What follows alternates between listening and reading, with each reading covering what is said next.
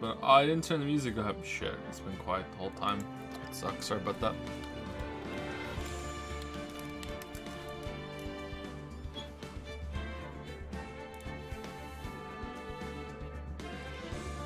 How's it going, everyone?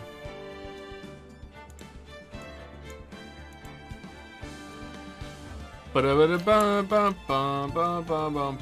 an emote thanks to Rope Pretzel Chan's subscription. Thank you, Rope Pretzel Chan, for the emote. What emote did I get? I got thank. How do I thank? Thanks for the 2020 capture, Rope Pretzel Chan. Oh, there we go.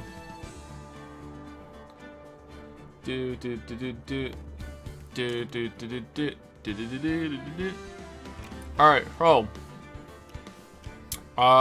If you play Genshin Impact, according to this tweet that I saw, if your account gets hacked, and the person who hacks your account spends more money on the account than you had when it was your account, it's now their account.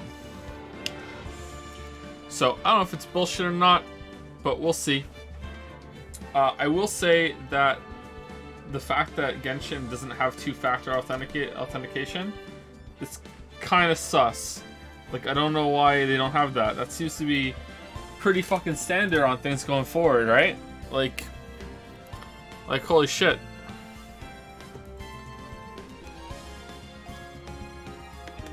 So we'll see. That's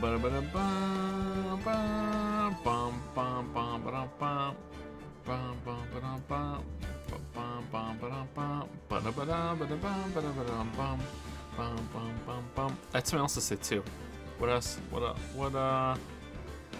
do I have to say?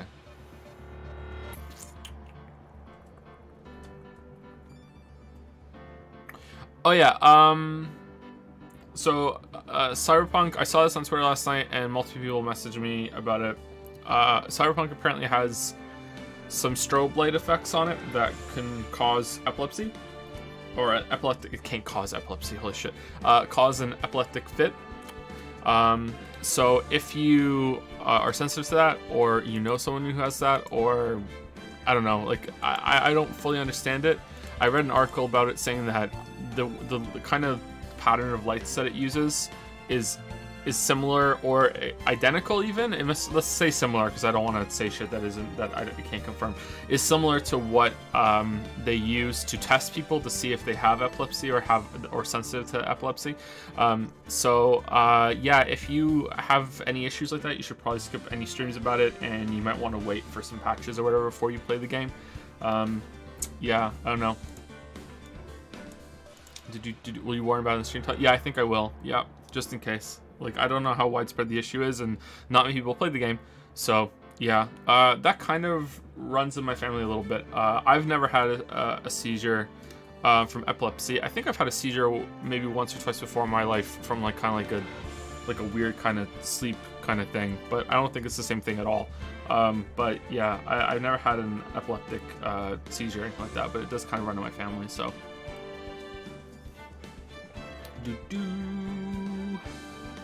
Is there going to be a Game Awards stream? I haven't decided yet. I don't know. We'll decide after Cyberpunk. If I feel awake enough after Cyberpunk to do it, then we'll do it. If not, we'll just skip. I don't think it's going to be all that interesting, to be honest. But usually those are some fun streams, and they don't go on for too long. So we'll see.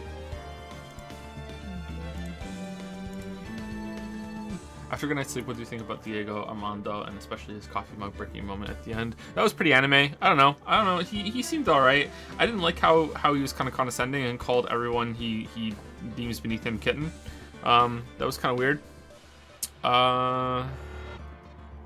I wanted to clarify that just because I said yesterday that I think that this interaction between Mia and Chadworth weakens Mia's stature in the series. I'm not sure if I actually think that's true or not, but I just was proposing yesterday. Weaken does not mean make her less interesting. Like, these trials have definitely made her a more interesting character, a more fleshed out character. I like Mia a lot more now that we've seen more of her in the courtroom. But I do think that her place of prominence as like Phoenix's mentor has been diminished slightly, maybe? I don't know. Like, she did win, but she also lost, but it was out of her control. Like, she just seems like a much more competent, less wacky Phoenix. So, Yeah.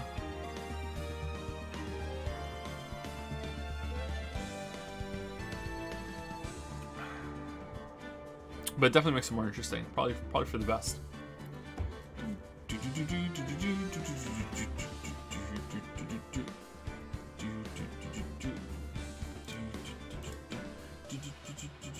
Like the seeing I don't think it's a good comparison. I was gonna say the seeing Obi-Wan Kenobi in the prequels diminish his stature as that he has in the original 3 movies, and I was like, I don't think that's a good comparison, because, you know, he's barely in the first 3 movies, and he's a lot younger in the prequels, like a lot younger, whereas in like here, like there's a very small amount of time that passes between what we saw and what she is at the beginning of the first game. So I don't think it's a good comparison, but maybe.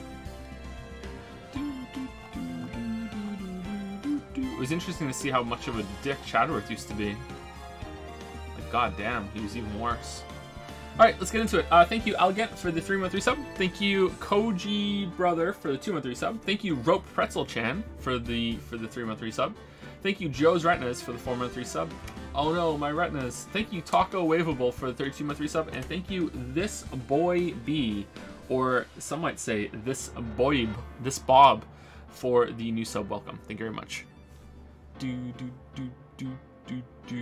So this is the last case. I am planning to stream for 5 hours today and 5 hours tomorrow, and I think that should be enough. If this case requires more than 10 hours, then it sucks. If we need more than 10 hours, then I will just go late tomorrow to finish it, and then we will play Cyberpunk on Thursday. When is Cyberpunk unlocking?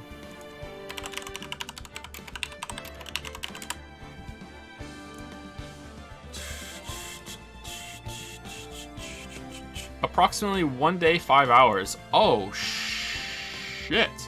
Okay, so I'll have time to. Whoa, the spoiler in this trailer is just playing. Okay, I'll have time to mess around with the character creator on my own time then, and see if I want to make a fun character, or go with Breaker Chan, or just make a generic thing or whatever. I'll obviously play it for an hour on my own time before stream 2 to make sure that it runs properly and there's no issues, that sort of thing. So yeah.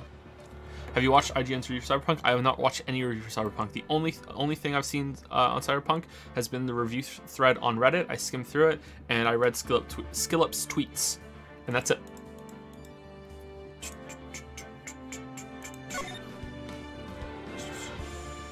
Oh, we're just gonna start from the beginning. Skillup was my canary in the mine, by the way, for whether the game was gonna get delayed again. I was waiting for Skillup to confirm that he got a key, and he did that tweet with the Doom guy like slamming his hands into the table, like come on. And I was like, oh, okay, it's not getting delayed again. All right, a sub just came in. Plain and Pale, thank you very much for the 15-month resub. Plain and Pale, thank you. Let's get into it. Here we go. The last case, the last trial. I hear it's a good one. So let's see if it beats 1.5. Should we delay a little longer? Delay a little longer? Let's see. All right, so this case was fantastic. This case was really, really good. This case was okay, but too long. This case was okay. This case was okay. This is just a tutorial case. So like, we're talking like you know, it doesn't matter out of 10. 5 out of 10, 5 out of 10. This was really, really good, so 6 out of 10. And then, I don't know. Honestly, if this is a 6, then this would probably be around a 9. And then, like, 5 or 6 over here. I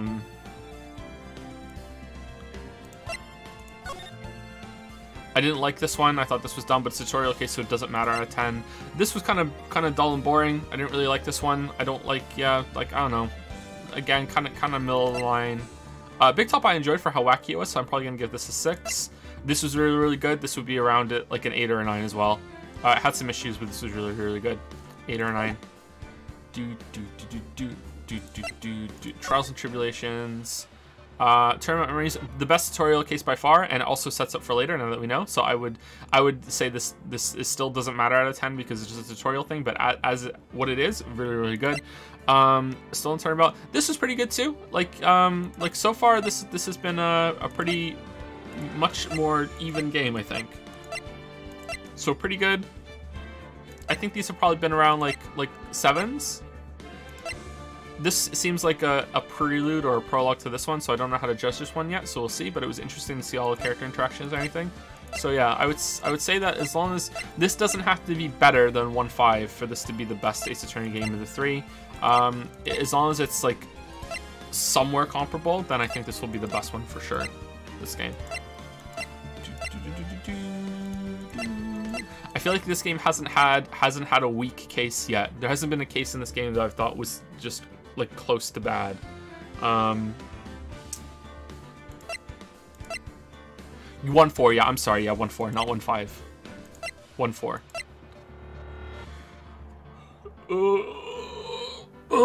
All right. Let's go. Play Bridge to the Turnabout.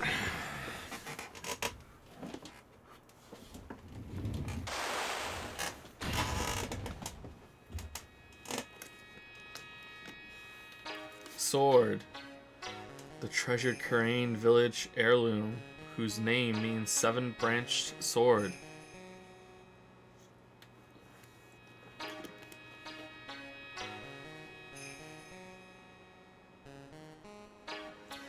It is said that the sacred sword represents life itself. Though the branches may appear to be infinite, the choice is limitless. The definition is blurred. If I'm to choose between one branch and another, I'd rather not choose at all. Like our destinies, the sword comes to but one end, one merciless point.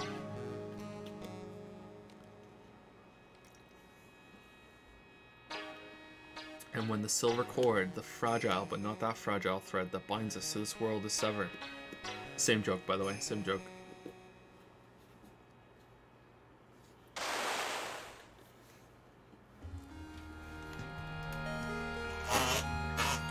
Squeaky chair, squeaky life. Who is that? The illusion is revealed and the implacability of fate is finally laid bare.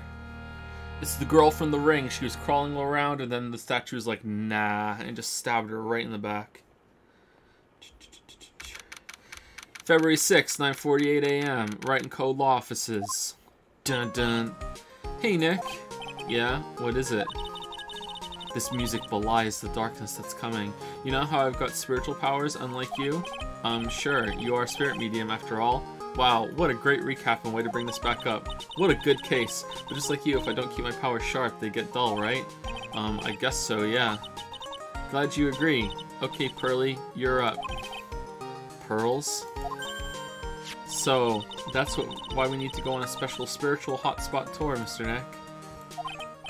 Huh? I'm lost. What's this magazine you're shoving in my face? It's the New Year's issue of Oh, Cult.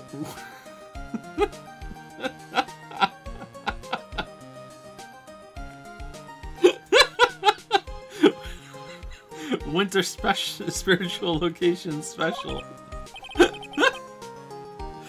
Oh, Pearls looks so happy. Maximize your spiritual powers with just one night of intensive training where no one dies. Oh, it sounds too good to be true. I'll say, it sounds more like a scam to me. It's at a spiritual retreat called Hazakura Temple. It's way up on the mountains, and I bet it's nice and cold, just perfect for training. Do you have to pass a rickety bridge that hasn't been repaired in 5 years to get there? No, I definitely don't want to go. You know, I think I've heard of this temple before. It's a famous channeling dojo. It's hard for even real spirit mediums like us to make reservations up there. Reservations? For a temple? Are you serious? Don't worry, I've already made special reservations just for us. Yeah! And I signed up for the special course. But that's nice, and the timing couldn't be better. Since we don't have a case right now anyway. Alrighty then, it's settled. Well, come on, don't just stand there. Start packing your stuff. Yes, Mr. Nick, you'd better start packing your stuff. Huh? Me? Why do I have to go? Well, we have to be accompanied by someone over 20 years old. Why? Hey, I don't have anything to do with spirit power. The only thing I can channel is a TV. So, is there a heated pool at this Hazakura temple? No, but you can stand under a freezing waterfall. Sorry, but I think I'll pass. I hate cold places. What? No way. How can you be so selfish? Come on, Mr. Nick. Look at this place. Doesn't it look beautiful? Nope, not going. I'm gonna be nice and toasty at home. What the... What is it, Mr. Nick? Let me see that magazine.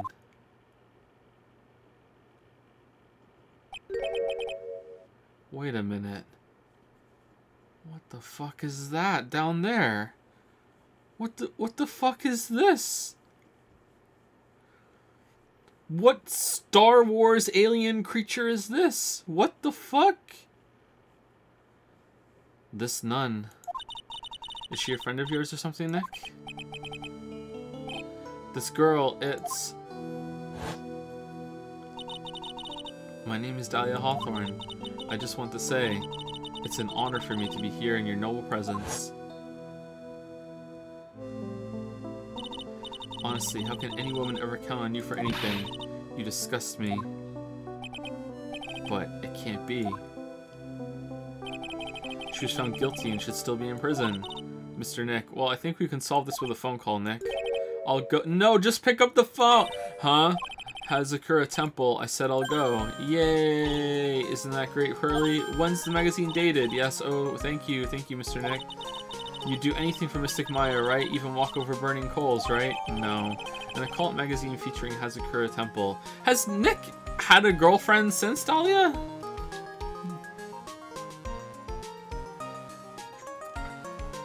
New Year's issue received from Pearls. Dahlia Hawthorne. I knew there was no way she could possibly be at that temple, but I just had to BC for myself. Okay. Who this nun really was. She's a nun now? Oh, best girl. Alright. Where are we going? Oh, that looks good. Holy shit. They pulled out the stops for this background. Holy shit. February 7th, 3:24 p.m. Hazakura Temple.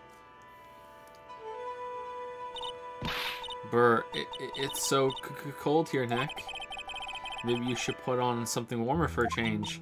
Well, it's supposed to be cold. It's training. Achoo! Her teeth are chattering so loudly, it's all I can do to make out what she's saying. And Nick had a cold and was sneezing in the first case. Damn, it's just all coming back around. Bookends! Wow, Mystic Maya, so this is the famous Hazakura Temple. Pearly! Achoo! Well. Okay, she looks better in the sprite, and she looked really weird in the. Assume it's the same person. She looked really weird in the magazine thing. Well. How nice to see you here. Welcome to our temple. Oh, thank you. Achoo. Oh my. Thank you for coming all this way. Come now. You must have been cold. What's with the past tense? We're freezing into human something. Ho. Well, we are high up in the mountains after all. Okay, I don't like you. In any case, we shouldn't speak here. Please follow me inside. Thank you. I was starting to think I would... Oh, yes. I almost forgot to introduce myself. I'm the head nun here at the temple. My name is Bikini. Really? Bikini? That's right. Actually, that's my temple name. What do you think?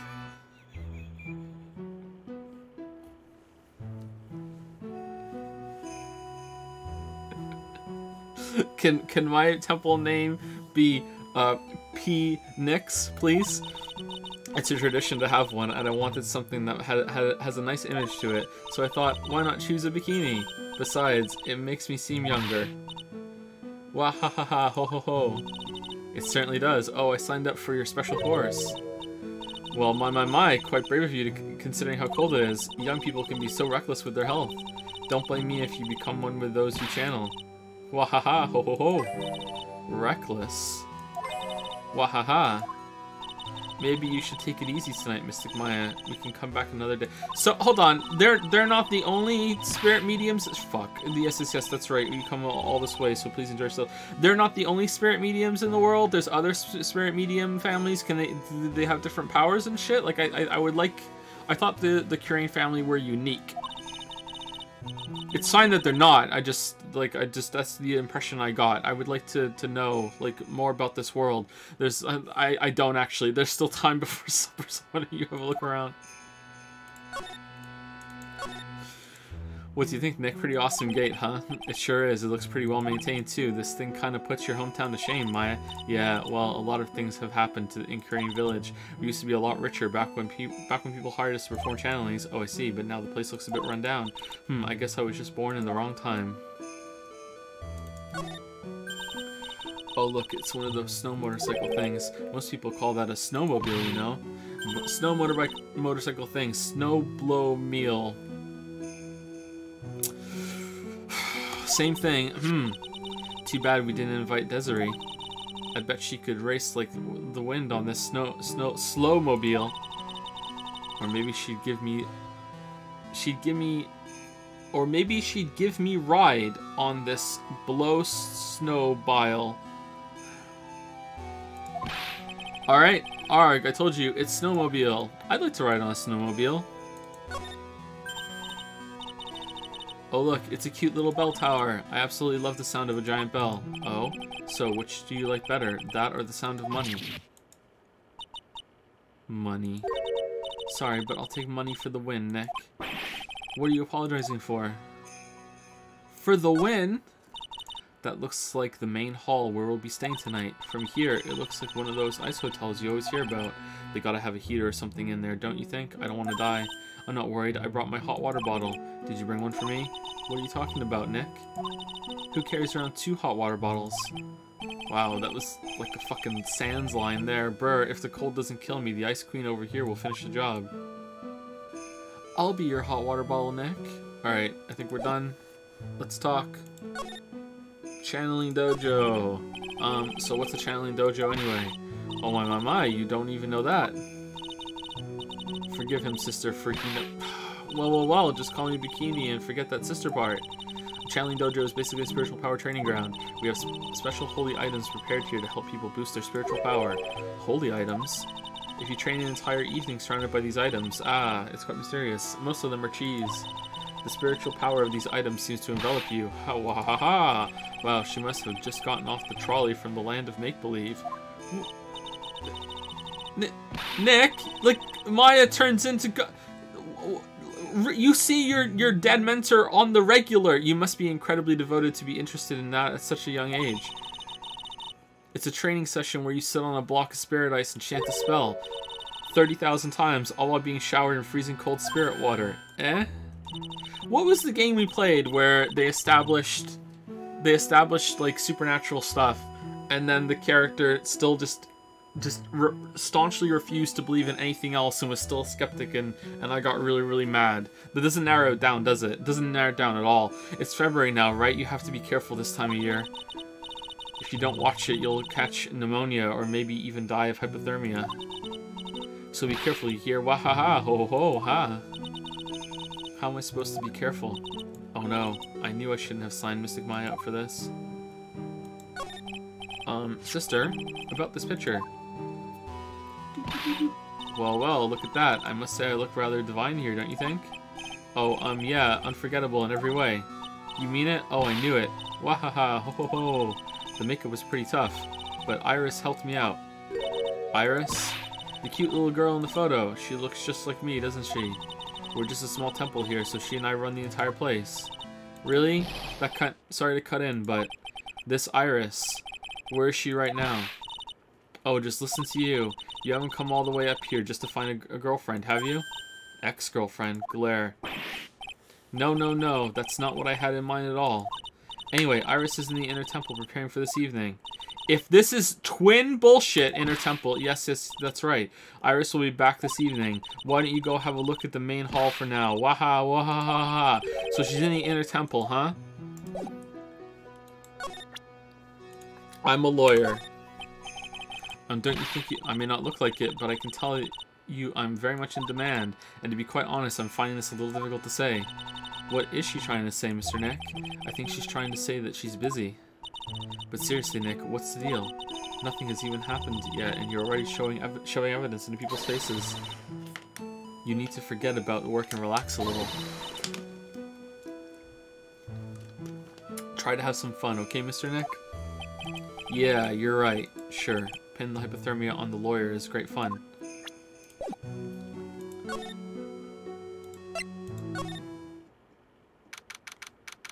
Heavenly Hall. Alright, this isn't the same area, right? Oh, it is! Dusky Bridge! What? Now they fixed it? February 7th Ascension Bridge. Wow, look at this broken down old bridge, Nick. Yeah, and look at that big canyon below us. Hey, there's a river down there. It looks like it's flowing real fast. What's wrong, Nick? You look like you've seen a ghost. I'm just not very good with heights. Okay, so I'm guessing that this is before Nick reviewed the case? Oh, hey, I've got it. Maybe you should face your fear and try hurling yourself off the edge. You know, 1, 2, 3, jump. It might be just what you need to get over your fear of heights. Yeah, death is a real good way to overcome phobias, alright? Excuse me. Anyway, it sure looks like a rickety bridge. Can't argue there. That's probably why it's called Dusty Bridge. Read it again, Maya. It says, Dusky Bridge. Wish I could read, Nick. Well, it's practically the same thing. Some letters are engraved into a roughly cut boulder. I like that boulder. D-U-S-T-Y Bridge, huh? It says Dusky Bridge. Come on, Nick, take a look at that bridge and tell me it's not supposed to be dusty. This sign is obviously wrong, and I'm going to fix it. Now give me a pencil, Nick. Do I look like a pencil holder to you? There's a narrow path going off in a different direction than that of the main hall. The sign here is so old the text seems to have vanished. The path leads to a wooden staircase that goes down to the bottom of the canyon. Okay, I'll write wooden staircase on it then. Do you really think that is necessary? You'd have to be blind not to see the stairs. Well, it can't hurt. Just pass me a pencil, okay? Graffiti is a crime, Maya, and I'm a lawyer. I'd have to prosecute you. Come on, Nick. Why don't we hop across the bridge? It'll be fun. I'm not so sure. It looks like a bunny hopping. It looks like a bunny hopping across the bridge would destroy it. Nah. Okay, Nick. Then let's try to find a cute, fluffy little bunny and test your theory. Okay, so we did not come across the bridge on the way here, then, right? We must have come from somewhere else. All right. That right there sums up the fundamental difference between the sane and insane. I can't believe there's a public phone here. Who would ever use it? The people who live here, I guess. I doubt they have any real phones here. Yeah, but it took like 20 minutes to walk here from the main hall. Damn, that's not going to be important. It would have been smarter of them to build the main hall here, don't you think? Maybe you should work on channeling someone who makes logical sense, Maya. Just if you've gone to the trouble of wiring it up here, just wire a little further and go to the main hall. There you go. All right. It looks like it's about 20 yards to that cliff over there. What? I guess that's where I'll be training tonight. Do you want to train with me, Nick? And do the special course? I think not. But it'd be so great if you had spiritual powers too. Really? I see dead people sounds more like a cause for alarm to me. Nick's being a little mean to Maya. I like it.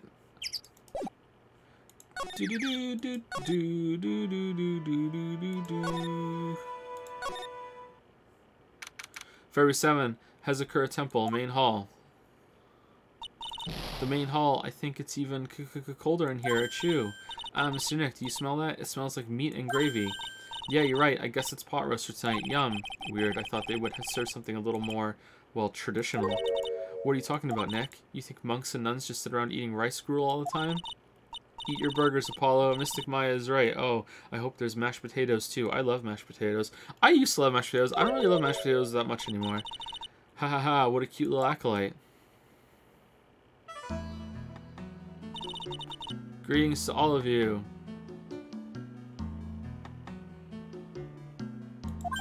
Oh, hello.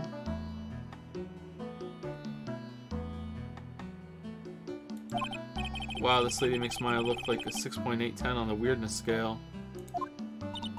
Your outfit. Did you come here for the special course too? Haha, unfortunately no. Actually, I'm... You're Miss Elise... Duxnim. Okay, good. I was gonna say it's Maya's mother. Okay. Yes, that's right. You know of me? My name is Pearl Faye. I'm your biggest fan. Who is she, Nick? I see it now. Zavari, a fortune teller. I've got all your books, miss. Oh, I can't say this name. Dunim? Something silent. Deoxnim. Oxnim. Miss Nim. Mario? Haha, what a sweet thing to say. And please, call me Elise. Books? Mr. Nick, don't you know anything? No. Don't you even know who this is? Well, an author maybe? Yes, and an illustrator of picture books. Picture books, huh? Oh, now I get it. I'm glad one of us does. Aw, man, don't lie in front of this. There's a laughably large Magatama on the altar. If I can see Psyche locks with the tiny Magatama I've got, I can only imagine what kind of power this bad boy has under his hood. It's an altar. It's an altar. It looks a bit old, but someone does a good job taking care of it. Speaking of altars, I remember seeing one like this in Crane Village last year. I guess they really do have something to do with spiritual power after all.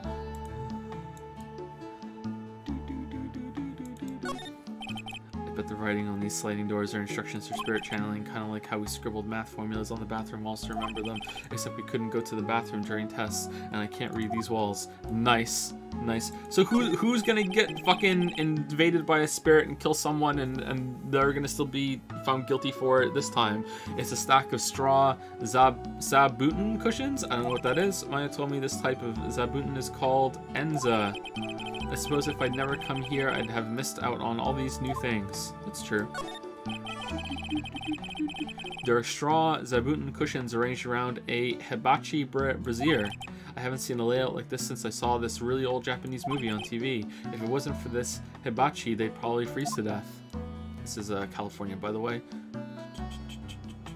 According to chat, at least. I remember them saying that. Alright. I'm a lawyer. Miss Nim, what do you think about this? Mr. Nick, do you think Miss Elise is a suspect? Huh? You may be mystic my special someone, but I won't let you do this to Miss Elise. A suspect? Why would I suspect her of anything? It's not like anything's happened. Isn't it cute, Nick? Pearlie's getting all overprotective of her new friend. Yeah, so cute. Okay, do you know where this girl is? Oh. She's not here. Shit. I'm sorry I didn't know who you are. I don't get a lot of chances to really enjoy picture books. It's alright, I take no offense to that. My books are nothing but simple stories for children. And really beautiful pictures too, Miss Elise. Your books always make me feel as if my heart has been purified. Aww. Aww. Thank you, Kali Dalgo for 100 bits. Thank you very much. And I said thank you to Plain and Pale when that came in, right? Just in case thank you got Plain and Pale. I'm pretty sure I did, though. Because it was after this boy. Yep, I did. Ha ha ha. Makes me feel very happy to hear you say that. I do have to admit, she certainly seems like a kind, sensitive lady. Classy lady. Miss Elise won an award last year for her book, The Magic Bottle. Yes, a friend of mine secretly submitted a story I had written to a publisher. They liked it so much that they asked if it was alright to make it into a book. Wow, it must have been a really great story. Maybe I should try to write a children's book too. If I do, you can secretly send it to a publisher for me, Nick. Recently, I've accepted a sort of apprentice, you might say. An apprentice? He calls himself The Thinker. Loris Diaxnim. I believe he's off doing landscape sketches now. On Loris's behalf as well, I'd like to thank you for your support. Of course, Miss Elise, anything for you. And then it's fucking good though. Ah ha ha. He's just there. He's still wearing the mask. He's got robes on, and he's like, I don't know you. What are you talking about? Why did you come to the temple? Are you here to do some spiritual training? Wasn't there a Larice before?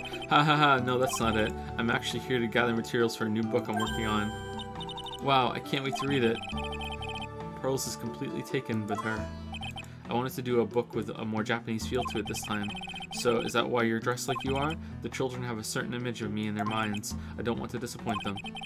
What can I say? She's really a sweet lady. Wow, Miss Elise, you're dressed up like a mountain nun. Yes, the good people here were kind enough to let me borrow this. I'm wearing training clothes underneath my robe as well. I want a staff like that. You like the crystal sphere? It's a real amethyst, you know. Maybe we'll find one up here on this mountain. Good luck, Nick. I know you'll find me one. No. Well, you have to excuse me now. I have to go help with the dinner preparations. Wow, you mean you're cooking dinner tonight? That's right. Would you like to help too, Pearl? No. Yes, I want to help with whatever I can. Pearls looks like she just won the lottery. Oh, I'll help too then. No, it's fine. Please don't worry about it. Feel free to relax and explore the area with your friend. Huh? But...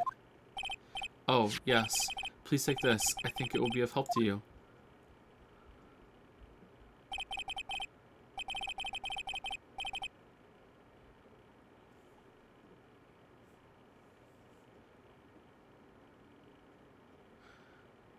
Okay, so when we did it earlier, it was just zoomed in on this area. Okay.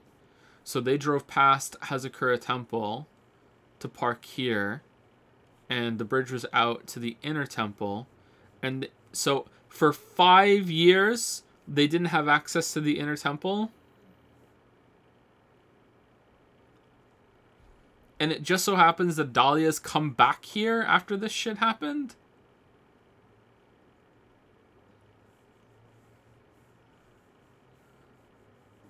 That's weird. Okay, it's a map of the area. We wouldn't want you to get lost now, would we?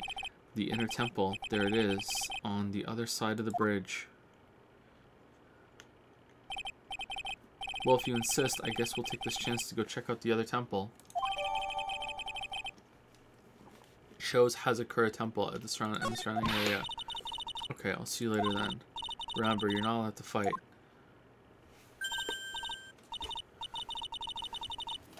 Come on, Nick, let's go. At least we'll stay warm and keep moving. Okay, did...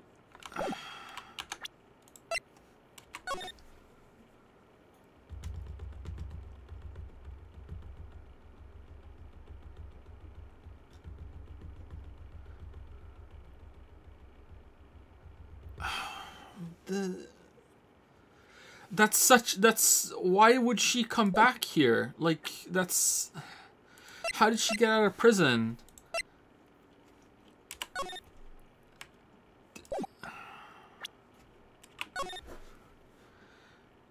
They're spirit mediums, right? Did she die and she's just like claimed a body here and she's just like impersonating someone who has that power and she's just never letting them go and she's just become that person? Or like with the diamond that they lost and that's why she's here looking for it? Or like what the fuck is going on? Alright, I'm really interested. Come on, Nick, let's go. At least we'll stay warm if we keep moving. And what was with the weird like rejection of Maya there?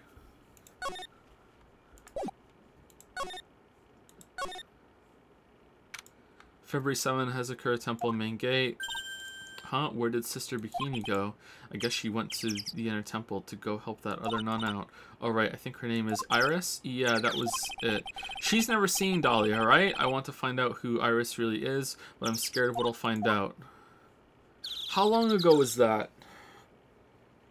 That was 5 years ago, right? And it was like 6 months between what we just saw with Mia's case and that one, or something like that. It wasn't. Maybe it wasn't even that long. All right. Okay, so it hasn't been that. It's been more time than I realized because just because we did the case, it's been 5 years since that happened. All right. It's not like it just happened last month. All right, so 5 years is a fair amount of time. Okay.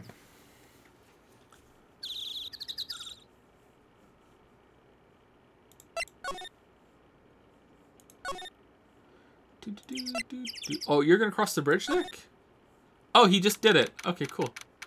Just cross forehead. February 7, Inner Temple Gate.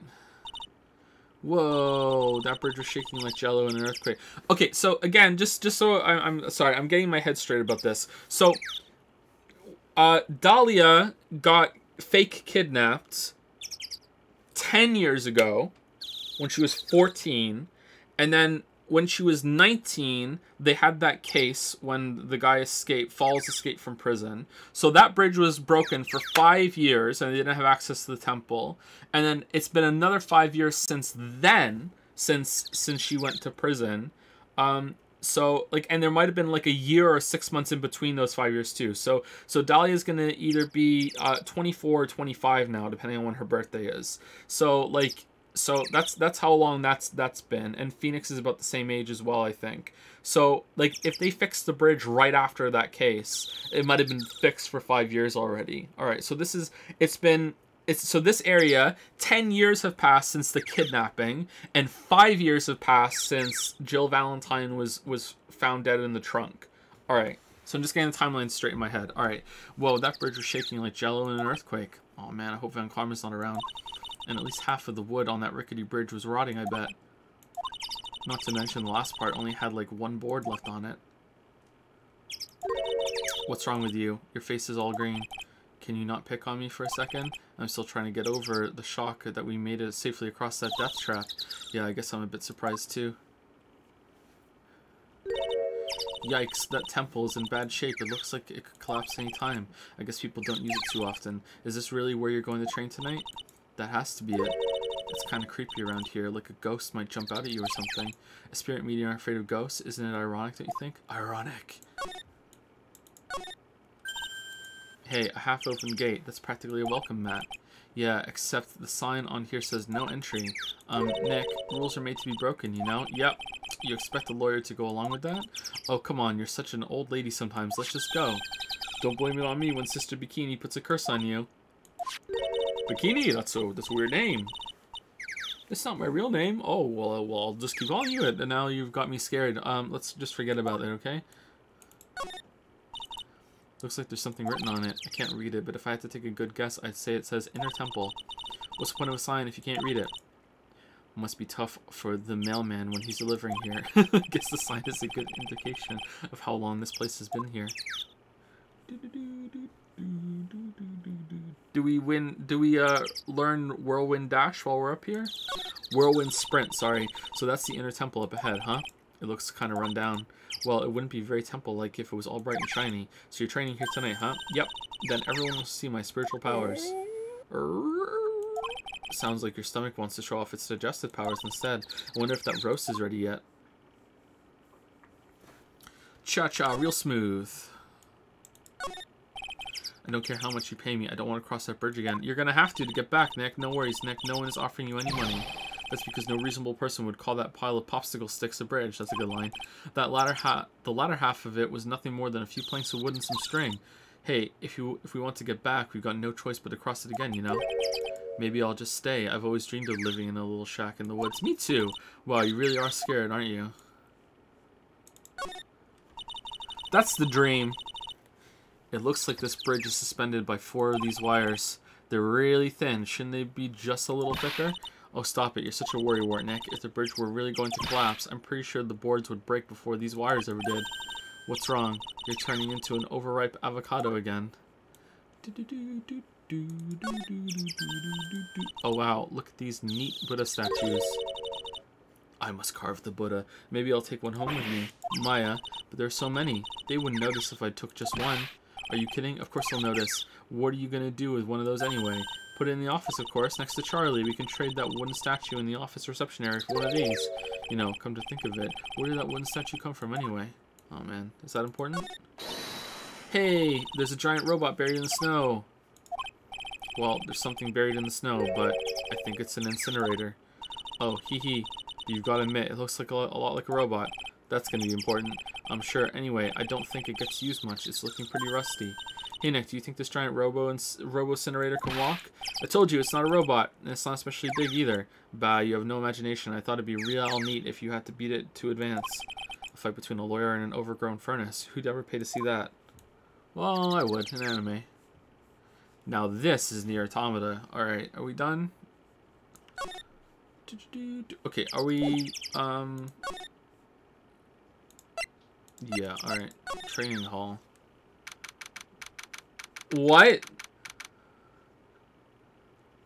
Why would they ever need to bar this? What are they afraid's getting out? Why do they have a prison cell in the mines for every 7 Inner Temple training hall? Part of your training is to go into this jail cell and we lock you in until you've gotten strong enough to get out. Good luck. Man, look at this place. It's just a tiny freezing cold room. So this is where you'll both be training, huh? Huh? What do you mean both? I'm the only one. Really? But I thought Pearlie's just a little kid. She couldn't handle this kind of intense training. So says the girl who I can barely hear over her teeth chattering. Anyway, the Real training room must be behind that door over there. Yep, definitely getting the feeling it's back there. Even I can sense there's something supernatural about the cavern behind that door. The vampires live in there? Here we go! Excuse me, but who are you? Hair's a different color. Ah, you're... Hi there. And doesn't the hair doesn't change color when someone gets possessed, right? We're just looking around since we're going to be staying here tonight. Is something wrong? Or no, it's nothing. I wonder why she's spaced out like that, don't you, Nick? Did you say something, Maya? Not you too, Nick. My name is Iris. I'm one of the nuns here at this temple. I'm Maya Fey. It's a pleasure to meet you.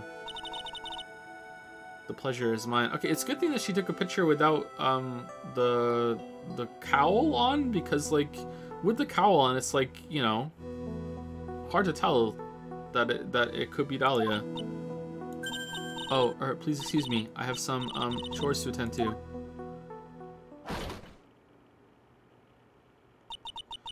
She sure is beautiful and a bit spacey, I guess. I guess she's just not used to talking with urban sophisticates like us. Sophisticates? Nick, that girl. It can't be, but... Alright. Time to call and see if Dahlia's still in prison, Nick. Look at this antique dresser. I wonder if there's anything valuable inside. Let's have a look. Humph, nothing. Just a bunch of clothes. Hey, Nick. Huh? Oh, sorry. I was just thinking. I wonder how much stuff Maya's stolen. Oh, about Iris, I bet. Looks like you've been bitten by the love bug, Nick. There are a bunch of musty-looking blankets and bedding sets piled up here. I wonder why they're even here in the first place. It's because all spiritual training is done under the supervision of a nun. I wonder if Sister Bikini is planning to sleep in here while I train. But if they sleep, what's the point of having them here in the first place?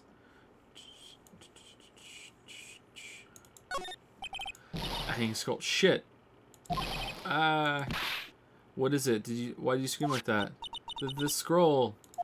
It's my mother. What?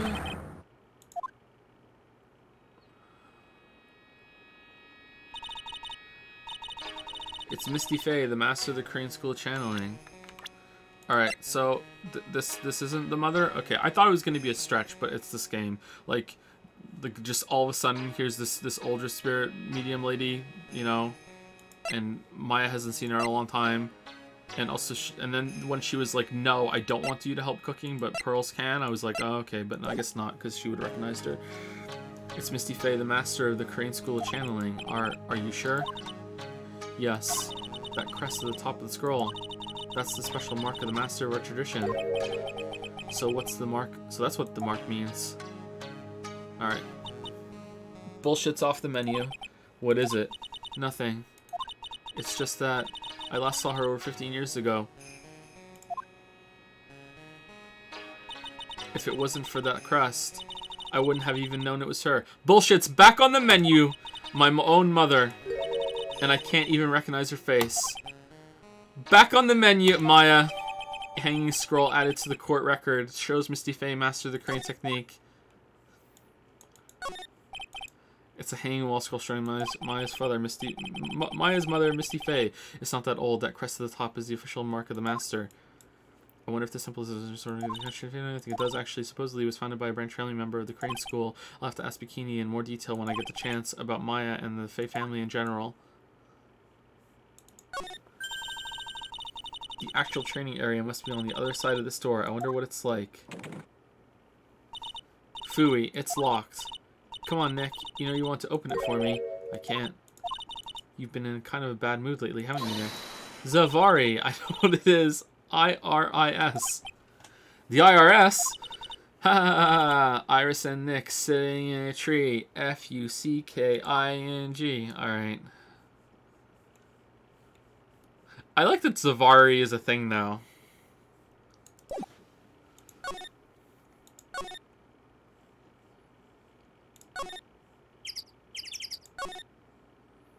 Alright, we crossed. Phew, we managed to make it across Dusty Bridge. Nick, you look green. Are you feeling alright?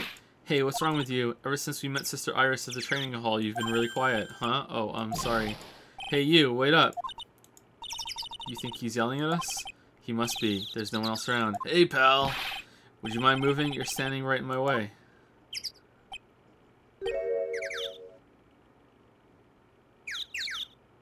Oh, Laurice's full name for Larry. Oh, I hope that he's the victim. Hey, I know you. You're... Whoa, sorry, gotta run. See ya. Hey, wait a minute. Oh, nice to meet you. I'm Laurice Nim. Liar, you're Larry. Your clothes may change, but you're still the butts. Shut up. I'm Laurice. I'm just here to do a sketch of Dusky Bridge. So it really is our Larry. Not that I get why he's pretending to be someone else. Damn. There's only like 20 people that exist in this world, huh? 20 fucking people that exist in this world. So what are you doing with the last name Diaxnim? Well, I wanted to start over again with a clean slate. A clean slate? You remember, don't you? Last time? The mask case. After that, I started to realize I didn't like this guy known as Larry Butts. And that's when I came across it. The Thinker, the Book of Destiny. The Book of Destiny? Do you mean The Magic Bottle by Miss Elise Nim? It's so beautiful. Oh, he's got a head tilt one now too. He's learned. So moving, so gentle. My heart felt cleansed. I was saved. Maybe I should buy a copy of The Magic Bottle.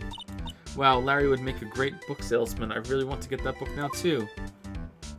Damn, can't wait for you to read it and be like, oh my god, this is a message from my mom. She's the most wonderful person I've ever met. I'd follow her anywhere. Well, she certainly is a very elegant lady. You see, here's a photo I took of her in secret. What? The Magic Bottle. Wow, that's a beautiful photo. You want a copy, don't you? It's okay, I just happen to have made an extra prints. Taken by her only people, Laurice Nim. Still, it's kind of hard to imagine you as a picture book illustrator, so tell the truth, you must have some kind of ulterior motive, right? What are you talking about? I don't trust anyone anymore, especially not women. But Larry, Elise is a woman! Talk about a bad case of denial. Anyway, can you even draw well enough to make a picture book? Art isn't only about technical skill, you know, it's also about having a pure heart. And that's why I'm asking, can you draw well enough to make a whole book?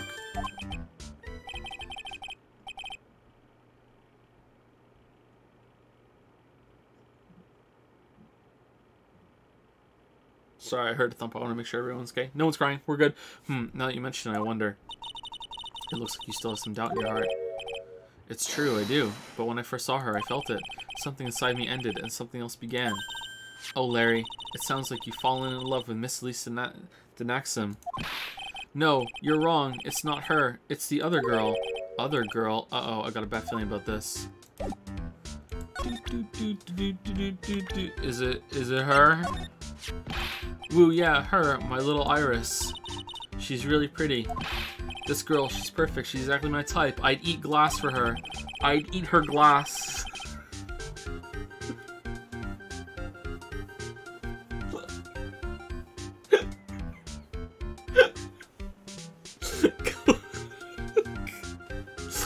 I'm a glass eater. I wonder if she would model for me. I want to draw a portrait of her. Yeah, you always like those model types, didn't you, Larry? Hey, wait a sec, didn't you say you were swearing off women? Huh? Yeah, that's right, of course I have. I have, basically, but Iris is different. I feel like I still have one chance left at the dream. This guy will never change. Everyone. Hey, Pearly. Dinner preparations are complete. Please come quickly to the main hall. Alright, I can't wait to dig in, Pearly. I'm going to go to the inner temple and call Sister Iris. I also want to have a look at where Mystic Maya is going to be training. Alright, are we going to let her walk across this bridge all by herself? Yep. February 7th, 7:46 p.m. Hazakura Temple, main hall. Boy, am I stuffed. Are you sure it's right to eat that much before your training? Well, this kind of training is a battle of endurance. Mrs. Maya, Mystic Maya, please don't do anything that might put your health at risk. Ha ha ha. No pain, no gain, I guess. I'm still worried about you. Well, well, well, let's not dilly-dally shilly-shally. You must get ready for tonight. I'm the judge, apparently. Good luck, Maya.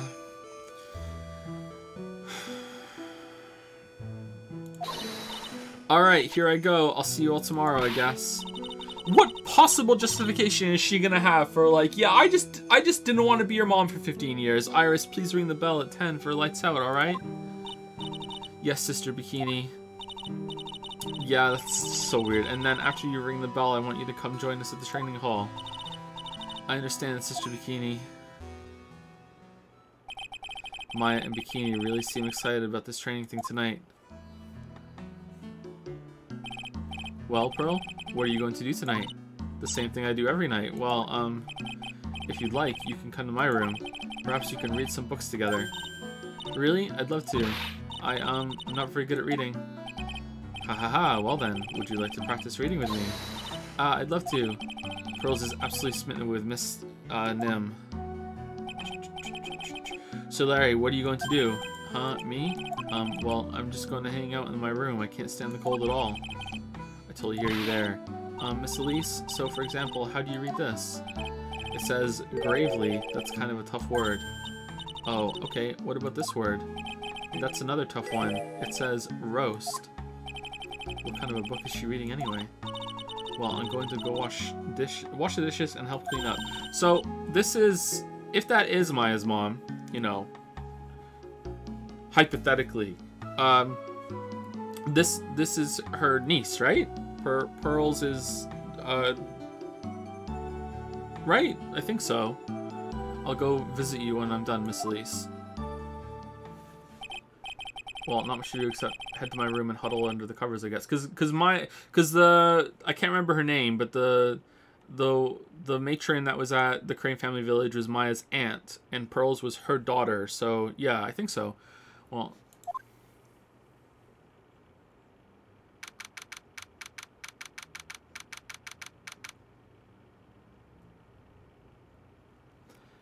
February 7, 9:12 p.m. Hezekura Temple, main hall. It's a whole different type of cold up here in the mountains. Arg, why couldn't the nearest bathroom be just a little closer to my room? Mr. Wright? Yeah. Oh, Miss Denaxim. Are you going to use the bathroom too? No. But have you seen Pearl? No, not since after dinner. I thought she said she was going to go to your room. I know, but she never showed up. I'm going to go look for her. Excuse me. Oh, Pearl's fucking dead. Miss Lisa Naxton, a woman as mysterious in origin as her last name.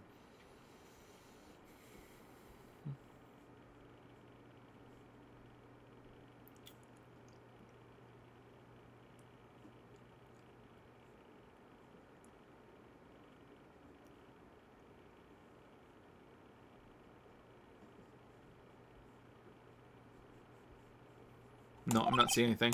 But the really mysterious one is... Oh. Ah, Sister Iris. Good evening. The really mysterious one is this girl. Are you on your way to the bathroom too, Mr. Wright? I can't let this chance pass me by. I should try to talk with her and maybe get some answers.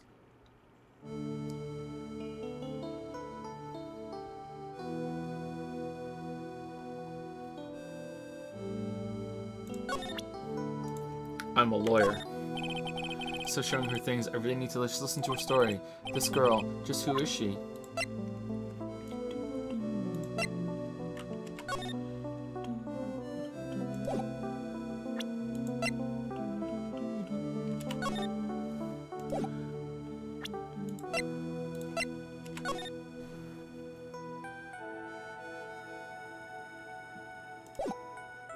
She kind of looks like Mia a bit. Huh, wonder why that would be. Iris. Your sister Iris, right? Yes. So, when did you come to Hezekura Temple? I don't remember. Ever since I was a small child, the temple has been my home. So you've never left? Well, I don't have any family left to take care of me. Sister Bikini, I've come to think of her as my real mother, as it were. Ah, I see, but didn't you go to college? And maybe enroll in the Ivy University Literature Department? Phoenix, like, if it's her, she knows who you are. What kind of, like, master of deception horse shit? God damn it, Phoenix. No, I never had an interest in going to a big university like that. My training is all the education I need. I see. But once in a while, when I get the chance, I make a trip to the nearby town. I can use a computer and a cell phone, too. That's not exactly something worth bragging about, but I don't see any psyche locks, so I guess that means she's not lying. Nah, that's not how it works. Please don't stare at me like that. As a great temple, what kind of... this big thing cancels all smaller Magatamas. What kind of place is this anyway? I heard it's for training to increase your spiritual power or something like that. It must seem awfully crazy to normal people like you. Well, I have to admit, it is a whole different world up here. I'm glad to hear you say that. Huh? Talking with dead people, who does it help anyway? I hate it. Really? So then why stay in a place like this? Ah, is something wrong? I didn't realize it was so late. I have to go and ring the bell for lights out. I guess it's almost 10 now, huh? Mr. Wright? Yes? If it's alright with you, I would like you to have this. Do you want me to wear it? But this is your hood. It has the power to protect you from evil spirits. Come to think of it, Sister Bikini was wearing one of these too. I pray for your safety on this dark, cold night. Aw, man, we're in! Iris's hood received from Iris. A magical hood said to offer protection from evil spirits. I'm sorry, but I must bid you good night. Wait a minute, Sister Iris. Yes? Just now, you called me by my name. You said, Mr. Wright. How did you know my name? I never introduced myself to you. That's... Sister Iris, please tell me the truth.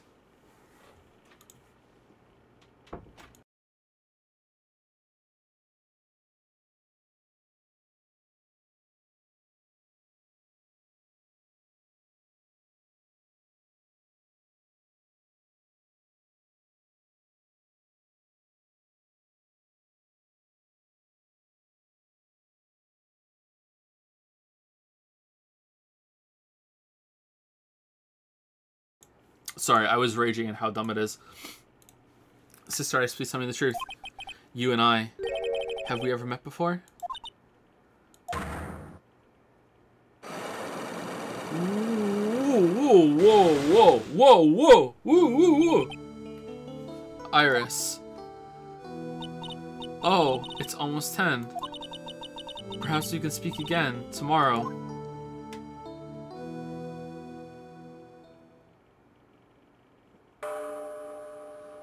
Gone. Gone. Gone. So my hunch was correct. She does know me. I'll have to try to talk with her again tomorrow. Still not calling the prison, by the way. Still not calling our law contacts and be like, hey, that girl, is she just calling, just wondering, not a big deal, you know, just whenever you get around to it. Hey, can you go check if she's still in prison? Just you know, I'm just curious, you know, just want to know, like, yeah, is she still, what the, that blood-curdling scream came from the courtyard. February 7, 11:06 p.m., Hazakura Temple Courtyard.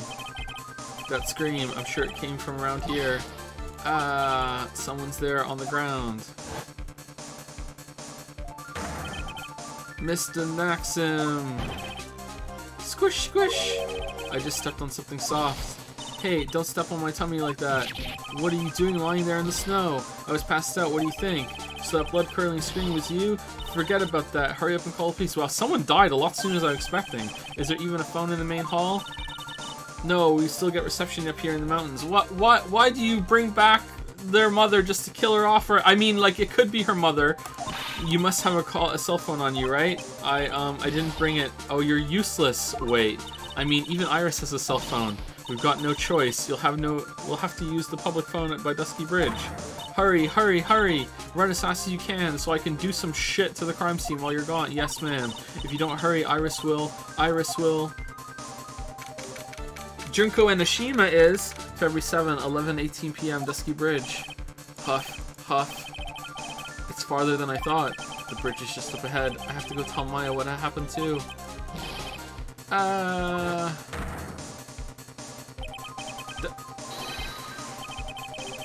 Okay, this is escalating real fast. All right, I like this. Holy shit.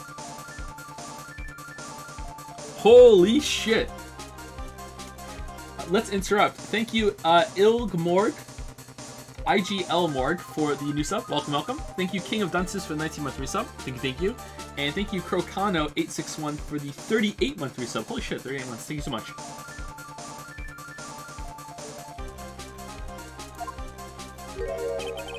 What are you doing here? Why are you burning down a bridge? Huh?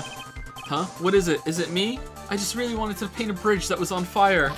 Don't scare me like that, Larry. I almost had a heart attack. My name isn't Larry, it's Larice. Larry, hurry up and call the police. I'm going to the inner temple. No, you're not. No, you're not. What do you do to the bridge, Larry? It's called fire, and it's art. Don't be stupid. The bridge is nothing but a burning wreck right now. Listen to me. There's been a murder here at Hazakura Temple. What? The murderer might have fallen across the bridge. I have to make sure Maya is safe. But please, call the police. I've got to go. Get out of my way, Larry. It's too dangerous. Nick, wait. Aw, man. Nick really cares about Maya. I must have been crazy. I knew how dangerous it was, but I still went for it. Crack. Nick. Weakened even more by the fire, the rickety old bridge's planks snapped and gave way, and as I was swallowed by the eternal darkness that surrounded me, a final, terrified scream rose up to pierce the frozen air of that harrowing night. To be continued. Oh man, Nick's fucking dead.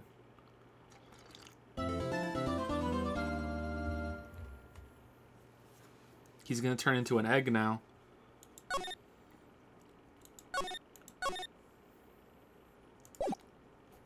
Alright, so that's how he ends up in hospital.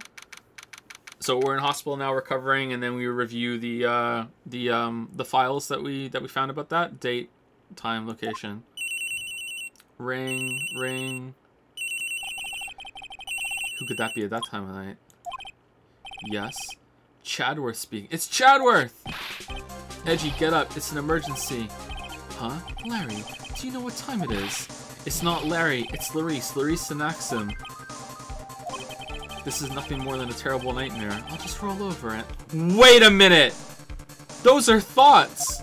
Wait, don't hang up. It's an emergency. It's... Wait! It's Nick. He took a really nasty spill. Well, it wouldn't be the first time, so... I'm not joking. His life is in danger. What? What happened? Tell me. Talk about a guy with bad luck. He may already be dead. Anyway, playable Yusuke? We get to be Yusuke? Anyway, you've got to come back. You're the only one who can help. Wait, but you could call anyone and you called Chadworth? Good call. My Iris, my beautiful Iris, she needs help. Alright, I don't know what's going on, but I'll be there as soon as I can. I'm at the detention center. Please, hurry. It's been 1 year since I left that country. I thought I wouldn't have to see him again for a while. Sounds like it won't be a pretty reunion, as if I expected anything to change.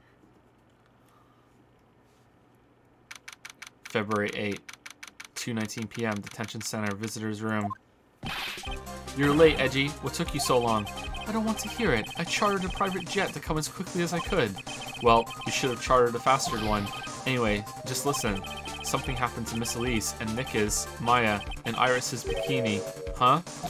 Say something, Edgy. Before I came here, I stopped by the hospital and paid Wright a visit. I believe I have a better understanding of the situation than you at this point. The murder victim was the picture book author, Miss Elise Naxnam. She was found by Wright and the head nun. The suspect is the temple's younger nun. Then later, while Wright was crossing the bridge, it broke and he fell into the river. He's always a fucking dumbass. Why would he try to cross that bridge? The hospital says that he'll need at least 2 days of bed rest. Yes, that's right. You got it. But they arrested her. My sweet little Iris. And here I was, convinced he was the one the police had arrested. However, I still don't understand what these 2 items are for. What are you talking about? They're things Wright gave to me when I was leaving his room. This is the first. He said some nonsense about being able to see into people's hearts with this. And the other. He couldn't possibly be asking what I think he is, could he? I'm begging you. Iris's trial starts tomorrow. Oh, do we do the trials, Chadworth? Do we? Oh my god, I hope so. Oh, fucking I hope so. With Nick out of the picture, you've all I've got left. Your Honor, I was a prosecutor, but now I'm going to be a defense attorney. It's basically the same thing. Yeah, but good point. All right, I'll allow it as long as the prosecutor doesn't have any problems. All right then, man. I don't really like this. Denied. Chadworth, continue. You're the only one that can represent her. What did you just say? You know, represent, defend. What were you expecting? Why do you think I called you anyway? I'm a prosecutor, Larry. A prosecutor. Do you understand what I'm saying? A prosecutor is a lawyer who... Don't talk to me like a kid. I graduated from junior high, you know. Don't worry about it. I promise I won't tell. But I mean, I heard a paper badge had no problem filling an entire court before. That's true. How could this country's judicial system have fallen into such decay? Please, Edgy. Chatty. At least listen to her. Listen to Iris' side of the story. So Wright wasn't joking when he gave me this badge after all. Yeah, they're just transferable. Oh shit, I recognize you. What the fuck are you doing here? Thank you for coming. My name is Iris. Are you sure? Chadworth. Oh, come on, Chadworth! I don't know if I can be of any help, but I will at least hear what you have to say about the murder. You look familiar, by the way. You'd remember your first case. Mr. Wright, how is he? Mr. Lurie said that he might even die. I can't lie to you. It's touch and go. Fortunately, he will be fine. Larry, you moron. How could you say something like that? He was badly bruised when he hit the water, but otherwise he is unharmed. Thank goodness. No one dies from falling off that bridge. You should know, but he's caught some kind of nasty cold. A cold? He's running a high fever and is drifting in and out of consciousness. I must be imagining things. This woman, I feel like I've met her before. There we go. Alright, good. I just need to be patient. There you go. The guard is glaring at me. If someone glares at you, it's only polite to return the favor, is what I was taught. If someone glares at you, it's only polite. What is this music? Are you alright, Mr. Chadworth? Oh, excuse me. I'm a lawyer. Is that an attorney's badge? Yes, this belongs to Wright. Really? It doesn't have his name on it though, so now that I have it, I'm an attorney. That's how it works.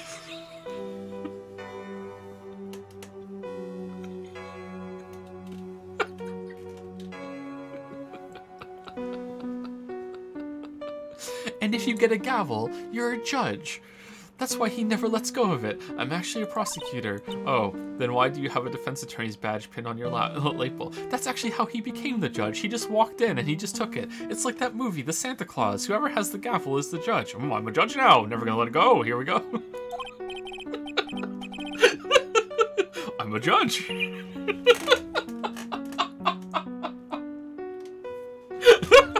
Well, you see, I borrowed it.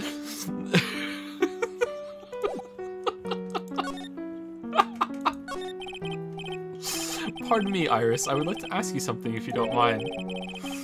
I have the distinct feeling you and I have met before. It must be imagination, Mr. Chadworth. After all, I hardly ever leave Hazakura Temple. Hazakura Temple? What's that?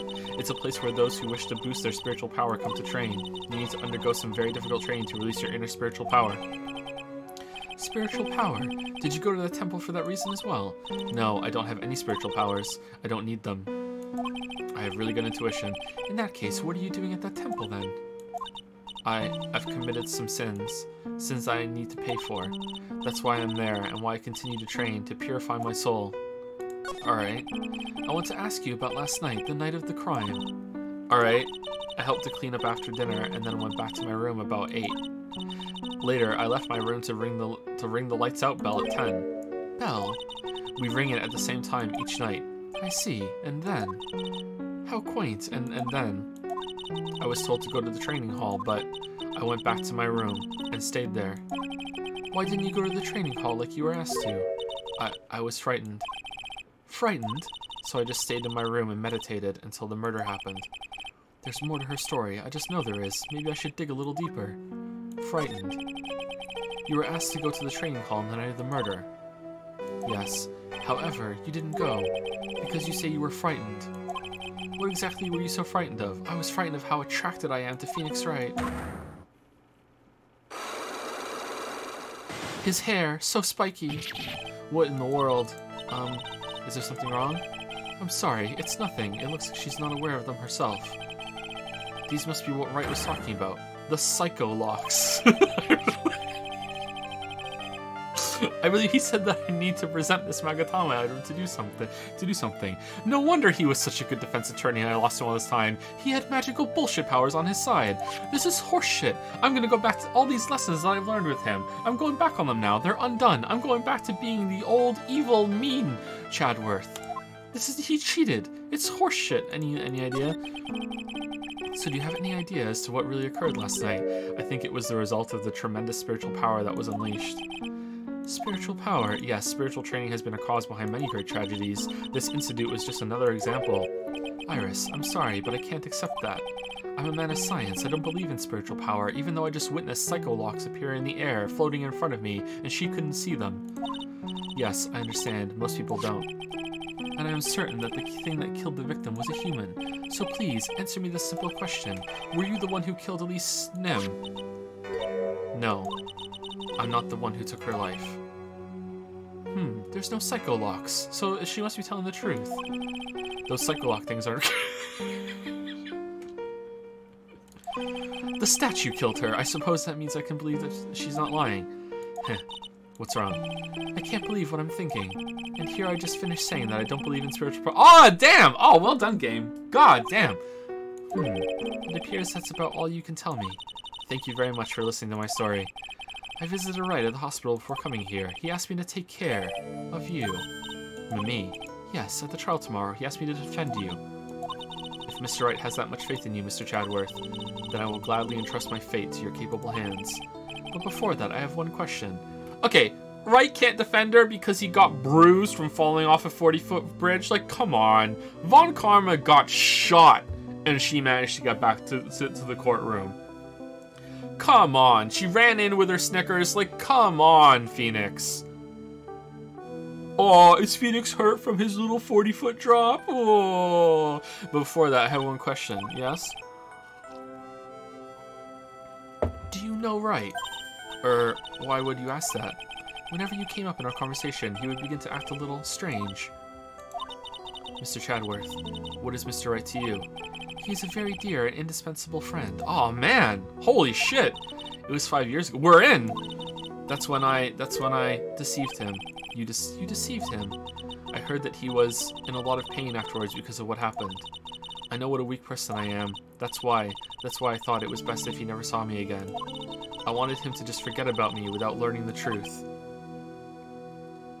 So it is Dahlia, or was there just an unrelated girl that looked exactly like Dahlia that interacted with Phoenix and hurt him and he doesn't remember? Well, if you ask me, Wright is still suffering, and until he learns the truth, I don't think he will ever be able to truly recover. Iris, it's not too late. You should go to him, tell him the truth. I'll defend you, but only if you agree to that one condition. Alright, Mr. Chadworth. I promise. Very well, I'll do everything in my power to get you an acquittal. I really hope that Dahlia died and her spirit has been possessing whoever this is this whole time. Because that would be really interesting to me. If it actually is Dahlia repenting. But I don't know if Dahlia has repentance in her. She's like crazy, right? That's enough for information gathering for now. I should head to the crime scene.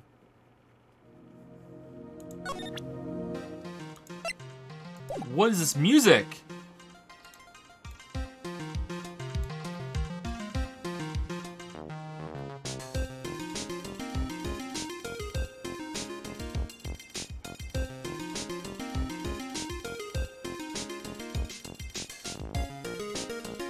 It's good.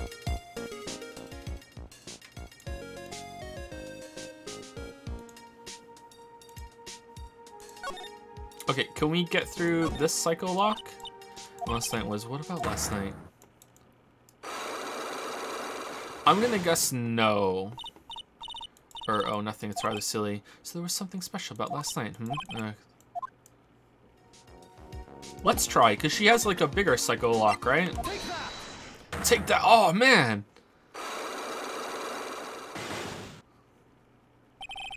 I was frightened. Since I have been handed this case, it is my duty to dig up all the answers. Understand? Yes, sir. The smallest flame can sometimes bathe the case in a whole new light.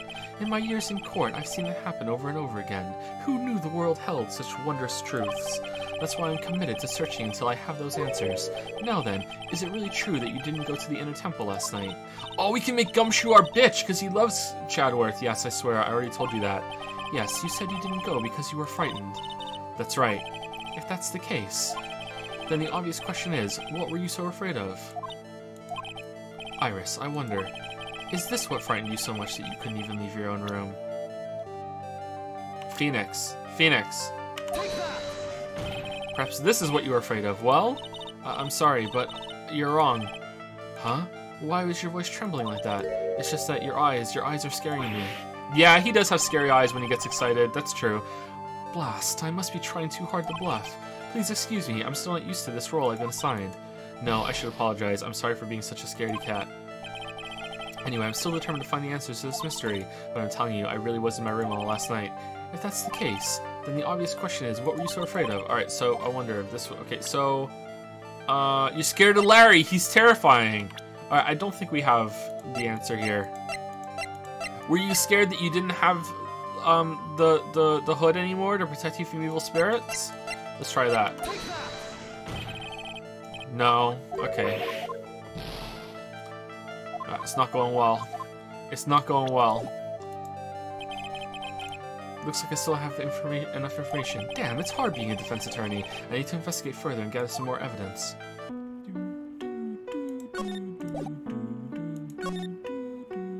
Wait, we're just going just to the bridge?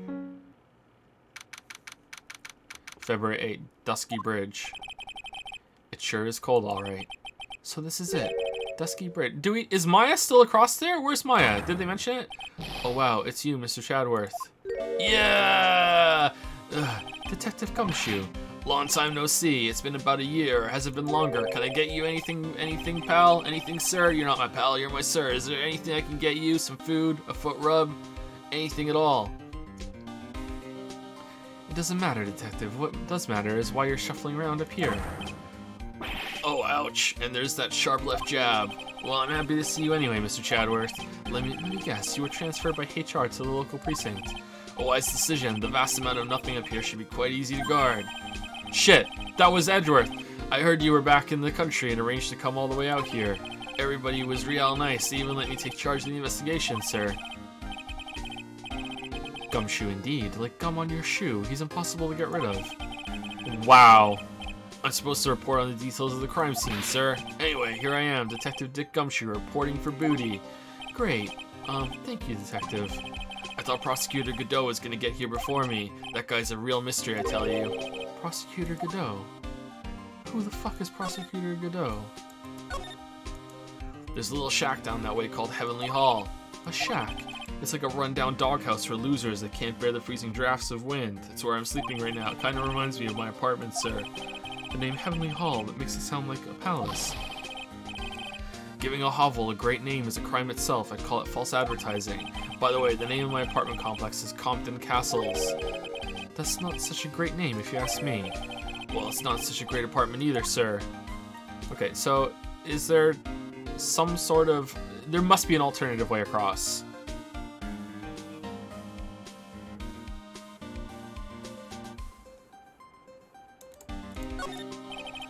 Some letters are wildly engraved into a roughly cut boulder. Dusky Bridge, it's certainly an appropriate name. You need to get some glasses, Mr. Chadworth. That sign says Dusty Bridge. I could see how you read it wrong, though, sir.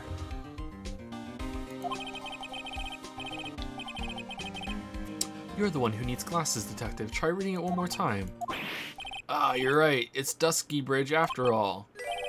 I guess whoever wrote this made a mistake. Neither of you are remembering how important this bridge was? No? Okay, for Gumshoe, that's like, you know, he's a... I wouldn't call Gumshoe dumb. Like, he's portrayed as dumb, but I wouldn't call him dumb outright. Like, he's been in a lot of cases, but like, Shower, that was your first case, man. And it ended like with someone killing themselves in the courtroom. I think you would remember. I guess it's gonna come up because you remember Dahlia. I guess he's gonna remember eventually. Hey, it's a public phone. You don't see a lot of these anymore. That's true. Since you've got one here, why don't we take a photo as a memento? Well, sure, why not? Oh, darn it, I don't have a camera with me. I'm gonna go buy a disposable camera. I'll be right back, sir. There's a gift shop down the street. What's so special about public phones, and why is he so fascinated by them?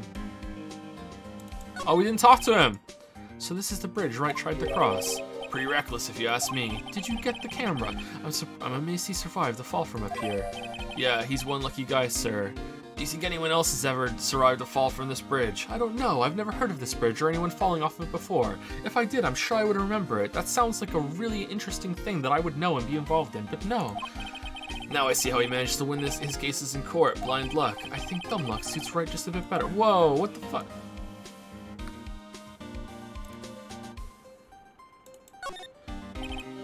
It looks like a pretty good distance from that far cliff. Yeah, it's gotta be around 100 yards or so. Detective, that's not even close to 100 yards. Well, I gotta admit I'm not very good at judging distances. It's about 20 yards or so, and impossible to cross without a bridge, it seems. Yeah, but what if you could fly? Or teleport? Or fly and teleport? What happened? I just got back into the country, so I don't really know much about the case. It's simple. Well, simple as simple does, as they say. Oh, you've got no idea how much I've missed that biting sarcasm of yours, sir. But seriously, this one's a piece of kake. There's a witness that saw the whole thing. A witness? Yeah, that bikini lady. Bikini lady? Here, on this freezing cold mountain. Completely isolated in your kitchen. Yeah. Can I see it? No. Well, you should talk to her yourself if you want the details, sir. I may have to talk to this bikini lady. I mean, decisive witness myself.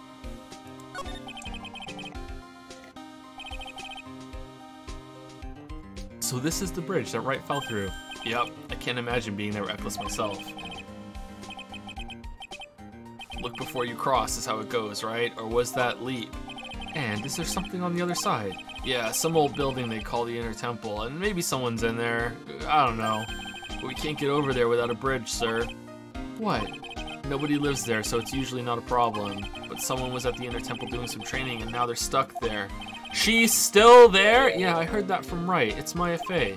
Did they drop some supplies for her at least? Like, oh no, her again. Anyway, the air is really turbulent right now, so we can't do an aerial extraction. Okay, I was just about to bring that up. Like, why don't we get a helicopter? There must be another way across there. No one's gonna be able to reach the Inner Temple until tomorrow, sir. We should be alright in this cold. Get a catapult. So how did this bridge burn down anyway? We're almost 100% sure it was lightning. Lightning? At that time, completely localized to this bridge, to set it on fire. So who is this Prosecutor Godot? I've never heard of him. Yeah, he's a new guy, showed up after you left the country. He's a complete rookie, but nobody can say a bad word about the guy, even though he's lost every case he's done. What kind of man is he? He just became a prosecutor recently, but he's good, sir. Real good. If he's so good, how is it I've never heard of him? Didn't Chadworth say he was the best prosecutor in the country? So that was a lie. Is he the lead prosecutor on this case? Of course he is, pal. You bet he is. After all, you know who is right in the middle of it. You know who? Phoenix Wright, of course. For some reason, Godot has really got it in for Mr. Wright. Oh, looks like I have some competition. Yeah, he seems to have some kind of a grudge. And what would be the cause of this grudge? I don't know. Maybe he made fun of his mask or something. None of this is making any sense. I better look into this Godot myself. Lightning. You're telling me the bridge caught on fire due to a fluke bolt of lightning? Yep, last night it snowed for the first time in 3 days. It's a little unusual for lightning to occur during a snowfall like that. But according to the weather data, lightning definitely struck. Lightning again? Another bolt of lightning. More lightning. What about the lightning report? We all know about lightning reports. Remember lightning reports in the university? Well, it turns out that they don't extend this far, so we don't know if there was actually lightning around here or not. Original weather report for the night of the crime. There's no stats of whether there actually was lightning, but we know if there was lightning in the city. Oh, I see. This is a very detailed weather report. Almost too detailed. It even has the exact time that lightning struck. What the fuck is...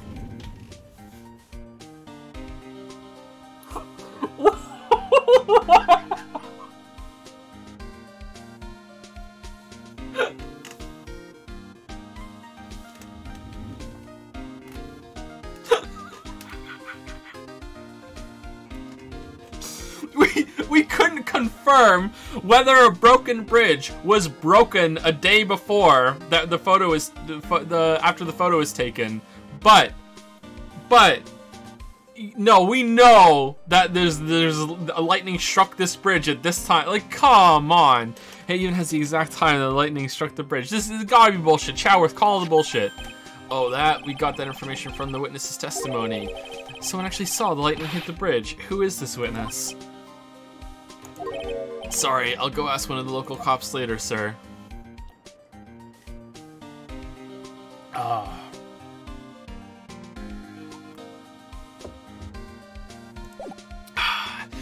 Did they set that up with the lightning report in the earlier case? I wonder, because that was like we have weather report statistics about whether there was lightning strike.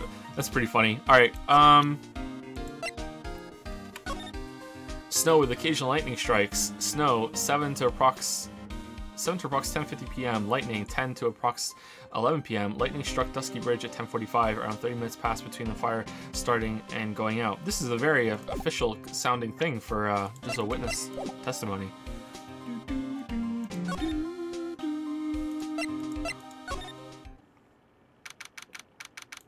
February 8, Hazakura Temple, main gate.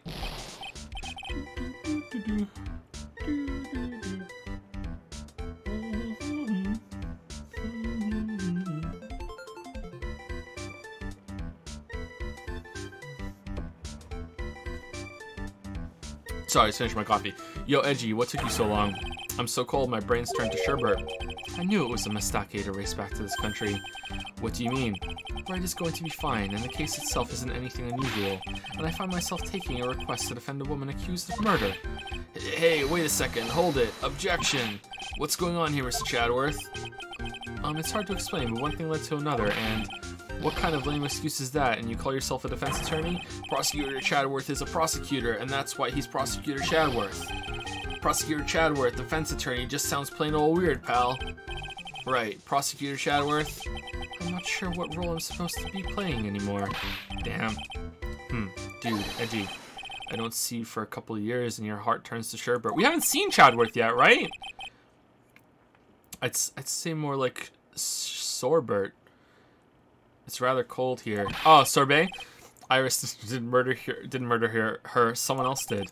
I just know it, okay? So trust me on this one. Ever the romantic, aren't you, Larry? Nevertheless, I'll do whatever I can to prove her innocence. At least until I pass the baton on to Wright, that is. Aw, man. Wright's gonna come in. Tap me in, coach. Tap me in. Here you go, you're tapped in. Oh, if Phoenix and fucking Chaworth end up side by side on the defense side, instead of it being Phoenix and Maya, that would be so good. Oh, please. Oh, please. I suppose this type of thing is necessary up here in the mountains. Say this just gave me a great idea. Something tells me he's going to tell me what's on his mind, whether I like it or not. I've got an idea for a brand new invention. It might even make me rich. An invention? Yeah, a car that can travel on snow. I'll call it a snow car. So what do you think, sir? Would you go for a ride on something like that? Only after you take the first 1,000 test rides. That must be the main hall back there. A brilliant deduction, sir. Are you trying to flatter me, Detective Gumshoe? A brilliant use of suspense to build attention, sir. According to Wright, the head nun has some important information.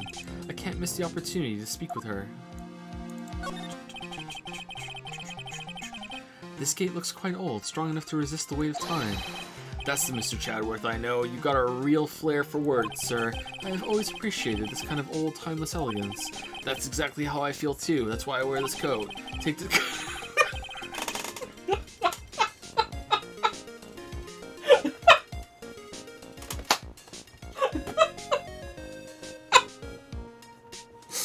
Take this coat, for example. It's like a fine wine. It gets better with age. Even fine wine turns to vinegar and begins to stink at some point. I suggest you wash that atrocious rag you call a coat, detective. I can see a small bell tower from here. Hey, that just reminded me, there's something I've always wondered about. Something tells me he's going to tell me what's on his mind, whether I like it or not. We call a person who tells a liar, right? So why don't we call a person who rings a bell a beller? Or truer for a guy who tells the truth. Oh man, I'm not gonna get any sleep tonight. I had no idea he was such a deep thinker. He's the thinker. Man, I'm telling you, Iris is so cute. Right, Edgy? You think so too, don't you? What's wrong? Why are you so quiet? To put it simply, your comment has me highly concerned. Simply? Could it be that the reason you think she's innocent? Come on, a girl that cute can't possibly be a murderer. I was right after all. I should never have come back. No, don't worry. I see things for how they really are this time. Honest. If I had a penny for every time he said that, I'd have 50 cents. It's just that, well, Iris is a delicate flower. You can't force things too much. Know what I mean? Huh? I have no idea what you're talking about, Larry. Oh. Or forget it. I didn't say anything. Larry, where were you and what were you doing on the night of the crime? Larry? What? Don't tell me. You think I might have done it? What? Get lost. Go back on your chartered jet and get out of my sight, you creep. And I hope your plane crashes and you die. I'll ask just one more time. On the night of the murder, where were you and what were you doing?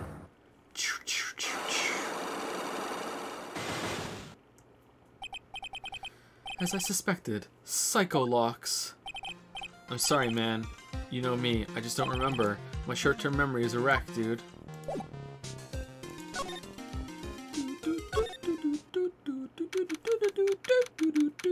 February 8th, Hazakura Temple, Main Hall. Ooh, that's new. Sigh. Hey, hello there. So how are you feeling? So is Gumshoe the Maya for us now? Big improvement. Alright, I suppose, huh? Who is this? Hi, my name is Miles Chadworth. My, a handsome boy such as yourself is always welcome. Sigh. If circumstances weren't so tragic, I might just... Please don't call me boy. I'm sorry to trouble you, but I'm looking for a woman in a bikini. Well, you have found her. Now, what can I do for you? I'm sorry, but I don't see any bikinis. Ha ha ha, if you ask nicely, I might give you a peek, big boy. Wah ho ho ha ho ho ho. Mr. Chadworth? This is the head nun, Sister Bikini. She's the witness. Why didn't you tell me that earlier? This is exactly why your salary keeps on getting cut. My stomach is already growling in protest. So, what's the latest about my beloved Iris? Well, first, I want to hear what you know. There are more Enza cushions in the corner of the room. What's that white piece of paper sticking out from under the stack? Beats me. I didn't search anywhere. Would you mind checking that out for me, Detective Gumshoe? Yes, sir. Here you are, Mr. Chadworth. It looks like an old manila envelope. Yeah. What is it, Detective? This could be it. An ultra-important clue. A super special clue. I suppose I should read it myself, then. It looks like a letter addressed to Sister Iris. Tonight at 10 at Heavenly Hall, unless you want your secret to be exposed. This sounds like a blackmail letter. Note to Iris added to the court record. Found in the moment when she dropped it. Can we read it? Nice going there, Mr. Chadworth. Wow, this is just left out. Salutation here. What? There is something I must talk to you about. I'll be waiting for you tonight at 10 at Heavenly Hall. Make sure you come unless you want your secret to be exposed.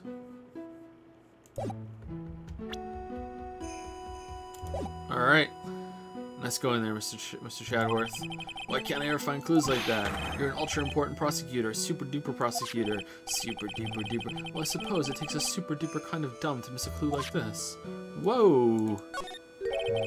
That thing sure casts a strong presence over the whole room. This is the lesser Magatama. It's a precious heirloom containing a great many souls. Huh? This is lesser? What is the greater one like? The greater Magatama is displayed in the main room at Fei Manor. It was supposed to be shown at the Treasures of Crane exhibit, but it was so large that they couldn't bring it through the doors. The whole world is actually one big Magatama. Its Magatamas all the way down. It's an altar with a giant Magatama enshrined on it. There are lots of candles lined up on it too. You know, I haven't had a birthday party for myself in a while. Maybe you should blow out those candles over there to make up for that. Mr. Chadworth, would you mind singing happy birthday to me? Happy birthday to you. Stop that. Cut that. Please don't blow out the altar candles. There's flowing script written everywhere on the walls. Man, I bet you'd have awful nightmares if you tried to sleep in here. This is our main hall, so it's protected by a variety of magic spells and charms. They're all designed to prevent evil forces from entering.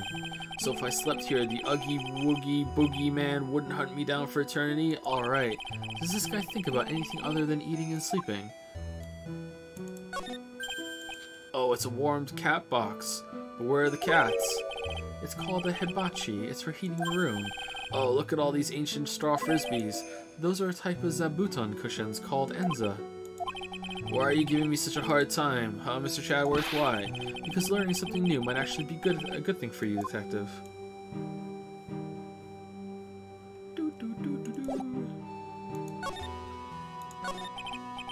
First, I'd like to ask you about last night. Well, last night, we had an acolyte here for training. After dinner, the two of us went to the training hall in the inner temple. She must be talking about Maya. Approximately what time was that? I suppose it was about 9 when we left here. Training lasts all night long. It's extremely exhausting. The channeling dojo's head nun must be in attendance at all times to keep watch. Wow, you're right. That does sound exhausting. Detective, this is no time for flattery. Sorry. Sometime around 11, you witnessed the incident in the courtyard. But your duty was the inner temple. Why did you come back here? Excuse me. The way you're staring at me, I'm starting to get goosebumps. Ha ha ha, ho ho. I'm starting to get goosebumps myself, but for a decidedly different reason. Ho ho, you get the chills pretty easy, don't you, Mr. Chadworth? Okay, what you saw. Alright then, I'd like you to tell me exactly what you saw in the courtyard. It must have been past 11. Ah, no, I can't say it. It's too much for my poor heart. Hey, calm down, lady. Let go of my tie.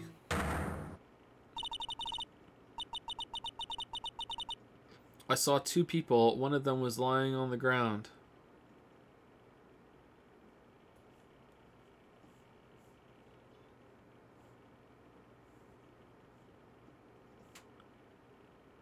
She kind of looks like she's enjoying that, doesn't she? Like what? Alright, and then they dragged the corpse impaled on the sword over to the statue and put it back in, wasn't it? The other one was stabbing her from the back with a sword. Did you see this criminal with your own eyes? I didn't want to believe what I was seeing, but it was Iris. You must have been quite shocked. Of course she was. Try putting yourself in her shoes, or my shoes. It'd be like if you were stabbing Mr. Wright smack in the middle of a courtroom, and I happened to witness it from the witness stand. I'd be pretty shocked too. No, you've never caught us. I know it sounds insane, but that's what I saw. And when I finally realized what I was seeing, I screamed, and then I passed out. Unfortunately for us, your testimony seems to be pretty solid. However, the idea of Iris doing such a foul act seems unnatural. Unnatural? The girl I know simply isn't capable of this sort of foulness. I wonder what she means by that. What the fuck?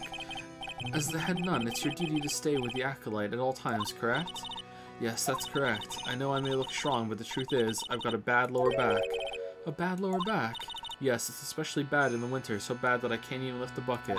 Bad lower back added to the court record. Do you remember how cold it was last night? My bad back felt as stiff as frozen glass. I just wanted to take a nice hot bath to ease my aching back. That's why I returned to the main hall. So you left the disciple all alone? Don't be ridiculous. I would never do that.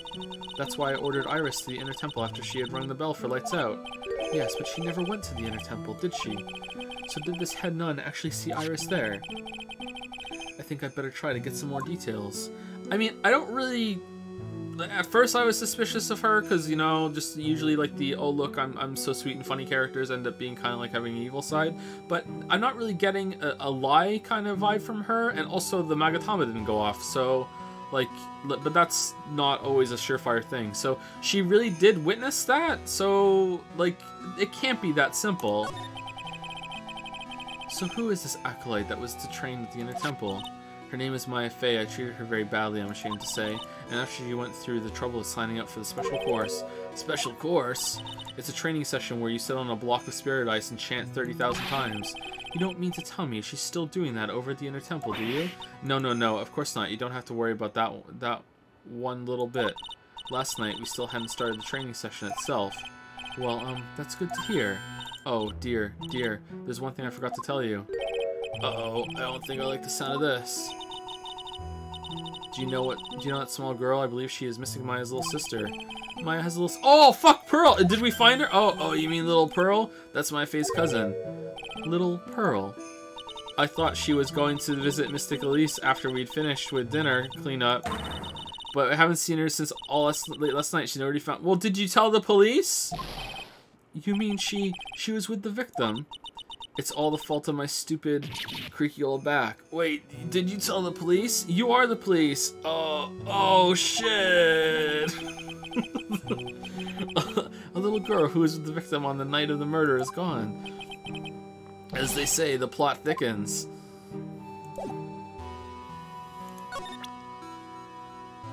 I mean, I feel like we should be very worried about this. Like, we should have, like, fucking search parties out and shit.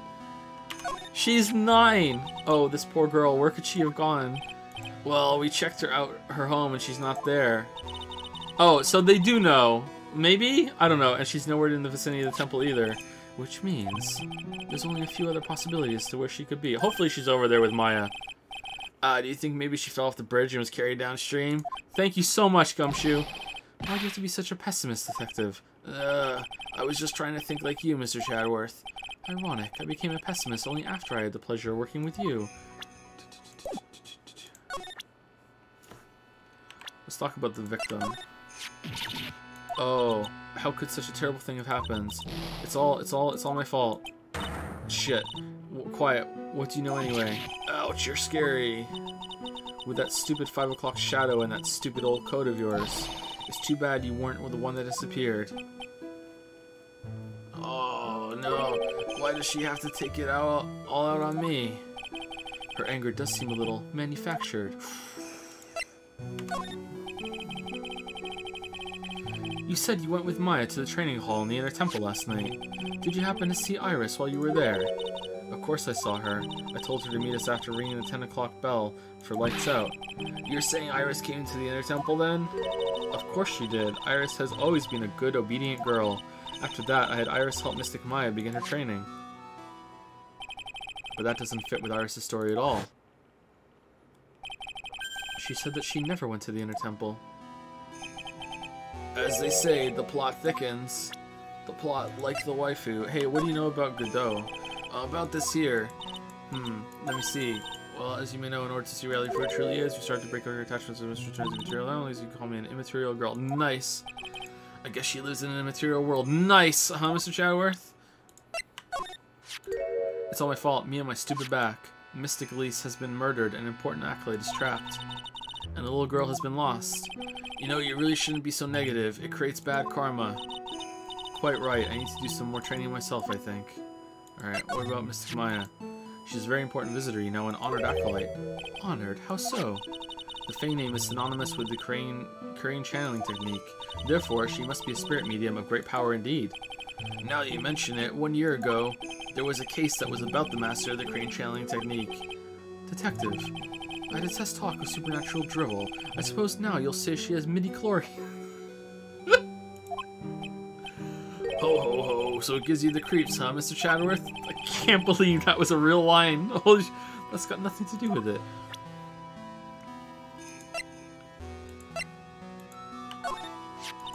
This is Mystic Elise's apprentice, is it not? I think he might have a bit of a crush on me, sweet boy at any rate.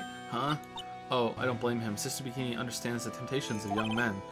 Sure, but I'm afraid it wouldn't be proper to abuse my position. I am head nun after all.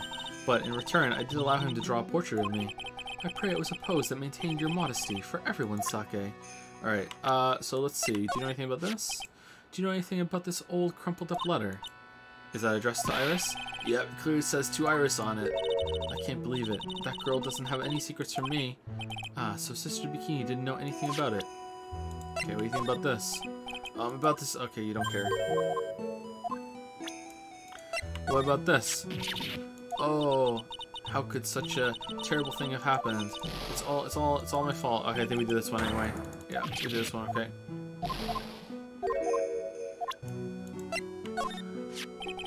What about this picture? Well, look at that. I look pretty S to the XY, don't you think? Yeah, absolutely. Up until recently, we have avoided exposure in such magazines, but this time we had our reasons. Is that so? For example... Ahaha, well, why deny the world of such a lovely face? Was that a deflection? Well, that's a demon warding hood. Acolytes are highly susceptible to possession by evil spirits, you know. That's why we always wear these for protection. Oh, I see. What are you waiting for? What, you won't get any protection just by holding it, you know. Put it on already. No, I can't. I was just... Ha ha ha, ho ho. Oh, it's like it was made just for you, Mr. Chadworth. What do you mean by that, detective? It looks absolutely marvelous. You just got to keep it on for a while. Is this some sort of divine retribution? Huh? Well, look what you found. That's the master of the crane channeling technique, Mystic Misty Faye. Faye? It's been nearly 20 years since Mystic Misty's disappearance. Apparently, she intended to pass on the master title to her daughter. Who is this daughter? Well, I myself am part of the branch family of the Faye clan, but even I am not privy to information concerning the main family. That's one of the Faye clan's very own Magatamas. That's a priceless treasure you've got there. Wow, I'm impressed, sir. You never fail to surprise me. Yes, you don't look it, but now I can see you're a real fan of the occult. Excuse me. Oh, of course this piece couldn't possibly be real, but to have such a nice replica. Clearly, you are a big fan of the crane tradition. Wow, I'm impressed, sir. You never fail to surprise me. I should have known better than to show this thing around. I'm a lawyer. About this here. Okay, he doesn't care.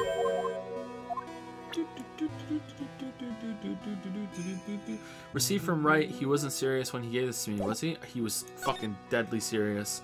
Okay, so courtyard. Oh, damn. February 8, Hezekura Temple Courtyard. And this is where the murder took place, sir. Other than removing the body, we left everything else untouched. Thanks, detective. I'll just have a look around. Why would you remove the body? I need to see it. It looks like the police are still investigating. Oh yeah, by the way, I thought I'd better ask just to be sure. Are you really Chadworth? There's been a lot of imposters lately. Are you really going to defend that nun Iris at the trial tomorrow? Yes, I will. I gave her my word, and now I must follow through my commitment. My word is my bond. Well, in that case, I've got to be careful. Got to make sure I don't leak the prosecution's whole investigation. Don't worry about it, detective. Just keep your mouth closed, and I think most of it will flow out on its own. You got it, sir. I'll make sure it flows out like water from a tap. Yes, you do that, detective. Just how much has your runny spout leaked over the years?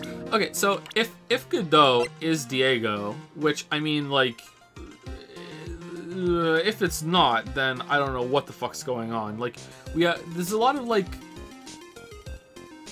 counterpart characters to this, or the same character, like Iris and Dahlia, Godot and Diego, and then there was that whole imposter thing with Phoenix Wright and shit. Damn, if only there was a word for some sort of element of a work, like repeating in some way, but I don't know it. Anyway, so we have, like, so this time she's innocent, I'm guessing. So this time it's the same people involved in it, only the defense attorney is now the prosecutor is now the defense attorney, and the guilty party is now the falsely accused. So that's interesting. And Mia's dead.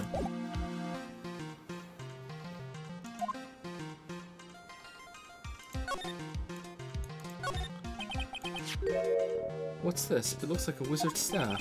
That belonged to the victim, Miss Elise Nim. There's nothing strange or magical about it. Oh yeah? Listen to this, this is just between us, okay, sir? Yes. What?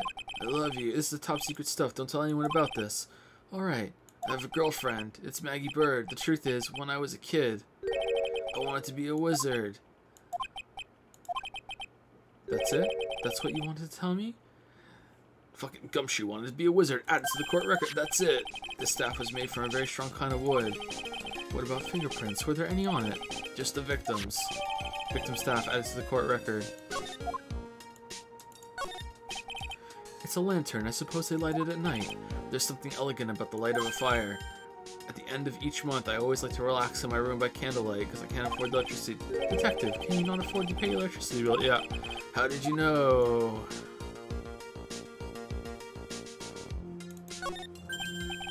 I just love skiing.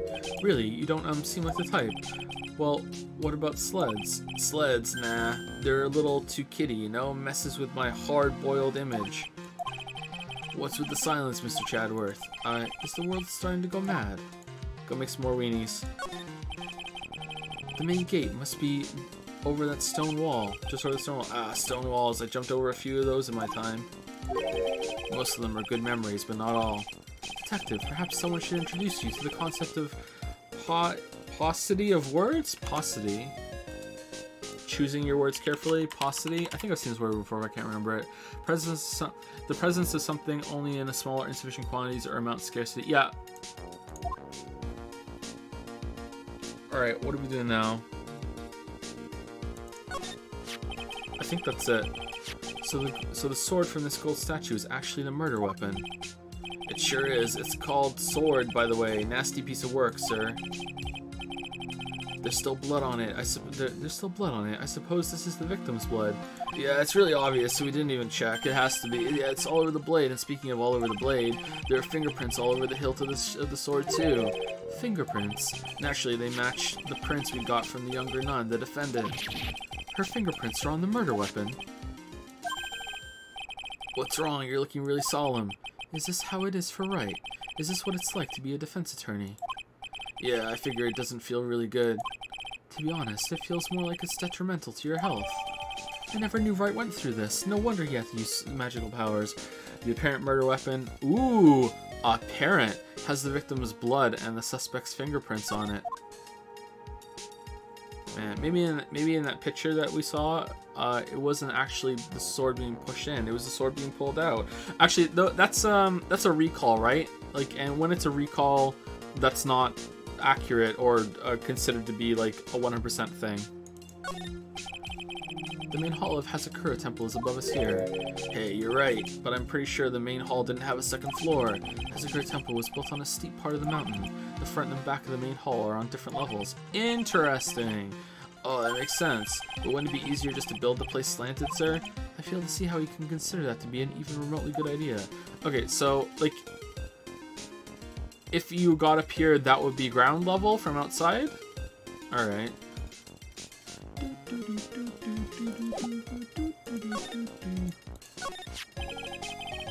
The victim is the famous picture book author Melissa Elise Doxim. Her entire past up until she won that writing award last year is a total...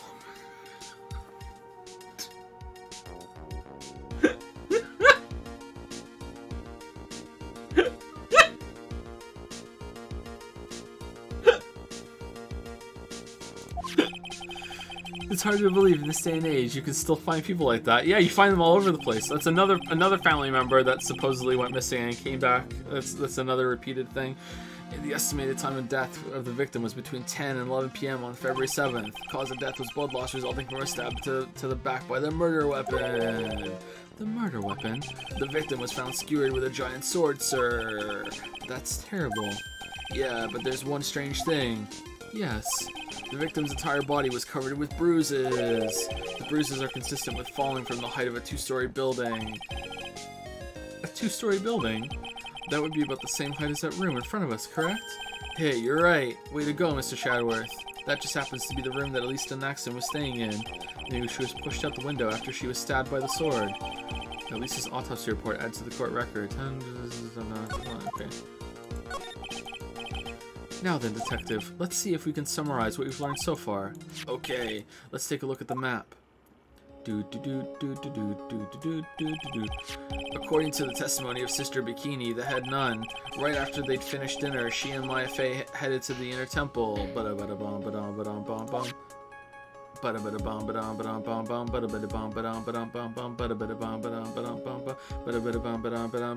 Alright, so this is gonna come back. So someone interrupts them or something on the way?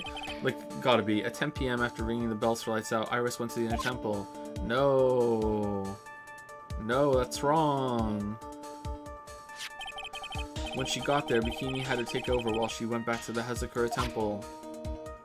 Oh, wait. But... okay, so she went there and then she went back? Or did Bikini confirm that? I thought Bikini just said she asked her to go. I didn't think she... okay, interesting. After taking a hot bath to soothe her back.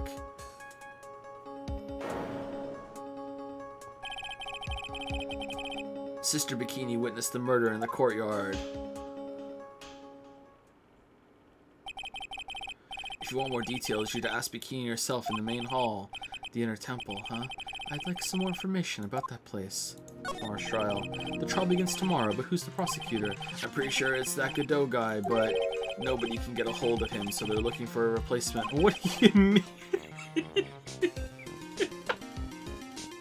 What do you mean? It's really weird. All of a sudden, no one can reach him. I wonder if the rumors are true. Maybe since Mr. Wright caught a cold and won't be defending, he just lost interest. I intend to appear in court in the role of defense attorney. However, I would be quite unhappy if it came out that I'm actually a prosecutor. Well, Godot didn't make it. Chatterworth, I would like you to be the defense attorney and the prosecutor. Just go to the different sides of the courtroom when you make your case. Okay, Your Honor, I'll do that.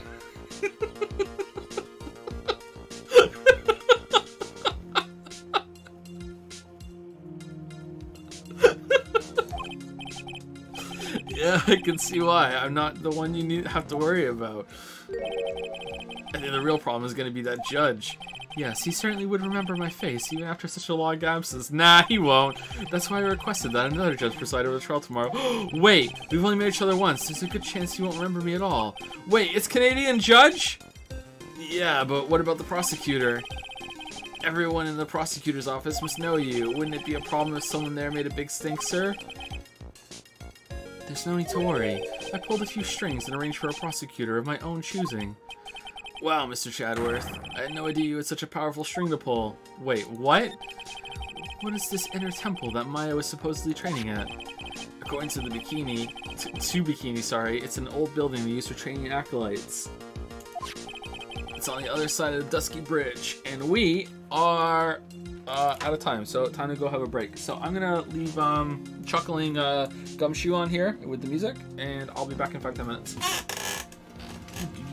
So plan today is to go for 5 hours and 5 hours tomorrow, so there'll be another break 2 hours from now, and then we'll go for an hour when I get back, unless we're in a bad part to stop, and then we will do another similar stream tomorrow to finish the game. So go get up, walk around, brush your teeth, get a drink. I'll be back in 5-10 minutes.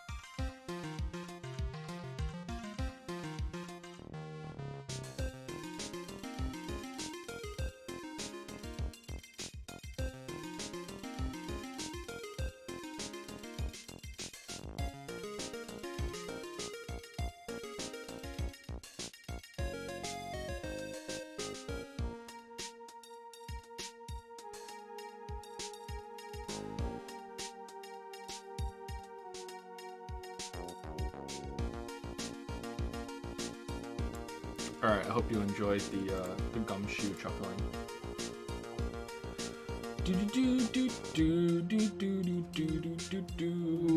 Thank you, Bouncy Bob, for the 400 bits.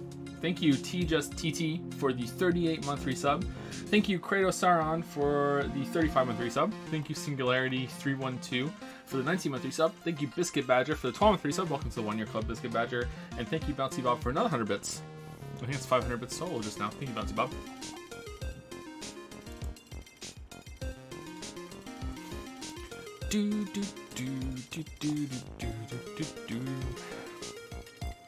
Dragon's Den is talking about lightning. Yeah, I know that they can detect lightning strikes around the world. I know they have that technology now, but I don't think they could detect it to the point where they know exactly in an area where it's struck. I think it's the atmospheric disturbances that they can detect, that they know that there was lightning strike in this area, isn't it? Like maybe they can give you like a rough estimate of where it struck, but I don't think they could say it struck this place specifically down to like a 1 meter squared area or anything like that. Maybe I'm wrong, but I don't know if they could. Like, when does this game come out? It's based in the future though, isn't it?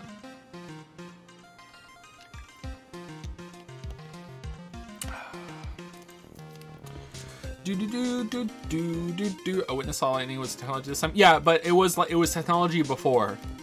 So that's why I was getting angry, but this time it's a witness that is saying it. I guess they have some data that's corroborating it. Maybe, not sure.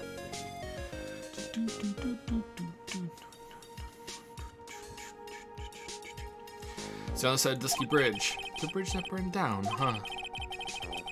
Why would you want to burn down the bridge? What are you trying to hide? Coincidental bridge burning? It can't be. It can't be. Is there anything else on the other side of that bridge besides the inner temple? Nope, not a thing. Nothing. The other side is surrounded by cliffs on all sides. In a way, it's kind of like a little island out there. So the only thing there is the inner temple. I hear it's not the kind of place a person could survive in. Please be alright, Maya. Aw, Chadworth cares now. He's Careworth. February 8, Hazakura Temple, main gate. I don't see Larry anywhere. All the birds, evil birds are here. Maybe we scared the poor kid away. His heart was shut tight with a number of psycho locks. I guess I have to look for him now. What a thorn in my side. Who knew? Alright, are we going to the Heavenly Hall? We presented everything to you, didn't we?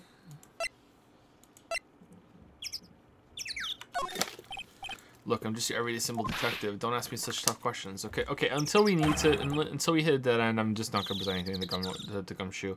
That's not something to be proud of, detective. All right, I guess we're going to the Heavenly Hall. No, we're going to the detention center. February 8th, detention center, visitors room. Mr. Chadworth. I came back because I need to ask you a few more questions if you don't mind. But I've already told you everything that Iris, please remember. I'm on your side. You can tell me anything, even if you did it. We have a confidentiality agreement. If you tell me you did it, though, I'll probably accidentally slip up in courtroom. Yes, thank you. Inner Temple. I just finished speaking with the head nun of Hazakura Temple. She testified very clearly as to what happened. She said she saw you stab Miss Elise Nim with a sword. And one other thing. She said that when Maya Fey began her training in the Inner Temple, you were there as well. What? When I spoke with you last, you claimed that you never went to the Inner Temple. And yet, Sister Bikini says she met with you at the Inner Temple that very night. But I didn't go there. I didn't go to the Inner Temple last night.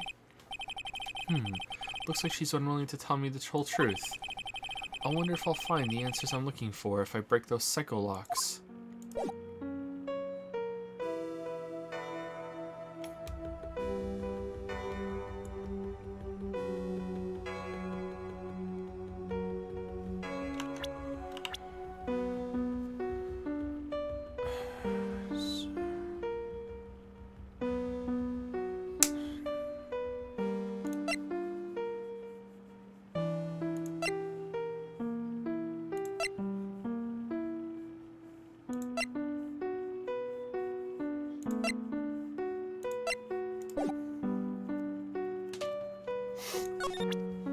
Okay, do we have enough to break the psycho locks now? Were you afraid of lightning?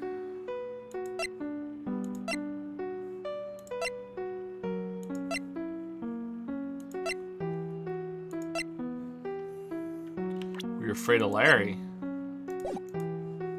Okay, let's go see if we can find Larry first.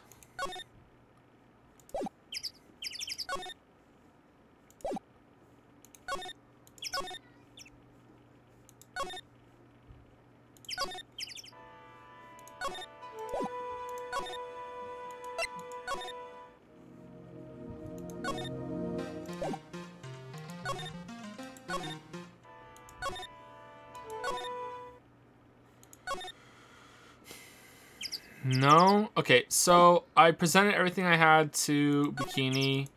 And I think I've examined everything. Maybe it's just the blackmail letter is what she's afraid of.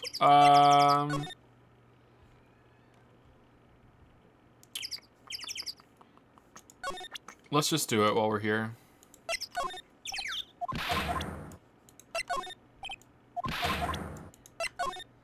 It'll only take a second. There's a lot we don't know about this victim. We don't know her real name, her background, we don't know anything, really. That's rather odd. If she was trying to hide her identity, why would she become an author? I'll bet it was just one of those things, you know. She probably never expected to get so popular.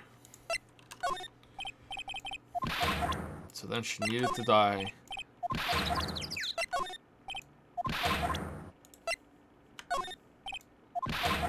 And we did this one, right? Yeah, we did this one. Okay, how about...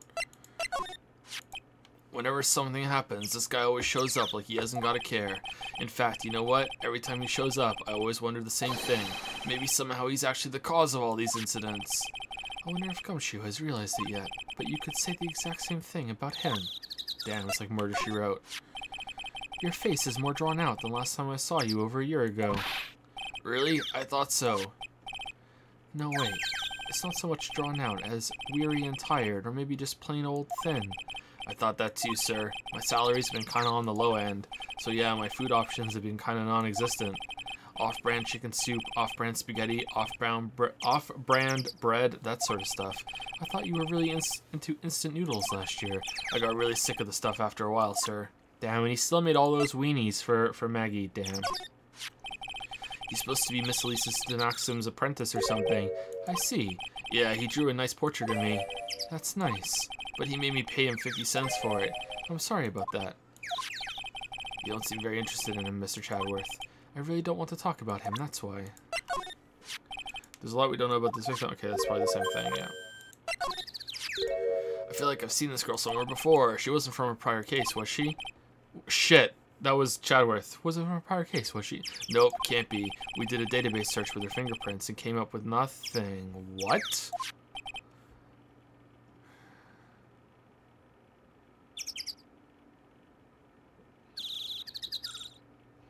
Does...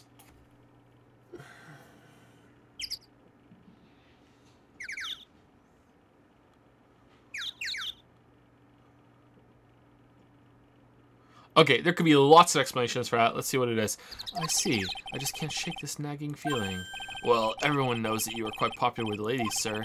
Maybe she's an old girlfriend that you sent to Dumpsville when you were younger. Detective, where did you hear such nonsense from? I didn't hear it from anyone. I just sort of it's just sort of how I imagine you to be, sir. But do I really inspire this sort of frothing desire from the female masses? Aw, man, what a call-out. Not just them. I usually hear about promising young prosecutor candidates while they're still in school, but I've never seen or heard of this person. Okay, maybe I misremembered it. Maybe Chadworth didn't say anything. Maybe someone else. I gotta admit, he's puzzling all right. He just appeared one day, big mug of steaming coffee in his hand. He sounds like an interesting man. Yeah, he had a prosecutor's badge, and he just, you know, waves it around saying, this means I'm a prosecutor, I have to be one, and everyone just went along with it. So, yeah, he's pretty good. Yeah, the whole prosecutor's office is really into double espresso machitos lately? I don't know what that is. This is the witness who saw the crime take place out of there in the temple courtyard. I'm pretty sure it's going to be her testimony that'll be key to this case, sir. If you mean she's going to be a witness in the trial tomorrow. Of course. A nun is as trustworthy as you can get. We got this one in the bag, even though another nun is the accused. Oh, I mean, I've always been on your side, Mr. Chadworth. So yeah, this is a pretty tight spot we've gotten ourselves into, huh? Now I understand why Wright is always breaking into a cold sweat. I wonder if Maya's alright. I could never show my face to Wright again if something were to happen to her. That was also Chadworth. Shit. It'll be okay. If that ever happens, you can just show him my face. How's that? I didn't mean it like that, sir. It was just a silly little joke. I wonder if there's another way to get across the other side. The support wires for the bridge are still intact, correct? Yeah, you could hold on and just shimmy across. That bridge is almost 20 yards long. I know I may look like it, Mr. Chadworth, but I'm no superhero. In any case, I just hope Maya's alright. What about Pearl? Has no one seen her at all since last night? Seems that way. Apparently, she hasn't gone back to Crane Village either, sir. How would she? She's 9. But it's true that she was with Elise Nim at some point last night. No doubt about it. You mean that maybe whoever killed Miss Denaxim is also... Don't jump to any crazy conclusions. Ouch. You sure have one mean punch, Mr. Chadworth. It's downright fierce.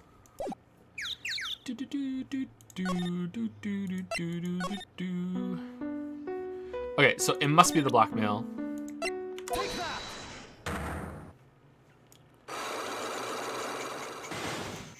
Are you planning to cover Cyberpunk 2077 in a future video? Is that what you're only doing on stream? Sorry if it's a mess bunch. It probably has, but I haven't answered it. Almost certainly there will be a video on Cyberpunk 2077. Yep, almost certainly. I don't know what it's going to be. I don't know if it's going to be like shortly after like Witcher 3 project is done and everything like that. It won't be the next video after that for sure. But yeah, there will probably be a video on some point. Like, I'm not saying 100% because what if I have nothing to say, but after studying CD Projekt Red's games so much with Witcher 1, 2, and 3, like I can't imagine that I wouldn't have at least an hour of stuff to say about 2077, right?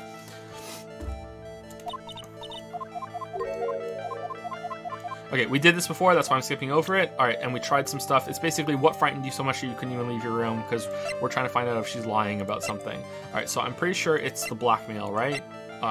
You are scared of the blackmailer. I found this in the main hall. It is addressed to you. That's...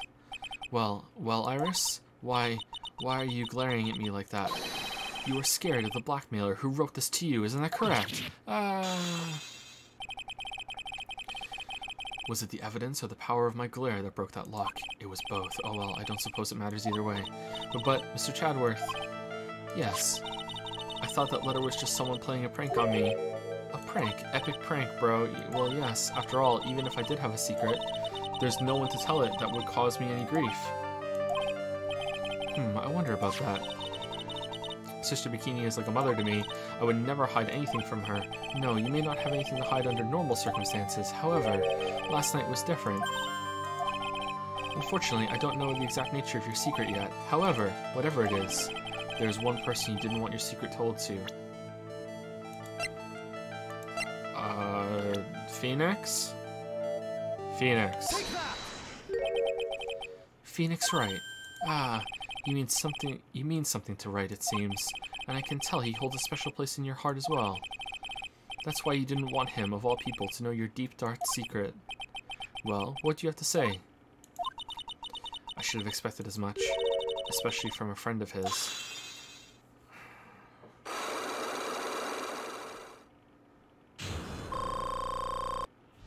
What the fuck is going on? After dinner, this letter was waiting for me in my room. As I said, I was frightened by it. What is this heavenly hall the letter mentions? It's a small mountain shack at the base of Dusky Bridge. A small shack, huh? It's more like a broken down shack that no one would ever want to go near. Where is it on this map?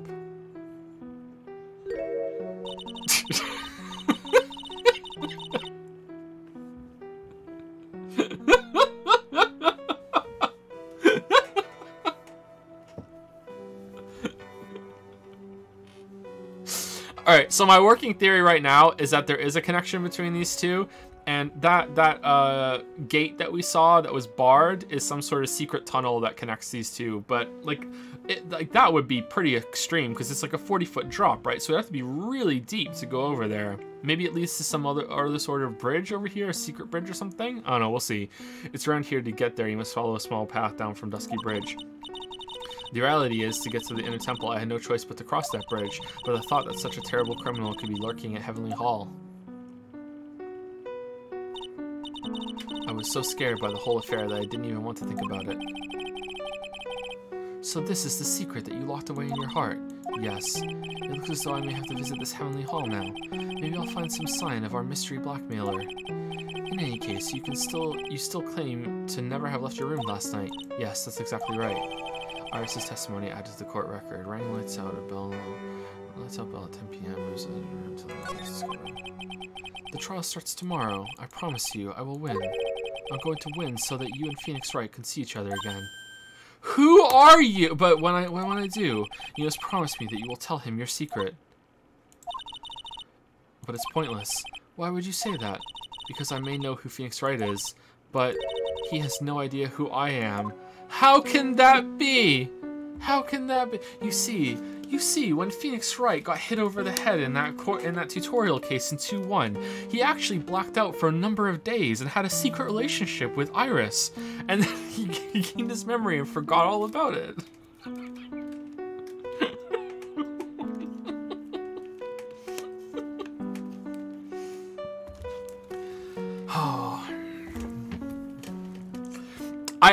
I have a batshit theory, but I'm not gonna say it because if my batshit theory is correct, like I don't think anyone will believe that I came up with it by myself. So I'm not gonna say it.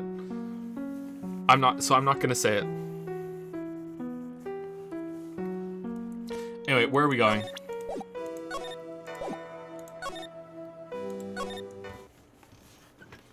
Everyone's saying say it. No, if I say it and I'm right.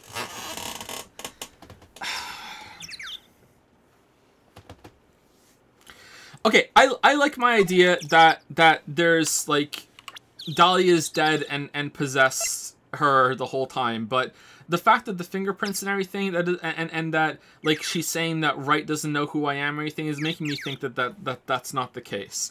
If anything, I'm thinking that there was some sort of possession going on with her being seen, but she promises that she wasn't there. Something to do with pearls. That's why I was looking at Pearl earlier. I was like when she's missing and then like she was there and all this other shit, like that doesn't match up. But my batshit theory with her is that she's Dahlia's fucking twin, and when they were having a relationship with Phoenix Wright, like they were like swapping out sometimes, and he didn't know that sometimes he was with Iris and sometimes he was with Dahlia. So that's my stupid batshit theory. Hopefully I'm wrong. Heavenly Hall. Whoa, look at all this shit. Not looking at chat. February 8th, Heavenly Hall. Whoa, not much of a view down here, huh? It's still better than the view from my apartment, though. Tisk, someone's here. Hide yourself, detective. Oh, why? Why does this always happen? Whenever I find a girl I like, they always run away. I even chased one of them to Japan. Next it's going to be prison, I guess. They'll steal into his wallet. They'll get me locked up for sure. Nah, I can't do that to someone who looks like he's down on his luck. Aw, he's just talking to himself. Shh, be quiet and listen. I knew it. I shouldn't have done that. I blew it again. Done that? What did he do, I wonder? Did you blackmail her, like just like taking a shot in the dark to get her down here? Hey, you, about what you just said, I got an objection. What the? Edgy, you dirty rat. Glare, gumshoe, you oaf. Gumshoe, you oaf. I'm sorry, sir. Before I knew it, I was shouting out objection. And in a loud commanding voice, too. I even pointed with my pointer finger. You've watched too many trials. I'm sorry. Okay, Larry, the jig is up. Gig? Jig, right? It's jig, yeah, is up. What do you got to say for yourself? This is a very...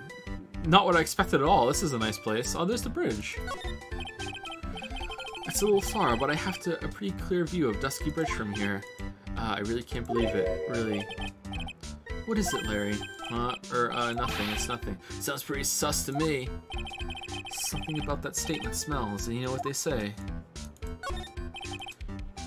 What is this festive-looking ornament? It reminds me of art class in grade school. We used to have a lot of fun decorating the classroom with origami, remember? Well, Oh yeah, you were never any good at it. Really? Chatworth was bad at something? Yeah, this guy was so bad he couldn't even fold a dollar, let alone a crane. Everyone tried to comfort him, but he would just sit there sobbing. Really? I never would have expected that. Be quiet already. I'll never forget the shame of that day. You... You want a crane? I can now make a perfect quarter-inch crane without a single flaw. He's dedicated time to this. He had a flaw, so he had to fix it. You know, Edgy? Nothing for nothing, but a quarter-inch crane without a single flaw is not easy. Yeah, that's quite a feat, Prosecutor Chatworth. Yeah, I showed you. This is exactly why I hate childhood friends.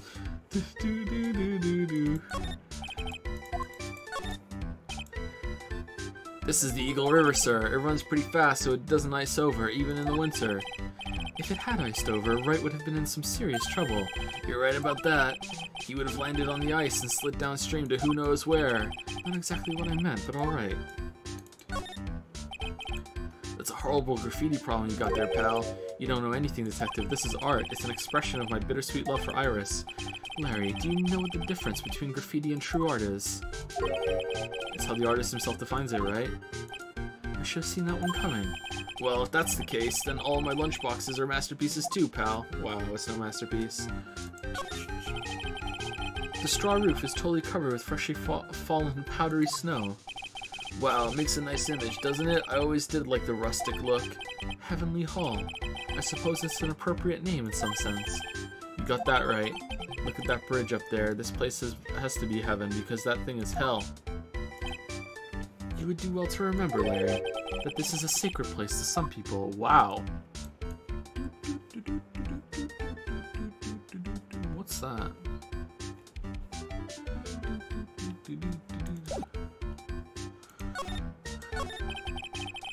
What is this little shack anyway? Well, I just discovered it myself yesterday. And why were you down here in the first place? Come on, I'm an artist. I was looking for a good place to sketch.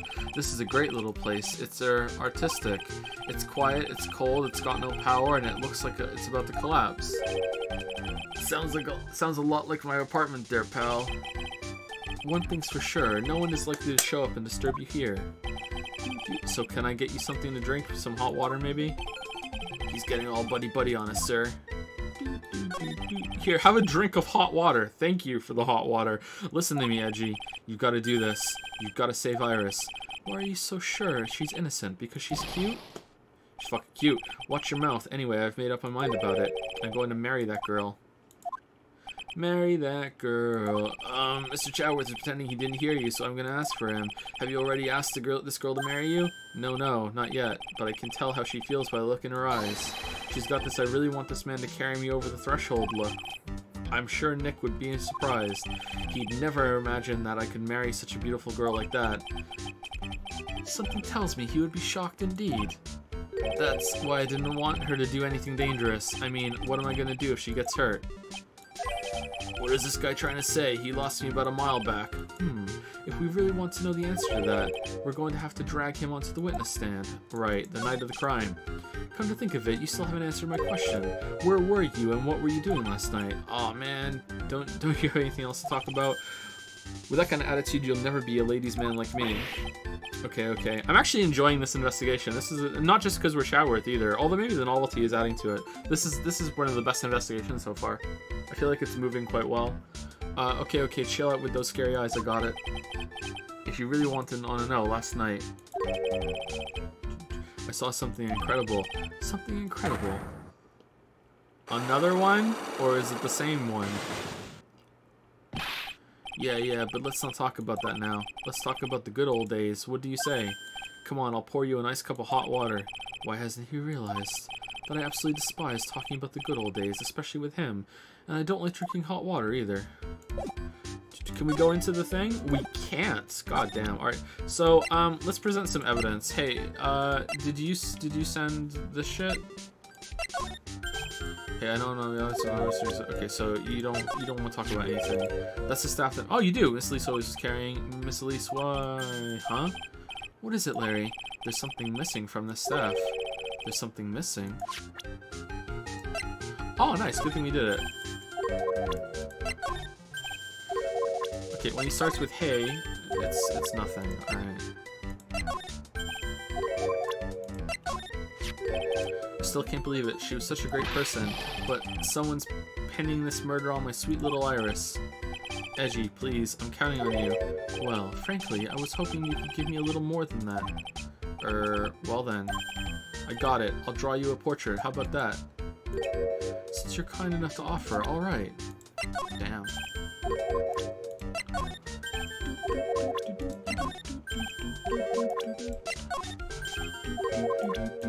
I'm a lawyer. Couldn't think of it when you were a kid. You were always saying, when I grow up, I want to be a lawyer and defend people or something like that.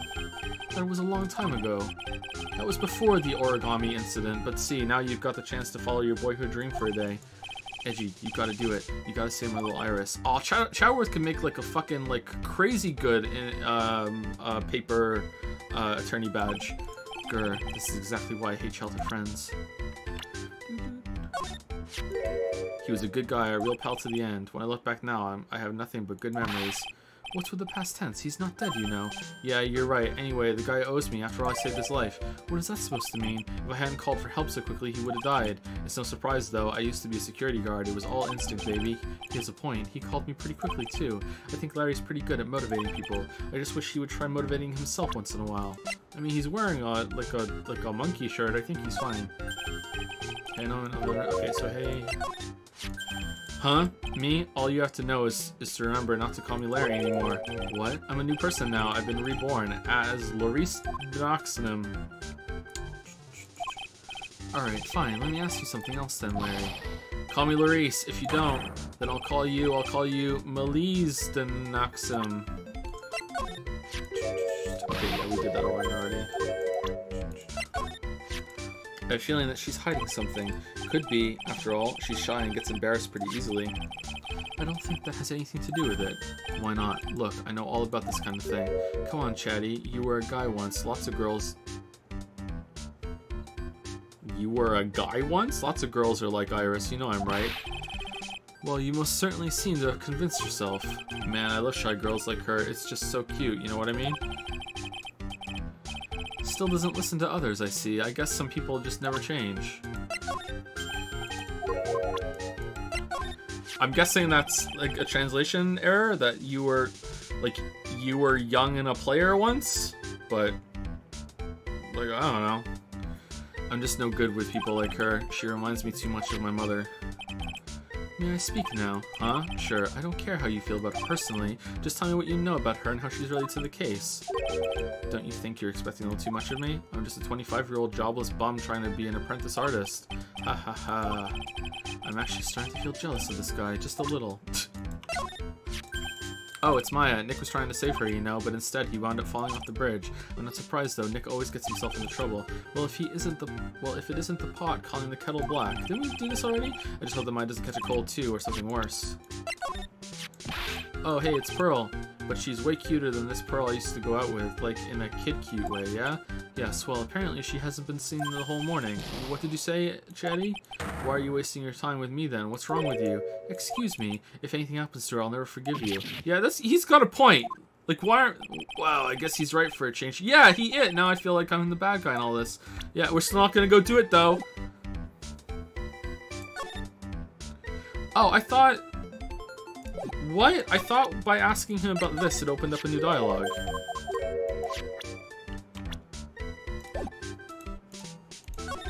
Oh, it doesn't. Okay, so I guess we have to break through his psycho locks now. Bless you, Laurice.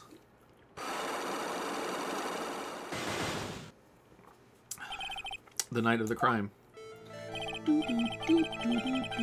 Alright, now you're going to tell me what you really saw last night. Whoa, you're really upset, aren't you, Edgy? Okay, I'll talk. Huh? Well, that was a bit too easy. Yeah, anyway, it was awesome. Never seen anything like it. At around 10 o'clock last night, it started thundering.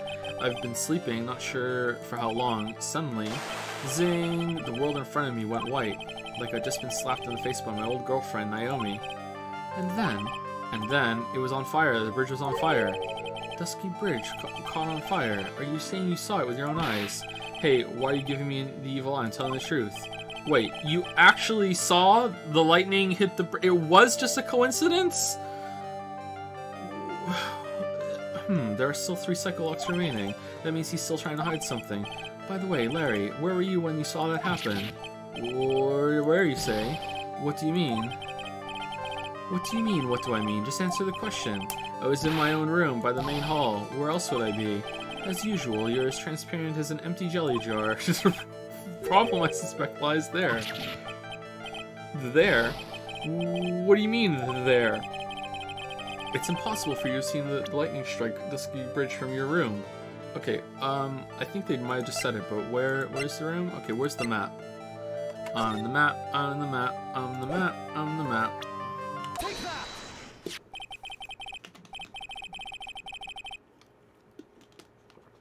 This is a map of the area. Take a look around the vicinity of Hazakura Temple. What am I looking for? I think that should be fairly obvious. The main hall is surrounded by trees, and it's impossible to see the bridge from here. What? Why didn't you tell me that before? Well, how about it? How about what?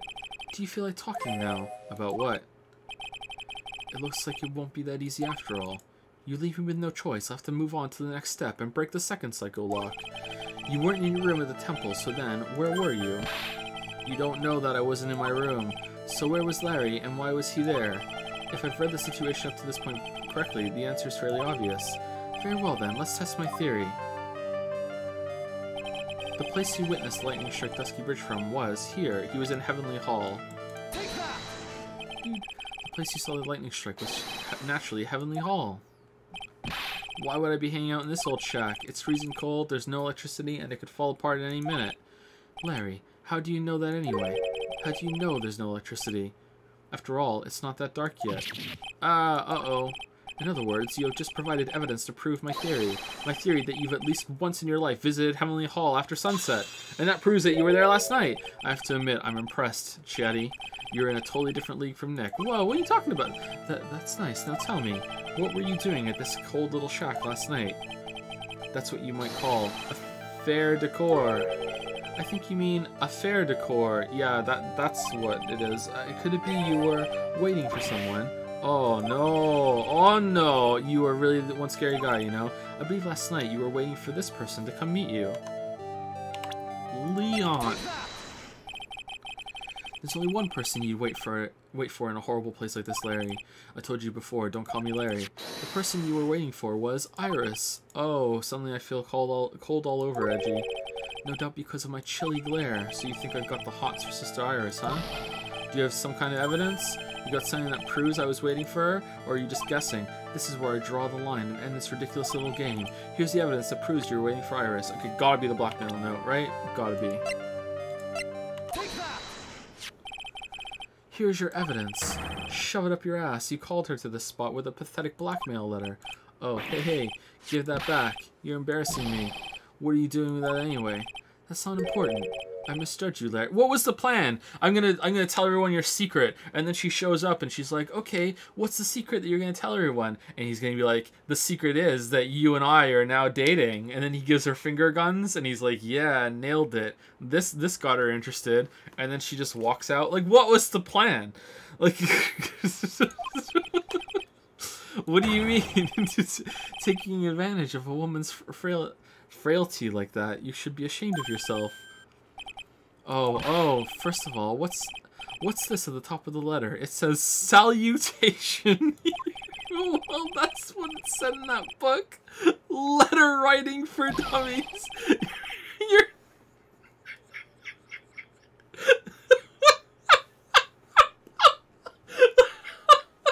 it was placeholder for put your own salutation, and he just wrote.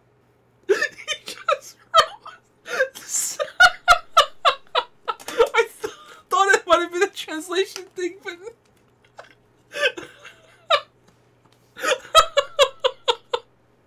You're not supposed to actually write that. That's where you're supposed to write, Dear Iron. Wow, I'm so sorry.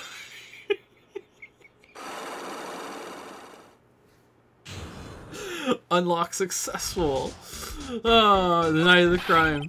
So you're here in Heavenly Hall last night, weren't you, Larry? And you saw the lightning hit Dusky Bridge, didn't you? So sorry, Chatty. Sorry doesn't cut it, you scumbag. Threatening a young lady like that. So you actually did see the lightning, Gulp. Wait, hold up. What now, pal? What are you talking about? What threatening stuff? I'll tell you what. You tried to scare Iris by threatening to expose her secret, pal. What do you mean threaten? When did I threaten her?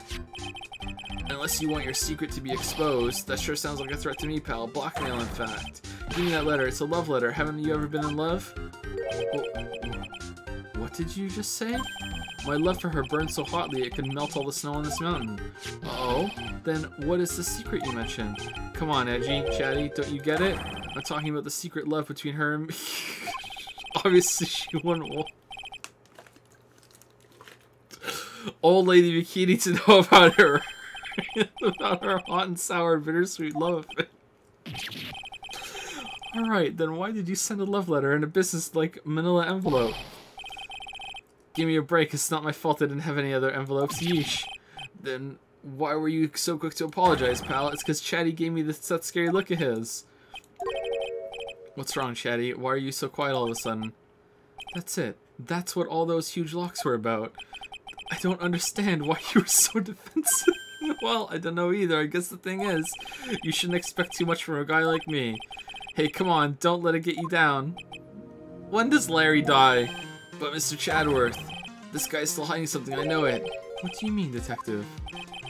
Don't forget what this guy said just a minute ago. If you really want to know, last night, I saw something incredible. He's right. Larry, what? You're looking for Emmy like a hungry dog that just found a bone. What was this something incredible you saw last night? Lightning hitting a bridge. It was fucking awesome. Fucking lit. Literally. You're going to tell me, Larry, one way or another. Something incredible. I already told you, didn't I? I saw lightning strike Dusky Bridge. Yes, and I believe it was the incredible sight you saw. But now that I think about it, something doesn't quite ring true. Well, what doesn't? If that's all there is to your story, your heart wouldn't have had all those locks. Therefore, Larry, I do believe you saw something last night, something more incredible than lightning. Well, what? When? Where? Why? How? Hey, what do you think you're doing? If you hide anything from Mr. Chadworth, I'll arrest you on the spot, pal. Before I get further behind, thank you to Excerpt for the 2-month resub. Thank you very much, Excerpt. That was 30 minutes ago. Sorry about that. Thank you, Enyo, for the 13-month resub. I don't know how my contact's in, so I have to lean in to read it. Thank you, Enyo, for the 13-month resub. Thank you, Fondin, for the new sub. Welcome, Fondin. Thank you. Thank you, Ship Go Sync, for the 19-month resub. Makes me think of syncing an iPod every single time. Thank you, Ship Go Sync. And thank you, Crepusculope, fucking hell. Crepusculope. That's gotta be close for a 7-month resub. I think I got it right one time, and then I can never get it right again. Thank you for the 7-month resub.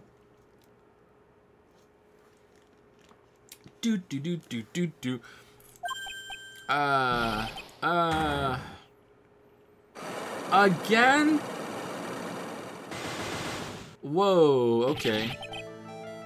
No. What's wrong, sir? Does this mean I have to do it all over again? Why are you glaring at me like I'm next to be hit by a bolt lightning? Even Chadworth thinks this is a shitty system. I just about had it with this Harlequin. If I really want to drag the truth out of him, I'll just have to drag him to the witness stand. To be continued. Oh, we're done! God damn.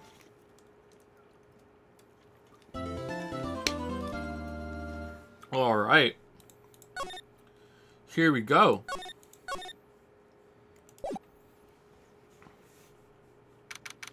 February 9, 9:47 a.m. District Court, Defendant Lobby Number 1. Day 2 of Maya being stuck in the fucking temple. And no one... we've managed to get a trial going, but we still haven't gotten Maya off a mountain. Oh my, Mr. Larice feels that way about me? Apparently, he isn't aware of your real secret at all. This is no time to be embarrassed. I'm sorry. I'm just hardly accustomed to that sort of thing. Worry not, and in any case, whatever it was that he saw on the night of the incident, mark my words, I will drag it out of him. Does that mean Mr. Larice is the witness today? No. I believe that none will be the first to take the stand. Sister Bikini. She claims to have seen the very instant in which you carried out the crime. I just want to ask you one last time. It really wasn't you who killed Miss Elise Diaxnim, correct? That is correct. It wasn't me. It wasn't me. Well, the Magatama hasn't set off, so I believe you. Very well then. Mr. Chadworth. Yes. You are a prosecutor, aren't you? Are you sure about this? If your true identity is revealed. Don't worry, I've made the necessary arrangements. I see. Iris. It is a prosecutor's job to doubt people. But right now, I am a defense attorney, so I believe you. A defense attorney's job is to believe in people, and to believe until the bitter end. That's what my friend told me once. I'll do my best to do it. Mr. Chadworth, I simply ask that you watch and decide for yourself whether or not I am fit to do the task I have been entrusted. Very well, sir. I will go along with this. I leave my defense in your capable hands. Yes, my capable, gigantic hands. February 9, 10 a.m., District Court, courtroom number 7. Is he going to be on the left side? Oh, shit. Oh. It's a fucking Canadian judge. Oh, man. I don't know if I can do the Canadian thing the whole time. I was losing it yesterday.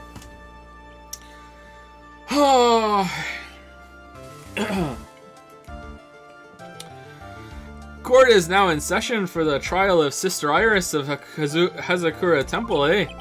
The defense is ready, Your Honor. Damn.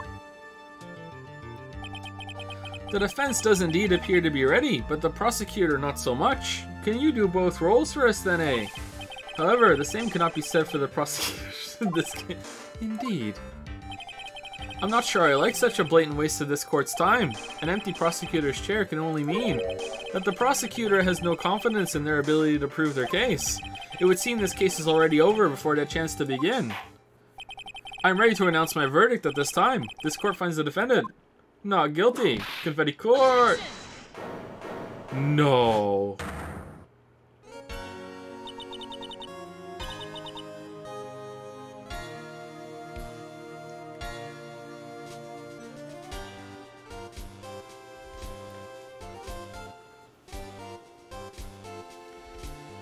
Prosecution stands ready.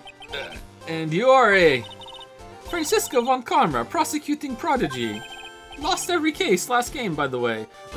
Von Karma, you say? Perchance you wouldn't be of any relation to the legendary prosecutor Manfred von Karma. Legends are a thing of the past. I am a von Karma, that is all. Upon a special request, I flew in today for the purposes of prosecuting this case. You did, then you must be quite a big shot, eh?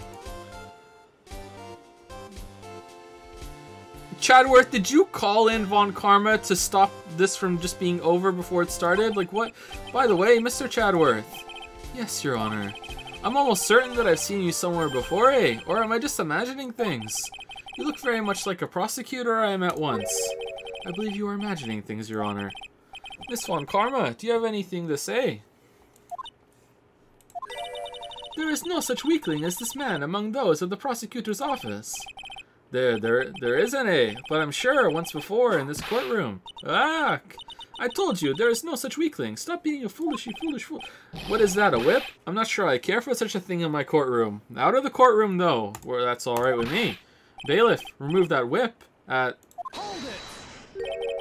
I have no objection to the whip. Whoa! Damn! Chadworth's a good one. You don't? The prosecution can wield a whip or drink 17 cups of coffee, but there is still only they're back. There is still only one truth, and that is what I stand here to prove today.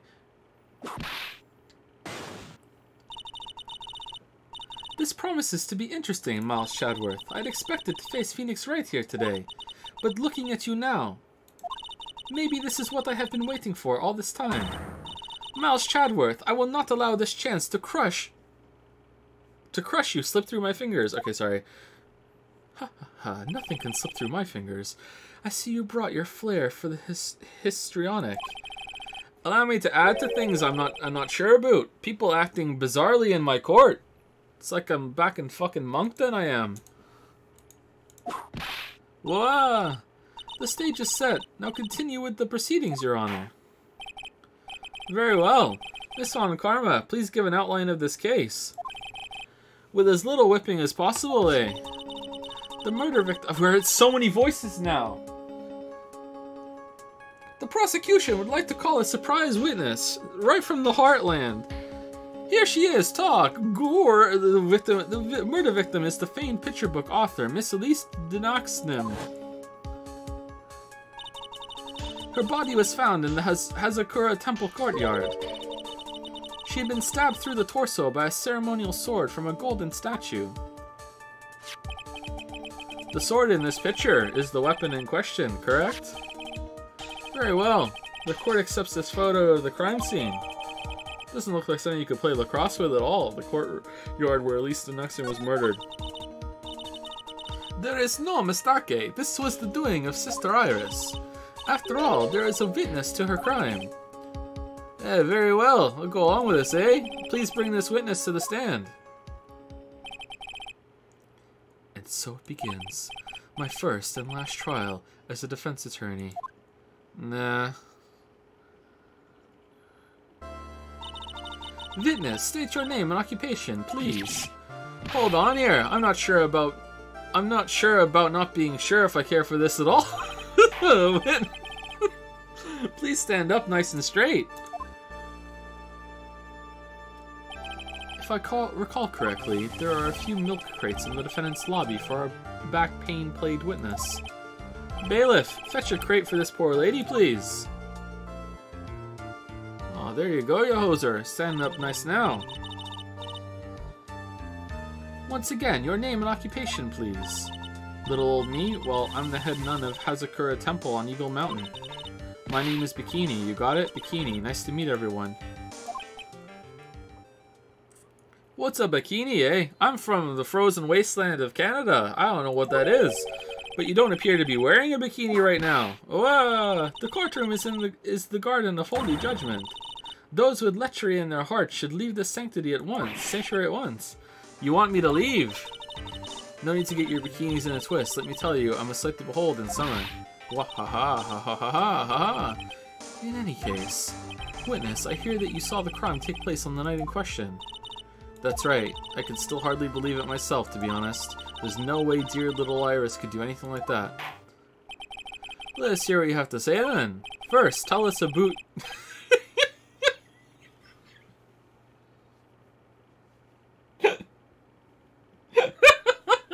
about your own movements that night, eh?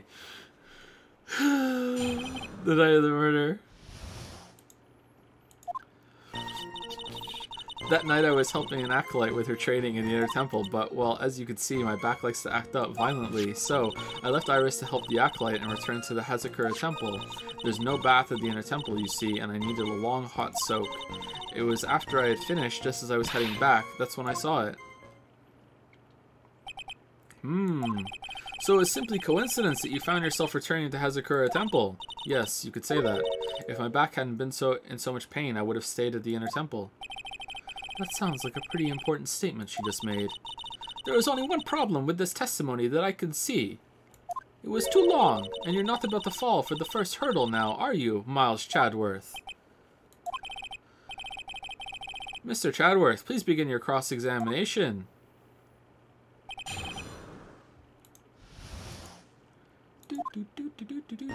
That night I was helping an acolyte with her training in the temple, but... What is this inner temple? Well, see, conversing with the spirits is what we train people to do, right? We'll be the ones asking you the questions, madam. In order to do those strong and spiritual powers required. The voice is so bad! There's a small temple across Dusky Bridge called the Inner Temple. Acolytes must spend an entire night there to undergo intense training. And how exactly do you help with this process? It is all quite exacting. It can't be performed without a nun supervising. Like a tutor watching them make sure a spoiled child studies. A tutor with a whip in your case. If that is the case, then why did you return to Hazakura Temple, where the murder took place? Gaze upon my gigantic hands and tell the truth. Well, as you can see, my back likes to act up violently. Violently. That's right, it's no laughing matter, especially in winter. You can't hold anything heavier than a knife and fork during the cold months. Just being alive is like strict training. Wahahahahaha. On the night of the murder, was this fabulous back of yours hurting again? That's right, raging like a bull in a pigeon. A pigeon...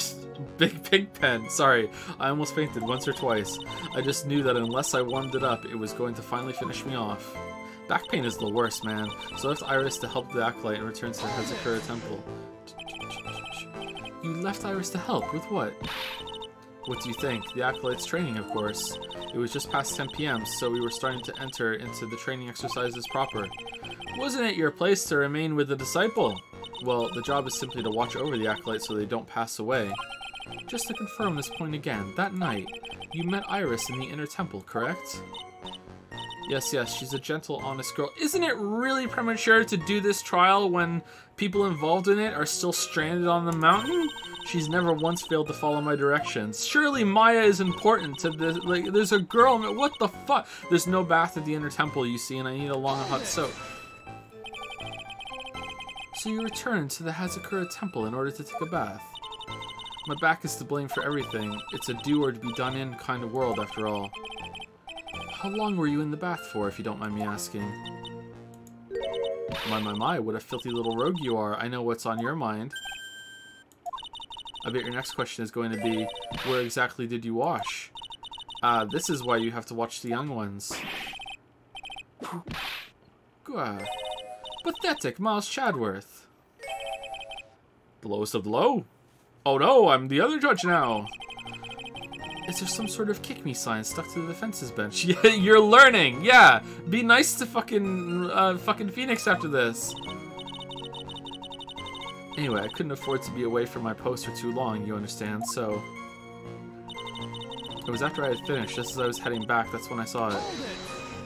The crime took place in the courtyard, correct? When you go from my room to the main hall, you have to take a winding hallway from which you can see the courtyard. That's right, in other words, it was pure coincidence that the witness saw the crime taking place before her eyes. There was no complicated setup in this case. Oh, that certainly seems to be true. There is indeed only one problem with this testimony. If I can clearly point out what it is, then I can begin to quantify just how good this witness's memory and observation skills are. Oh, we're done. Okay. Alright, so that night I was helping an Acolyte with her training in the inner temple, but, well, as you can see, my back likes to act violently, so I left Iris to help the Acolyte and returned to his Hazakura Temple. There's no bath at the inner temples, you see, and I need a long hot soak. It was after I had finished, just as I was heading back, that's when I saw it. Okay, so, it seems like it's this one that I have to refute? Okay, so, okay, so what do we have? We have a missing crystal gem thing on a staff, and that the staff has the fingerprints on it. We have the murder weapon with fingerprints on it as well. We have Misty Fae, massacring technique, okay. Receive evil spirits, okay. That doesn't seem like it's relevant right now. The blackmail note has a crystal that shows the surrounding area. Okay. Weather data, occult magazine featuring Hazakura Temple.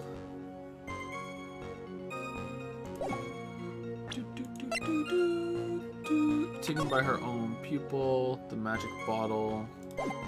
Yeah, there's the gem missing. Wrangling outlets at 10 p.m. There was a murder discovered. Lisa's autopsy report, time 10 p.m. Cause of wife of the murder.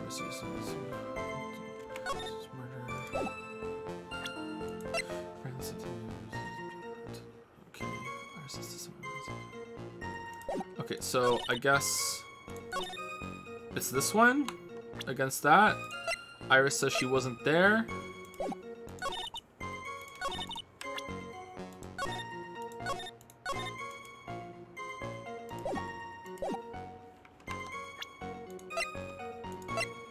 Objection! Witnesses have to undergo their own trials, I'm afraid. The defendant's fate rests on their powers of observation and memory, after all. Well, don't worry. I'm more than up to the task. I'm a woman of faith, after all, the head honcho of Hazakura Temple. In that case, Miss Honcho, I'd like you to explain something for me. The discrepancy between your testimony and that of the defendant, Iris. She claims that after ringing the lights out bell, she went back and stayed in her room. Which means she did not go to the inner temple at all. No, she said that. A defendant or a witness? Who is more likely to lie, do you suppose? Well, in this courtroom, judging by literally every case, the witness. The defendant is simply lying to cover her back. Every witness has lied. But that is completely illogical. The murder was committed in the courtyard of Hazakura Temple. Claiming that she went to the inner temple would make for a much better alibi. Oh shit, that's a good point, but that is odd. Whatever the reason, I can't believe that she would lie. Lying's pretty bad, eh? She does indeed have honest eyes. Well, all people lie. That is my belief, even though I just said the distinction just a second ago. Why am I the only one being whipped in here? I don't whip Chadworth in public. Anyway, neither the witness nor the defendant have any reason to lie, which means you must call your memory into question. Dear, dear, dear. You're older than me, and yet you want to play that game, do you? Ah, well, that isn't exactly what I want. My memory is perfect, crystal clear, especially in winter. Then I suppose it's too early to send this crisscross examination. Just adding shit. Mr. Chadworth, if you are going to question the memory of this witness, you will need to show me a more decisive piece of evidence. Understood, Your Honor. I was naive to think that alone would do the trick. Then please add your comments to boot Iris to the testimony, and let us return to the cross-examination.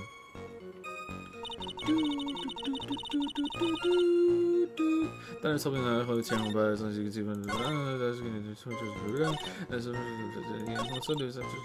Okay, wait, whoa, where is it? Iris can eat a tumble and she's just the only shipment for dinner. That's new, isn't it? She was dressed.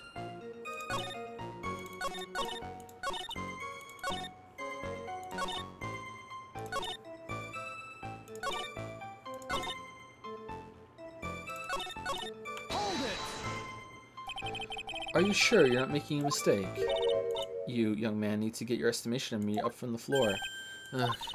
Iris always wears the same clothes. The smallest thing out of place would have stood out like a sore thumb to me. You're making a mistake. Thinking I made a mistake. Excellent. Finish there, witness.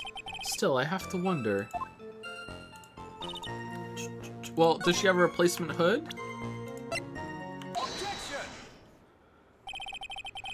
Witness, let's get one thing straight. The defendant whom you claim to have met, she was wearing this demon-warding hood, correct? Of course. That is a very important piece of clothing, I'll have you know. Wahaha, wahaha, haha. Wait a minute.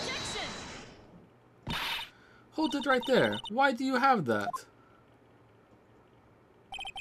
That's the question of the day now, isn't it, Miss Von Karma? I'll have you know that this hood was given to someone as a gift that night, before the lights-out bell was rung. What? You know where I'm going with this, don't you? If the witness had seen the defendant as she claims, then the Iris she saw should have been missing this very hood. Whoa, whoa, whoa. Just the boxes. It's not a bad feeling at all exposing contradictions like this. Now I understand that happy look on Wright's face every time he does it. Order! Order in the court, eh? Witness, wah! Sister! This hood! You have spare ones around the temple, do you not? Spares, well, I do tend to make too many of them. I see, a stockpile, eh? A surplus of hoods, eh? Each one is only given one hood. This should be the only hood that Iris owned. Then this is quite strange. Wow, if there was a surplus of hoods, then she could have worn one of those. There is no contradiction here. I'm sorry to break this to you, Miss Von Karma, but you won't get away that easy. Discrepancies such as this will sow seeds in any human heart. The seeds of doubt. Witness, well, I don't wish to call your testimony into doubt. We're all friends here, eh? You must give every detail with precision. I'm not sure what I'm comfortable going along with this. Sister, you shall continue with your testimony. Tell us what you saw after finishing your bath on your way back to the inner temple. Those seeds of doubt are sprouting in the judge's heart. They just need a little more stimulation to bear fruit. Contradictory stimulation. Not sure how I'm not sure right now about being sure. I finished my bath around 11 and I thought I should return to the inner temple. And as I was walking back, I heard a noise from the courtyard. I took a look and Iris was, oh, Mystic Elise. Mystic Elise? And with that sword of all things. Mystic Elise? I thought that was just decoration.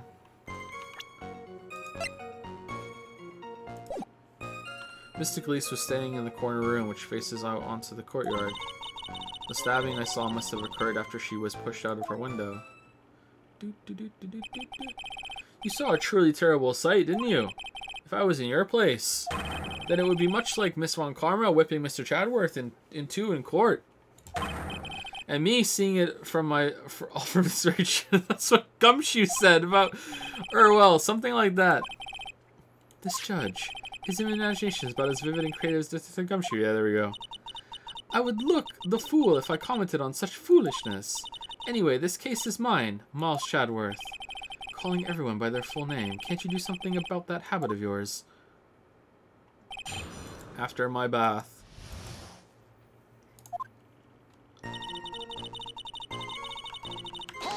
This is turning into a real hoser of a case. Gonna have to hit up Pizza Delight after this. How far is it from your room to the inner temple? Let me think a moment. About 20 minutes on these stumps of mine. It's about 15 minutes to Dusky Bridge from Hazakura Temple. The inner temple is just beyond the bridge. Still, you never made it back there that night, did you? That's right. I was heading along the walkway toward the main hall. And as I was walking back, I heard a noise from the courtyard and took a look, and... You say you heard a noise. Thump, just like that. That could only be the sound of the victim falling. It's very quiet in the temple, you know. You can even hear the snow falling from the branches. Thump, just like that. But then, couldn't this noise you have heard been the snow falling to the ground? I never thought of that. Wah-ha-ha, wah-ha-ha-ha. Ho ho ho ho ho ho. The next one to laugh gets a whipping. Well, whatever the source of the sound, I looked over at the courtyard and... Iris was, oh, Mystic Elise, and with that sword of all things. This is the second time that the witness has testified to seeing the defendant, but some doubt remains in these claims. Hey, just what does that mean? Just because you're a good-looking young man doesn't give you the right to... The murderer who stabbed the victim with the sword. Sister Bikini, try to recall exactly who it was you saw, as clearly as you can. Well, you're a handsome young man, so I'll forgive you. Oh, now that you mention it, there was something awfully strange about her. Something that has been bugging me all this time. Please, don't keep us in suspense. Her hood. Her hood! That's right, it's coming back to me. Iris, she wasn't wearing her hood.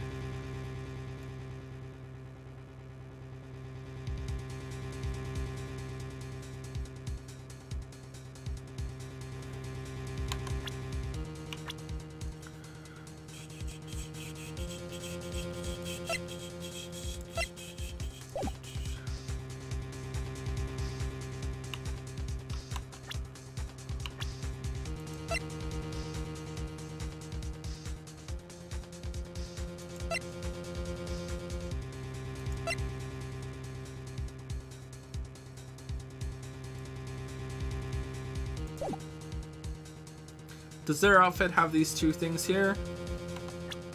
Because Pearl's does. Does Maya? I can't remember.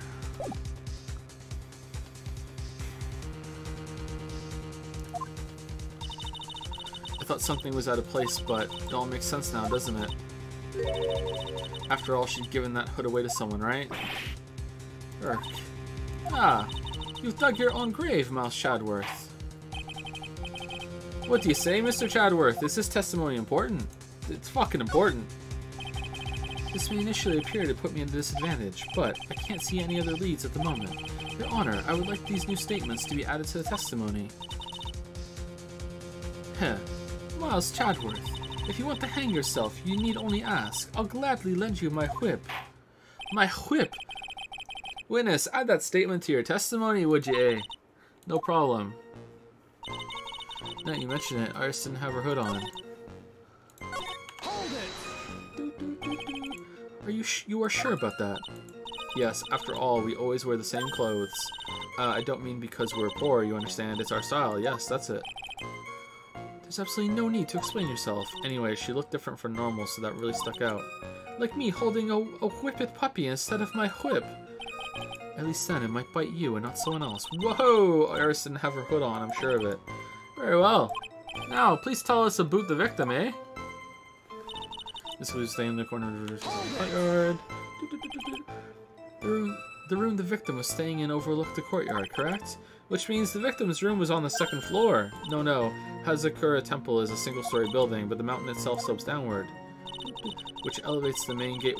This is, like, a particular kind of detail. I wonder if it's because this is how the style of the temple had to be, but they still needed the fall, or is there something really important about that, which elevates the main gate side of the temple and the guest rooms in the back to about the height of a two-story building. I see. And the victim was staying in one of these elevated rooms, correct? Yes, I should know. I'm the one who carried her things to her room, after all. With your back? Whoa! The stabbing I saw must have occurred after she was pushed out of her window. What makes you so sure of all this? It's just like I told you earlier. I heard a noise from the courtyard, okay? Thump, just like that. You're one smart sister, I'll give you that. The autopsy report states that the victim's body was covered in bruises, indicating a fall from around 10 feet in height. Damn, and she just knew that she fell from the window. It appears that the witness was not mistaken then. Yep, I'm more than just a pretty face, especially in winter.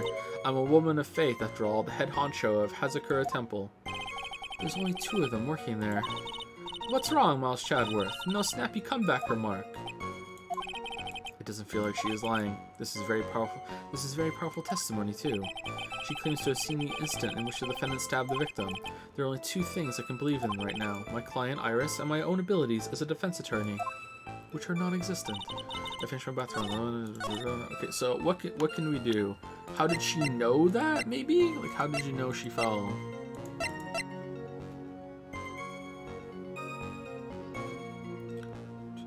(10 and 11 p.m. Cause lots of blood from stab in the back. Body fell and death. Around 11. I mean, around 11 could still be like 10:45, right? So, I guess. This is one of you mentioned Iris didn't have her hood on. Mystic Elise was staying in the corner room which faces out into the courtyard. Stabbing I saw must have occurred after she was pushed out of the window.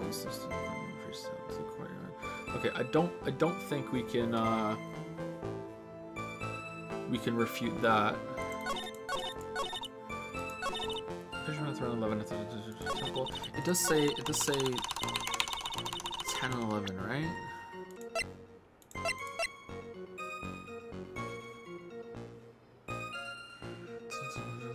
Body fell 10 foot after death. Oh, after death. What? How can they tell that?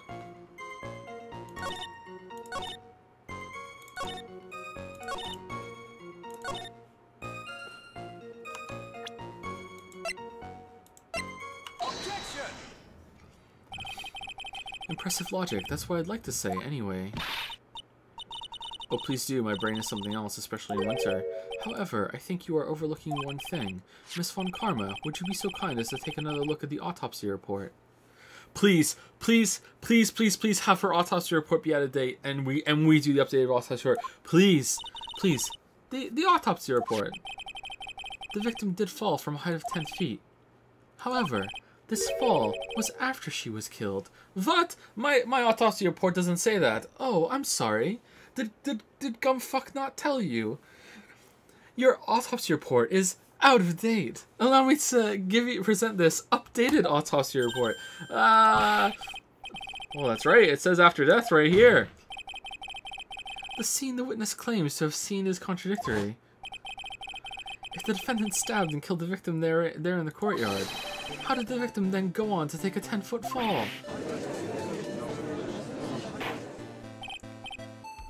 Order! The victim was killed and then fell. If that is the case, then the victim must have been killed in her room. Don't you agree? That is a logical conclusion. Did we search the room? Yes, that's right. The victim must have been stabbed by the defendant in her own room. And she was then thrown out of her window down into the courtyard below. Were there any signs of a struggle in Miss Maxim's room? I don't know. We didn't search it. She was stabbed with a sword. That would leave a bloodstain, wouldn't you agree? Well, Miss Von Karma, was there any blood? Wow, no traces of blood were found in the victim's room. Your whip has just caused traces of blood to be found in my glorious playoff beard. However, if there was no blood in the courtroom, then I'm sure there's no need for me to go over that. Okay, I forgot how I like Von Karma as a character, but the whipping is really annoying. As I'm sure your honor is well aware of when a stab wound produces the most blood. When it produces the most blood, eh? Very little blood is actually lost at the moment of a blade's insertion. If you want to talk about when the most blood would be lost from a body, that would be when the blade is removed. Indeed, with the weapon still in place, it acts like a lid on the wound. Oh, that's true, eh? With the weapon still in the body, there wouldn't be much bleeding. Remember when I had a hockey stick impaled in my thigh? It's not until they took it out that the blood started going all over the ice. They had to bring out that big ice machine to clean it. A perfectly reasonable line of thinking. We have come to a conclusion then. The victim was thrown out the window with the sword still in place. This removes all of the contradictions. I mean, I think we should still go search the room a little bit though.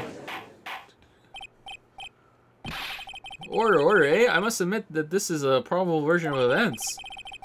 Events. I'd expect no less from Francesca Von Karma. She locates and takes control of every vital point. Humph. It seems that we need a clearer testimony from the witness. Remove all supposition on your part and tell us only the facts, please. Witness, please. Remain standing on the crate. Don't go selling me short now. The weight of winter snow has bent me out of shape, especially my back and my mood. Sister, please give us your testimony. I will give you a vigorous massage once we are finished here. Oh man, with the whip. Oh boy. Alright, alright. It was me. Massage please, further details. When I looked across at the scene, the sword was already in place. Thinking about it now, I didn't actually see her stab Mystic Elise. Would it still stop the blood from coming out if it was like a full, like break through the other side? I guess, yeah, but I think that would cause more bleeding than just one. No, actually, I don't know. I actually have no idea. I guess with gravity, like drawing it down, like if you could somehow stab someone and raise them up above your head, like you're holding them up like a flag, I think more blood would come out than just like a stab from downwards. So going straight through, yeah, I think there would be quite a lot of blood actually. I mean, I don't think it would bleed as much as if the sword is removed, especially with like all of the fucking like parts of it. Like that would be really hard. It would be like when the blade went through Dante at the beginning of Devil May Cry 1. Like all the branches on that sword and shit. Like that would be really hard to get through a person. Like holy shit, man! I've never seen so much blood before. That's when I fainted. You can't blame me, can you? And when I awoke, Mystic Amy, that wouldn't go through cleanly. That would just like tear a body apart. Like holy shit. And when I awoke, Mystic Amy was stabbing Mystic Elise through the back. Wait, what? Oh, this all confirms Miss Von Karma's theory. Von Karma strive for nothing but perfection. Putting together such facts is nothing for me. You should know that, Miles Chadworth.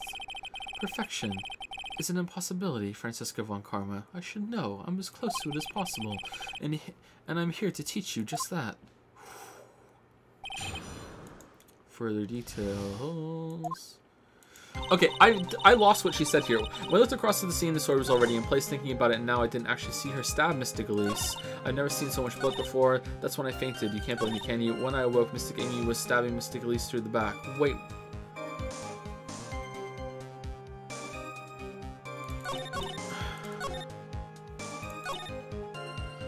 Okay, so she looked across the scene. The sword was already in her back, right? And then she fainted because there was blood, but we already established there wouldn't be blood. and then she fainted, and then when she woke up, like, she was stabbing her again? Mystic Amy. Oh, Mystic Amy the statue was... Okay, so when she awoke, the statue was holding the sword in... Okay, alright, okay, I understand. Why was it necessary to use the sword from the Amy statue as a weapon? And why was the weapon ultimately placed back in the hand of the statue? How do you move the body and then you put it over there? If I can expose the flaws in testimony, then press it to find the truth. Okay. At that time, was the victim bleeding? Well, I was very shocked to be seeing all this, of course, so I'm not entirely sure, but I don't think I saw any blood, not then. I'm sure that you didn't. The weapon was acting as a plug in the wound. No, I don't think so. I really don't think so. In any case, let's be clear on one very important point. Did you actually see the instant in which the victim was stabbed? Thinking about it now, I didn't actually see her stab, Mr. Elise. Think carefully, this is very important. It's Iris we were talking about here, I'm thinking for all I'm worth. No, when I looked over, the sword was already in Mystic Elise's body. It might not be conclusive, but this testimony supports your theory. The victim was stabbed in her room and then dropped into the courtyard.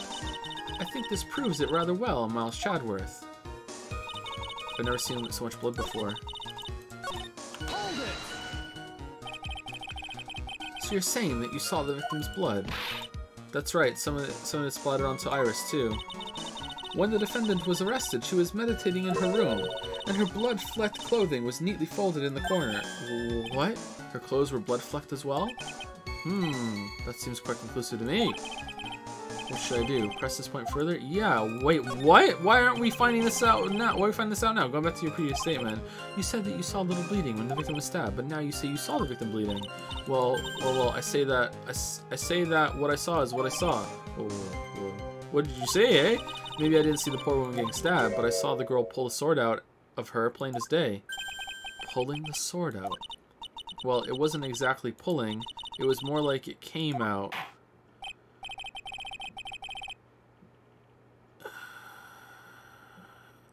Witness, you'll add this statement to your testimony. Oh, was that important? Of course it... More important than you can imagine. I saw the instant in which the blade plunged into the hilt was smoothly drawn out. Smoothly, you say? You're saying you saw the sword smoothly slide out? Yeah, and then Iris kind of like whipped it behind her, and all the blood that was on the sword just like splashed onto the snow, and then she did like a flourish and put it in an invisible fucking sheath at her side, and then she dragged, and then I fainted, but then she probably dragged the corpse over to the statue and then put it back into her body. Smoothly, you say? You're saying you saw the sword smoothly slide out? That's right. The whole thing happened right next to the gold statue of Mystic Amy. Mystic Elise was on the ground and Iris was stooped over her. The sword was buried up to the hilt. When Iris stood up, the sword in her hand just slid out of Mystic Elise's body. It slid out from that gaping wound. Ah. It wouldn't slide out that easily, would it? Is this the old fucking, like, sword under the armpit trick? That old chestnut? Yeah, I'm stabbed, look! And then it smoothly out and is like, haha, we played an epic prank on Bikini, there we go. Wait, why are you stabbing me for real now? It goes without saying that if the sword is removed, there would be bleeding. Nothing out of place here. Is that really the case? I can't help but feel that something out of this testimony is very out of place. That something which couldn't possibly have happened appears to have happened. I've never seen so much blood before. Was the bleeding caused by the killer removing the sword? No mistaking it, I remember it all clear as day. Oh, now you do. Don't you think that's a bit odd? What do you mean, Mouse Chadworth? Why would the killer pull out the sword? Vad? If all she wanted to do was place the weapon in the hand of the gold statue, then there was no reason to remove it from the body. What do you mean? How are you dragging the sword and the body over there? All that would have accomplished is causing the victim to bleed unnecessarily. Your thoughts, Miss On Karma? That's... Indeed, it is strange now that you mention it. I'm going to need to find an answer to this mystery, too. Anyway, the witness saw something terrible. So what did you do after that, witness? I fucking fainted. Oh, you fainted. That's when I fainted. You can't blame me, can you? I can. You're weak. This is how I talk to weak people who are on the stand. Now, on to what the killer did next. You saw none of it, correct? Well, I was unconscious. How long were you out for? I don't know. 10, maybe 20 minutes? A young man with a very prickly-looking head woke me up. By stepping on me, actually. Oh, I'm not sure I like that method of resuscitation. Well, I wasn't asking for mouth-to-mouth or anything of the sort, but I would have welcomed a more gentle awakening right about then, let me tell you. I shall have words with the offender personally. What did you see upon awakening? Right, you really must be more careful when you're going to crime scenes and responding to screams. You stepped on this poor woman. When I awoke, Mystic Amy was stabbing Mystic Elise through the back. That's a weird way of saying that, isn't it? The Mystic Amy, you are referring to the golden statue, correct? Just stabbing someone with the sword, a sacred treasure, is terrible enough, but to then make Mystic Amy hold the blade. Truly a heinous, despicable crime. Who the fuck is Mystic Amy? It is easy to despise something. Anyone can do it. However, there is something that cannot be done so easily. Whatever it is, I'm sure it's doubly hard for you. Anyway, what is the problem? Exactly why would the killer set up this gruesome scene? Can anyone explain the reasoning behind that? No, I don't think I can, eh? Maybe it's some sort of ritual killing. Maybe this is the first one. Maybe this is the first time that the Mystic Amy statue killer has struck. And she'll strike again. There isn't always a logical reason behind why someone acts. Aw, man, the Joe call-out. Oh, shit. That's true, so true. In early spring, for example, I have to find myself. There isn't always. That phrase might come in handy someday. There are too many unnatural elements in this case. Why was it necessary to use the sword from the Amy statue as a weapon? Why was the weapon ultimately placed back in the hand of the statue? If I can expose the flaws in this testimony, perhaps then I will begin to find the truth. Okay, so I'm thinking that it's impossible to smoothly pull that sword out. I think that's it. Let's save it. I'm pretty sure that, like, there's no way you could smoothly draw this sword with all its fucking branches on it out.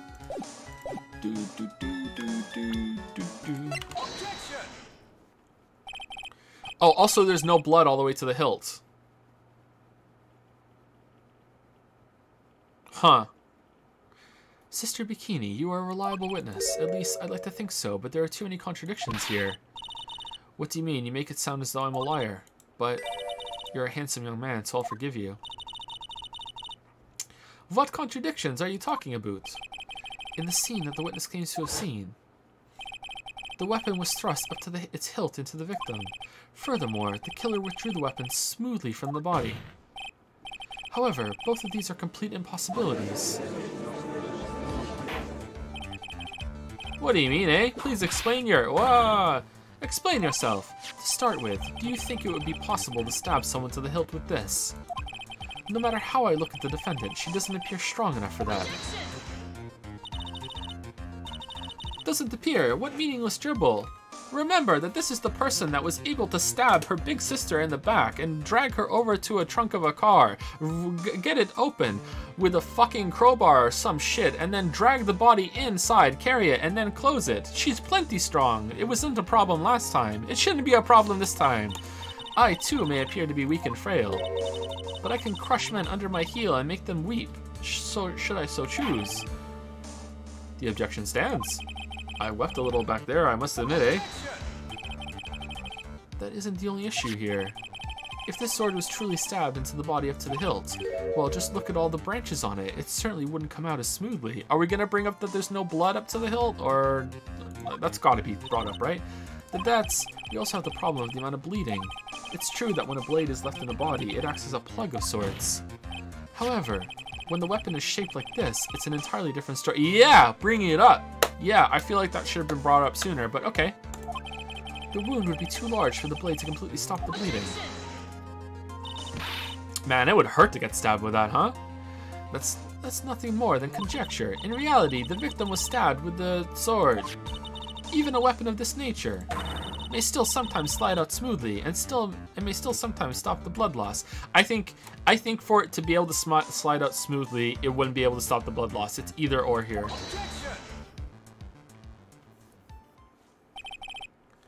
I'm not finished. There is still one more conclusive contradiction. You've still got more, eh? Holy shit. Talk about sudden death. This one is simple. If this sword really was thrust in all the way to the hilt, why is there only blood on the tip of it? Ah! If this witness is telling the truth, then there should be blood along the entire length of the sword. No! Order, order.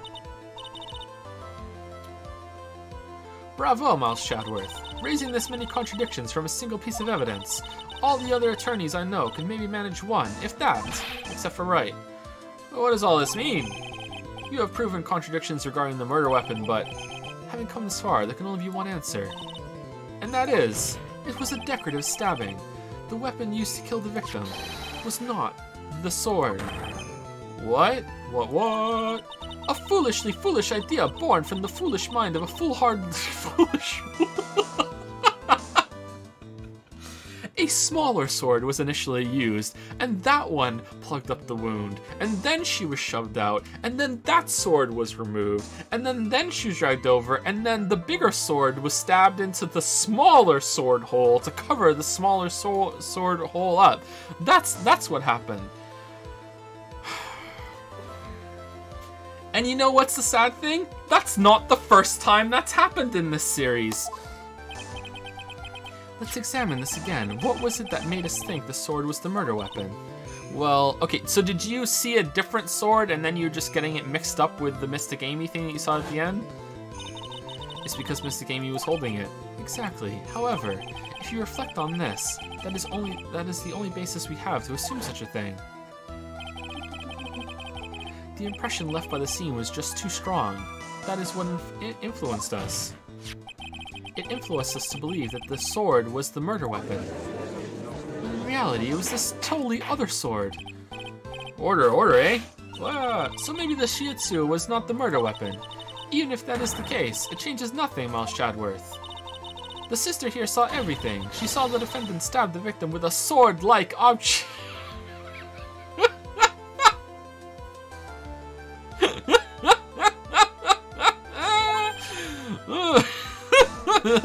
Yeah, that's true, eh?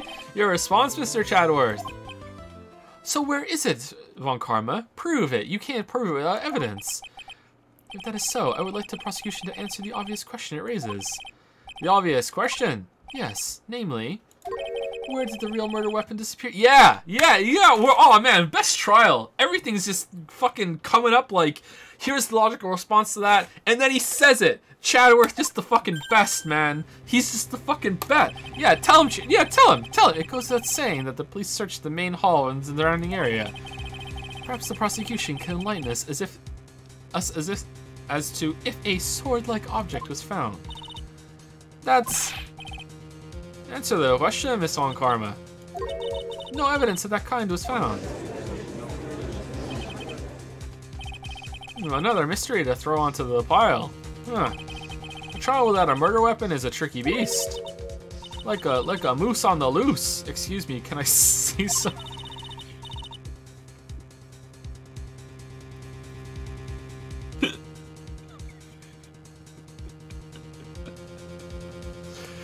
You can lead a moose to Tim's, but you can't make it drink a double-double. I just remembered something, actually. What is it, sister? I was just thinking, it's possible that just maybe what actually happened was, it was just over there. What exactly are you going on about here? The murder weapon, I mean. Maybe. I think I might know where the sword was disposed of. You what? Well then. I think we need to hear testimony from you one more time, sister. Impossible. What else? What else could this old woman have seen? Location of the weapon. I saw the murder around 11 p.m. and after asking that it be reported, I went out to the main gate. And there I saw tracks that indicated the snowmobile had been used. It takes 50 minutes to walk the Dusky Bridge, but less than 5 using one of those. Maybe they threw the weapon into Eagle River and came back while I was knocked out. Iris could have done that. She could drive a snowmobile after all. Maybe she found a fucking big bird and fucking just tied it to its talons and said, "Shoo bird, fly away." This is just making bullshit up. Maybe the sword was made of chocolate and she ate it after she was done. What do you mean? Maybe she went to the fucking river and threw it in there. Maybe it was made of wood and she fucking threw that in the river. Maybe it's a plank of wood on the bridge now. Maybe it's a part of the lightning. Maybe it's under the snow. Like, who fucking, maybe it was an icicle sword. Like, what do you mean, mate? Huh. Witness, please tell us everything you know right away next time. Well, I'm not in the best of shape. What with my back and my age, you know. Quite. There were indeed snowmobile tracks in front of the main gate. Here is a photograph. A snowmobile, eh? I see. Well, it certainly is an interesting theory. But it's just a theory. Thrown out. Have some evidence, please. The tracks begin in front of Hazakura Temple and run all the way to Dusky Bridge. Tracks photo added to the court record.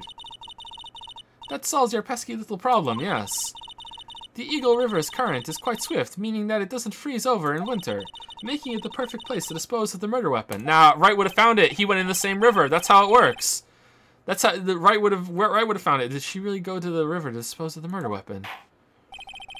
Mr. Chadworth, your cross-examination, please. Please disprove this just wild fucking guess on the part of the witness. And then once you do, we'll just move on to the next fucking wild guess. We'll be here all night, we will. Gonna miss Wheel of Fortune. Local location of the weapon. I saw the murder around 11 p.m. You are sure about the time? Yes, I was worried about it after all. Why was that? Because I have a strong sense of responsibility, especially at this time of year. The Acolyte was being doused in freezing water at the time. I couldn't very well take it easy in the bath all night, could I? So at 11 I decided to leave Hazakura Temple. Your estimation of the time seems reliable, at least. Please continue, sister. And after asking that it be reported, I went out to the main gate. You asked Phoenix Wright to report the crime, correct? Right, the one who trampled me. It seems she's the type to hold a grudge. There isn't a phone in the main hall, so I sent him to the bridge. Phoenix Wright, he didn't even have his cell phone on him. He had forgotten it at home, apparently. What a naive boy, as always. Typical fucking Phoenix. I know, right? Typical Phoenix. Oh, yeah, I agree. Typical Phoenix. I don't know why I'm here, but, you know, I agree. Typical Phoenix. Judge is in the background. He lives here. He's sitting there eating some popcorn. This is what he does in his spare time. He has a nest at the top of the courthouse.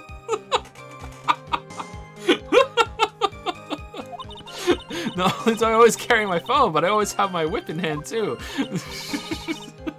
Anyway, I was really scared and it was taking him a while to get back. So I thought I'd go out by the main gate for a smell. And there I saw tracks that indicated the snowmobile had been used. As I recall, there was a snowmobile outside the main gate when I visited. That's it, that's the only one we have. It'll run no matter how much snow falls. I mean, like, it'll run, but it might not go anywhere. If, you know, now you're certain the snowmobile was there at the main gate when you arrived. Yes, of course. It was parked in front of the gate. So she had already gone, discarded the murder weapon, and returned by that time. I'm not sure if this is really relevant. What should I do? So, did she see Bikini come in and faint? Because then she has a witness to take care of. But she's like, no, it's fine. I'll get rid of the murder weapon, but I won't get rid of the witness. Like, what? Like, press further. I mean, that's not very Joe Dark of her, is it? Like, if someone sees you kill someone, you have to kill them too. That's how it works. I need answers to every possible doubt. The snowmobile in question, was it still warm at that time? Huh? What do you mean? What do you mean? What do you mean, eh? Snowmobiles don't get warm, Chadworth. They're made of snow. That's why they're called snowmobile. What do you mean, Mouse Chadworth? I'm playing to a slow crowd here. It goes without saying that using a snowmobile will heat its engine. If it was still warm, then it means it was recently used. Oh, I see. I never thought of that. Ah, that's right. I overlooked that too. Of course you did. Of course you did. Then answer the question, please, witness. I don't often go around touching hot engines. However, now that you mention it, there wasn't any snow on it. Snow! Yes, for some reason, only the snowmobile wasn't covered in snow. There wasn't any snow on it. Curses. And it was snowing on the night, right? It seems highly likely that the killer did use the snowmobile then, eh? I mean, like, someone did. How long does it take to get to Dusky Bridge by snowmobile? It takes 50 minutes to walk to Dusky Bridge, but less than 5 using one of those. In that case, why didn't you use it yourself? You could have spared yourself some walking. There's a reason for that. Have we got a moment for me to explain? I think that's why the question was asked in the first place, eh? It was about a month ago, when my fear of snowmobiles was first kindled. I was driving my beloved little snowmobile, happy as can be. I fetched some water and was heading back when I went and crashed into a tree. The tree and my back both went crunch, just like that. Crunch. Crunch. I haven't been able to find the courage to write anything. Anyway, the killer must have used it. I made this. Maybe they threw the weapon into Eagle River and came back when I was knocked out. Refresh our memory. How long were you knocked out for? Like I said, somewhere between 10 to 20 minutes. It's possible to get to the bridge and back in 10 minutes using the snowmobile. I have to concede that it is more than enough time. For this purely hypothetical answer, is that what you wish to is that all you wish to concede, Miles Chadworth? Iris could have done that. She can drive a snowmobile after all. What if she's scared? Well, it would have been possible, time-wise. One element remains out of place here. Oh, and what would this mystery element be? The killer's reasoning, Your Honor. Why did the killer do all this? Why go to the Eagle River to dispose of the murder weapon when there are other methods? Too many unanswered questions. Your response, Miss Von Karma? Turning to me for help over the slightest thing. Why don't you think for yourself once in a while, Your Honor? What? She's as over the top as always.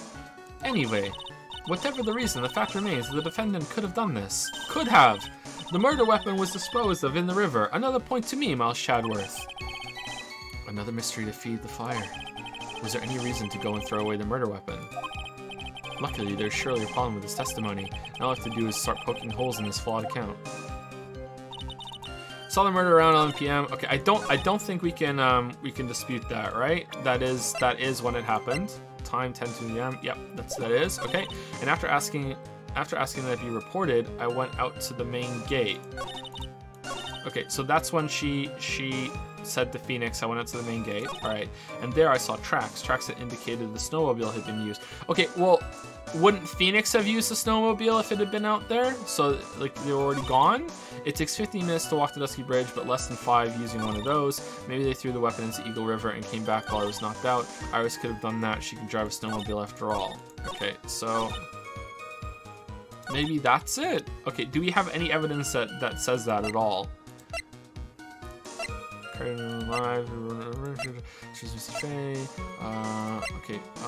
they still have the suspect's fingerprints are still on the sword though. Shows Mr. Faye Master she dropped it. Shows Hucker Temple the surrounding area. Okay. Crime. Snow with occasional lightning strikes. Snow to 7 to approximately 10:50 p.m. Lightning 10 to approximately. Okay, so there was no snow after approximately 10:50. I don't think that matters. Okay, I don't think that matters. Okay, taken by her own people. Release. Ring lights up bell at 10. There was the murder.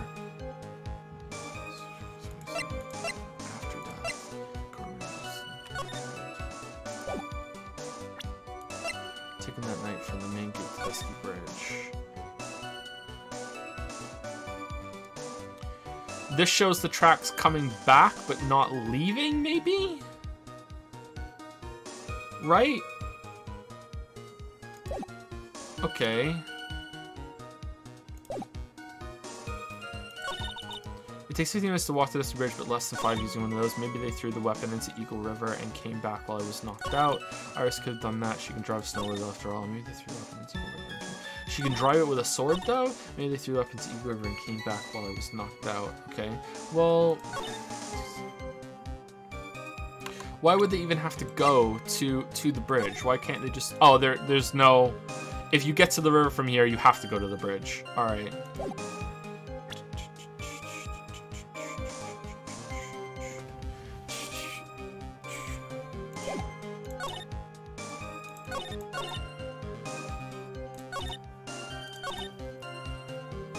Okay, so it's either something to do with there's only one set of tracks, or the snowfall would have covered the tracks. It wouldn't have covered it that quickly.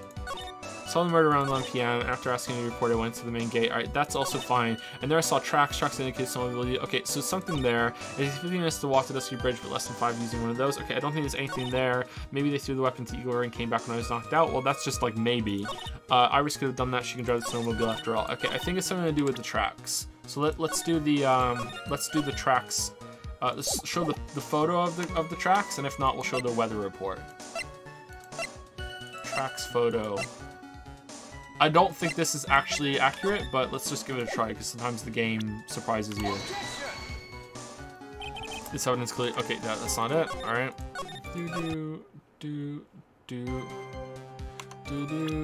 Okay, weather report. Nope, that's not it either. Okay.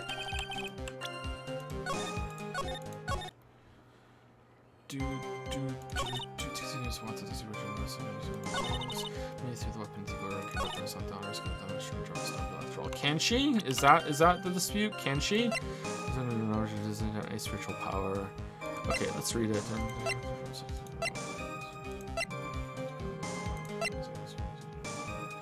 Well, I mean, where is he? Head down and ask him teacher friends though, and that's her friend who promised daughter born and raised in Germany prosecutor.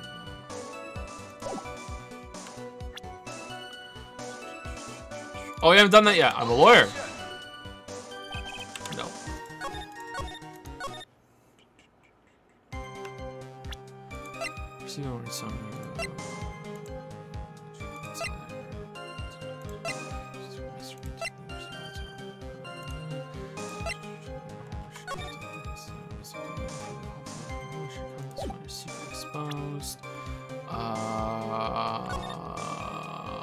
Oh, is it that Larry was there?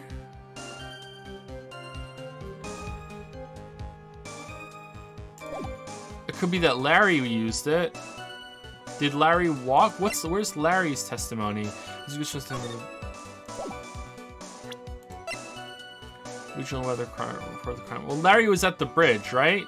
Larry was waiting there. Regional weather report for the night of the crime. Okay, let's read that again. Snow approximately 50, lightning 10 snow indication lightning strikes. Lightning struck us the bridge 1040. Okay, I don't think that matters.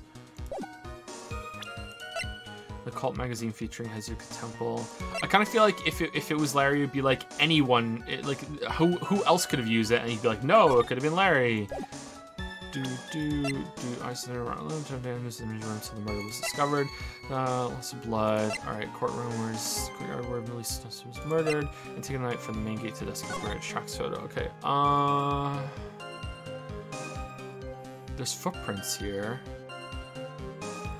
The snowmobile came back after the footprints, looks like.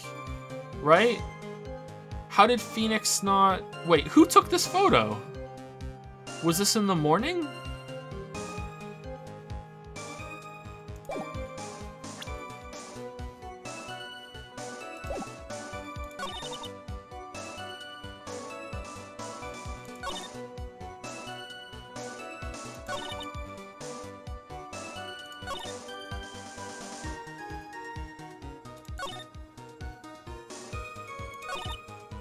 Okay, let's just try that. Well, wait, which one would it be?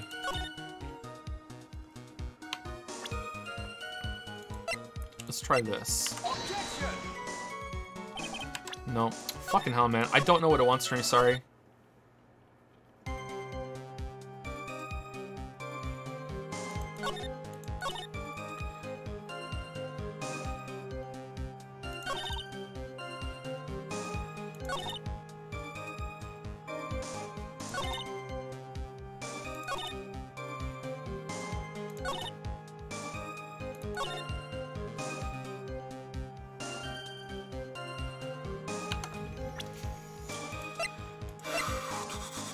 Okay, let's just try and present the photo against every single one, because maybe that is the right answer, but maybe it's just that I'm just presenting it at the wrong thing. All right, let's do just tracks on everything.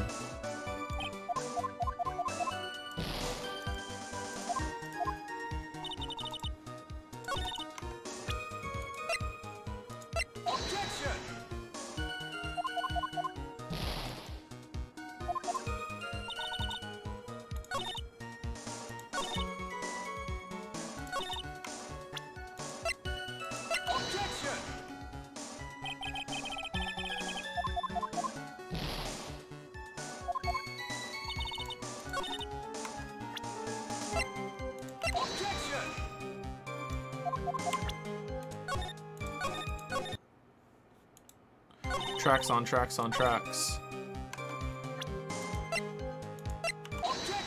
Okay, it's that. I admit this photograph proves something. It proves that the snowmobile was used on the night of the murder. You finally accepted the inevitable, it seems, Miles Chadworth. However, if what the witness says is true, then why is there only one set of tracks? Okay, so why wasn't it accepting that on anything else? All right, so that was right, but all right.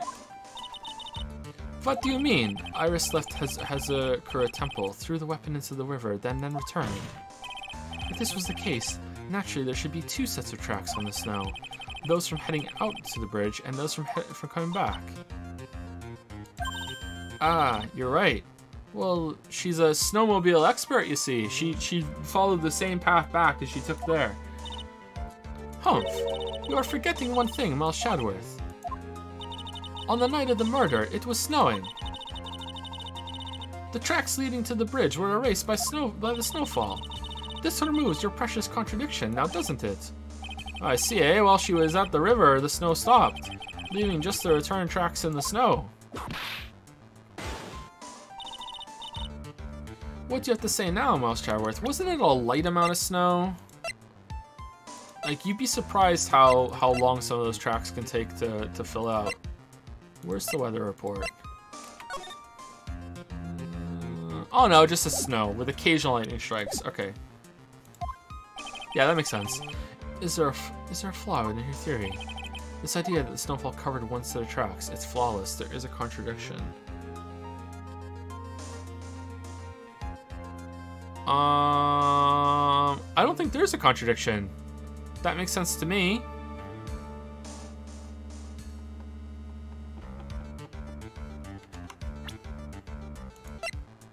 I mean, depending on how specific they want this weather report to be, they said it stopped snowing at approximately 10:50. So the murder, Bikini said it was happening at around 11.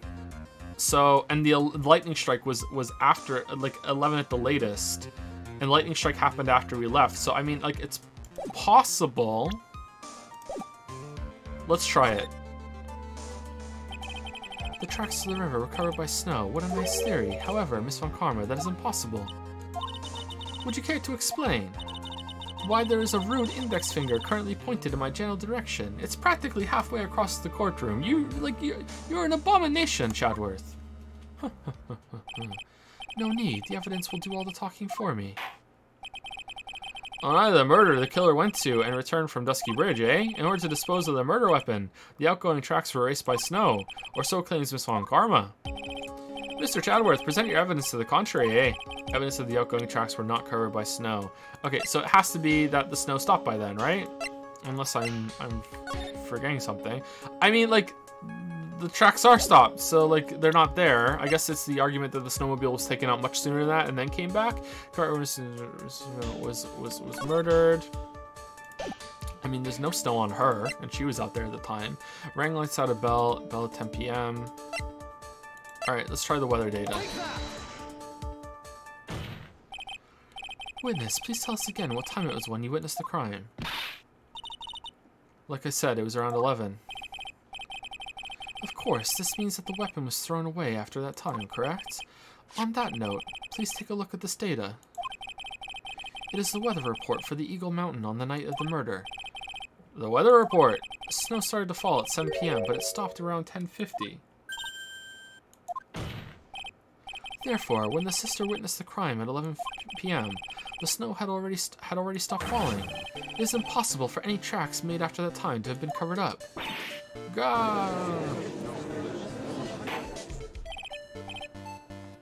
Order, order! Very well then. It looks like Miss Von Karmer's claim has been snowed in. Oh, that was very funny. It's me, audience judge, yes. Good joke, Canadian judge. Oh, thank you, American judge. Yeah, you're welcome. Yeah, good. I'll see you upstairs in the nest. It's too soon to be closing this trial due to snow. Miles Chadworth, how pathetic of you to rely on the weather of all things. Answer me this then. When is a weather report ever correct? Ah, no, you've got it all wrong. You got it all wrong. This isn't a forecast. This is actual data. Gah. Forecast, data, all weather reports have some inaccuracies. It may have still been snowing in the vicinity well past 11 p.m. That is a good point. It's true, we cannot be totally sure, eh? What? How did she pull that off? It stopped snowing at Hazakura Temple when the murder took place. You need to provide conclusive evidence of this. I've come this far, there's no turning back now. Very well. I, too, cannot allow any doubt to remain concerning this testimony. Ah, you cannot back down, can you? Such a perfectionist, Miles Chadworth. Very well then, Mr. Chadworth. Where is your evidence that it already stopped snowing when the victim was killed? Well, I mean, like I just said, there's no snow on the body, right? So, like there's snow on the statue, but there's no snow on the sword, and there's no snow on the body. It has to be that. Ultimately, it all comes down to one point. That being, whether or not it was snowing in that courtyard when the victim was stabbed. That's right, but proving that is completely possible, incredibly easy. If you want to know whether it was snowing or not, this photo will tell us everything. Of course, I'm referring to the photo of the crime scene. As you can see, everything is covered with snow, with just one exception. And that is the victim herself, Miss Elise Diaxnim. Okay, we're almost due for another break. I think 5 more minutes. And then we'll take another break, and then we'll come back, and then we will go for another hour, and then we'll be done. Why is there no snow on top of her? The answer is simple. It had stopped snowing when she was killed, that's why. Yeah, maybe it had stopped snowing because she was killed, eh? It's a sign. In other words, if the killer really did go to the Eagle River to dispose of the murder weapon, then in this photograph, there should be 2 sets of tracks. Wow! Look at this photograph. Order, eh? Just what are you suggesting, Miles Chadworth? To be honest, I'm not entirely sure myself, but this is simply what all the facts point to. That night, someone used a snowmobile to leave Hazakura Temple. From the tracks left, it can be understood that they were heading for Dusky Bridge. At that time, it was still snowing. Of course it was, because those tracks were erased by the snow. Then, when this person returned to Hazakura Temple,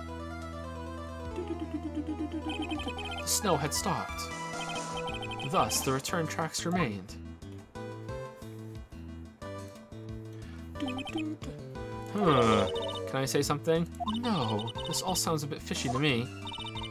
What does, sister? There is only one key for the snowmobile.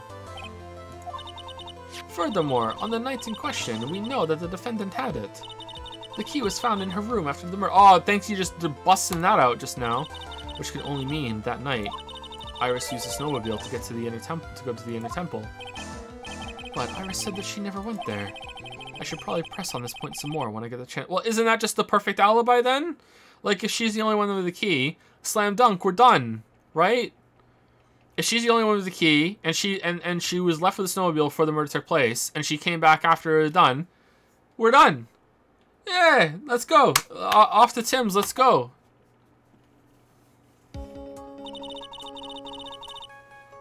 Time to get some potato wedges, the only edible thing on their menu. The snowmobile can't cross the suspension bridge. So she must have left it on the Hazakura side of the bridge and crossed on foot. That sounds right. But what's odd is when I left Iris and returned to the Hazakura temple,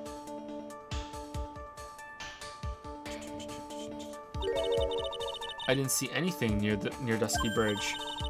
You must have just failed to see it, sister.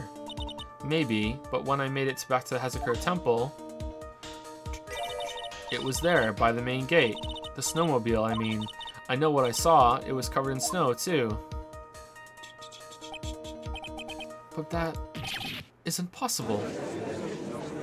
Maybe there's two snowmobiles, eh?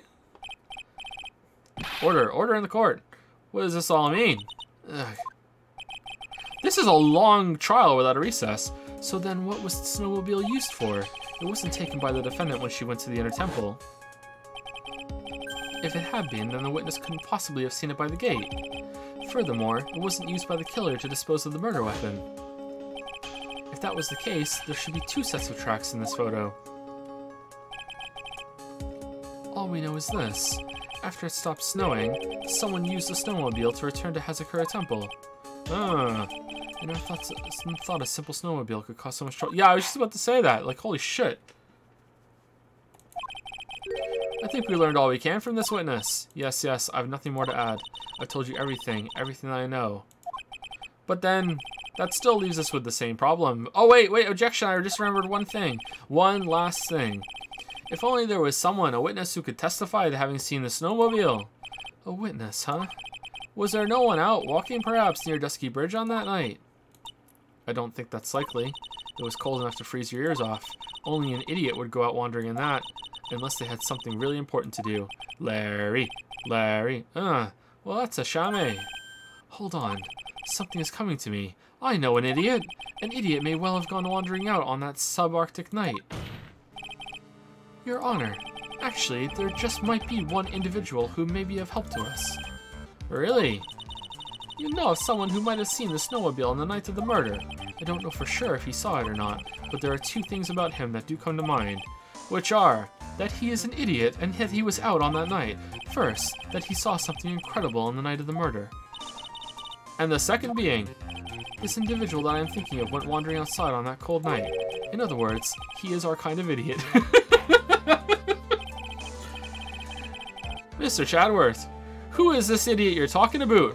It's you, Your Honor. I don't remember being out there at all, but you were. Oh, I guess I have to take the stand then. Substitute judge, I'm tapping you in. Okay. I'm still in my pajamas, is alright. Where is he? There he is. This guy must be a product of Jean-Luc de la Duc's Guide to Obnoxious French Painting.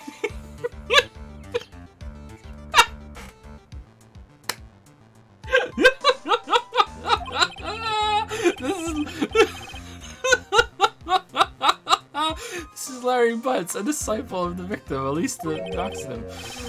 Her student, interesting. And why was he wandering about outside on the night of the murder? That's... I could tell them all about his designs for Iris, but it may cost us his credibility as a witness before I even call him. He is, after all, an artist. He was perhaps searching for something in the snowy scenery that would move him, although I cannot guarantee that this is the reason. And so, this unfortunate, unreliable-looking man, what exactly was it that he saw? I intend to extract that from him right here in this courtroom. Summon this youth as a witness immediately. Okay, if it takes a recess, we'll take a break, and if Larry comes to the stand, we will also take a break. So no matter what, we're going to take a break. I have no choice, do I? I believe he is in the gallery for this trial. It will not take long to summon him. Very well, Larry. You may have escaped me yesterday, but today I'm going to get everything out of you. The court will now adjourn for a 20-minute break. Miss Von Karma, please see to preparing the next witness. Understood, Your Honor. Good. Well then, court is now in recess. Time to go put some curds on some fries. To be continued.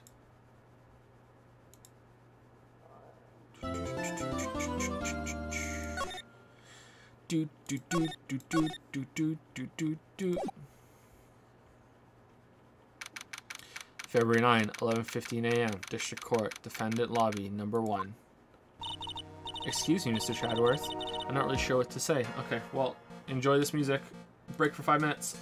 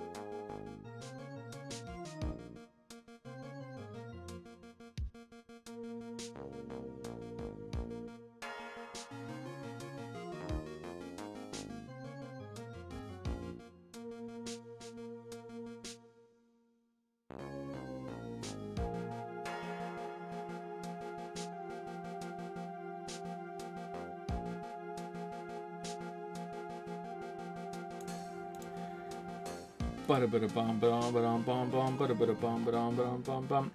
you, Vanessa Alks, or Vanessa LX for the 100 bits. Thank you very much. Thank you, Adra, for the 413 sub, or Idra. Thank you, Hedda ST, for the 213 sub, and Waffles Man 45 for the 313 sub. Thank you very much. Please enjoy my chair squeaks.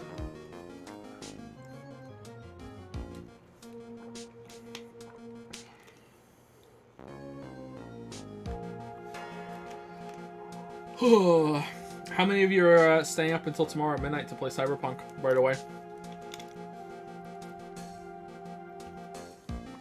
Thank you for the bits, Bouncy Bob.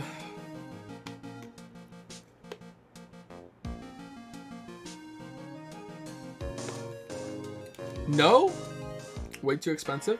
I kind of feel like, despite the tweet I did yesterday about, you know, trying to control hype, you know, and expectations, like, I'm sure there's still, like, an absolute, like, metric shit ton of hype around it for a lot of people, but I kind of feel like from the people that, you know, in our community, that the hype is kind of diminished a bit. Like, I feel like it's like, I don't know if it's all the delays, or some of the controversies, or just how long it took or something, or I don't know. Like, I just kind of feel like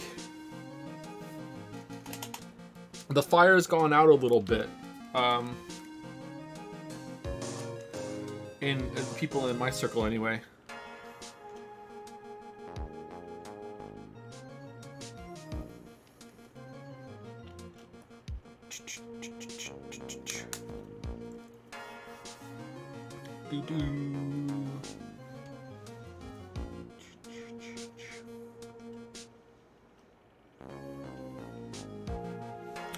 Anyway, let's continue. I'm starting to get worried that we're not going to be able to finish this tomorrow, but if we have to go 6 hours tomorrow, I'm willing to go 6 hours. I'm probably willing to go 7 hours. I don't think I'm willing to go 8. I don't want to do an 8-hour stream.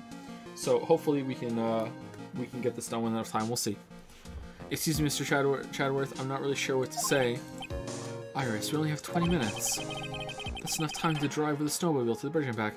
There are 2 things which I need to ask you before we reconvene. Alright, I'll help you any way I can. First, about that night, you really didn't go to the inner temple, correct? The last witness claims to have met and talked with you in the training hall. Either you or Sister Bikini is lying. Mr. Chadworth, it is just as I said yesterday. Until the incident occurred, I was in my own room in Hezekura Temple. Very well. The second thing then, that night, the temple snowmobile was used in between the time Sister Bikini returned to the main hall and when she bore witness to the murder, sometime between 10:30 and 11 p.m. that night. Were you the one who used the snowmobile? There's only one key for the snowmobile. The only person who could have used it was me. So it was you. But why? What made you go out to Dusky Bridge? I'm sorry, Mr. Chadworth. Ooh. Okay, so she said she was in her room until the incident occurred, so she used the snowmobile after the incident occurred, so she left her room, right? I think that's it. Iris, I can't tell you about that yet. Yet. Not until her safety is confirmed. Her. The safety of the Acolyte. The Acolyte, huh? She must be talking about Maya.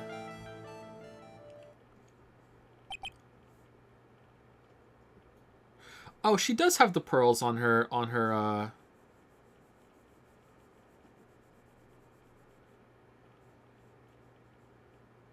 neck. Iris, look me in the eye and tell me the truth. Wait, what?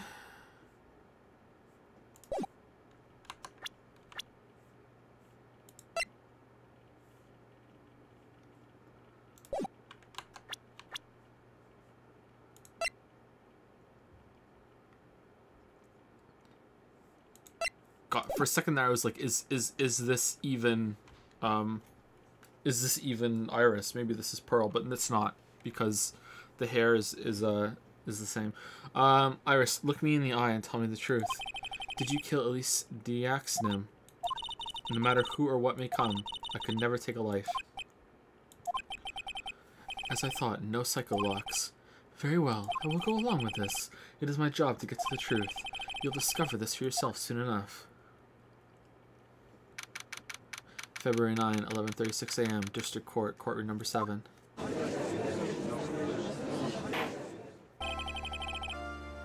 Court will now reconvene. Miss Von Karma, where is the witness? During the break, a man was detained for suspicious behavior in the gallery. Suspicious behavior. He was sketching something very intensely.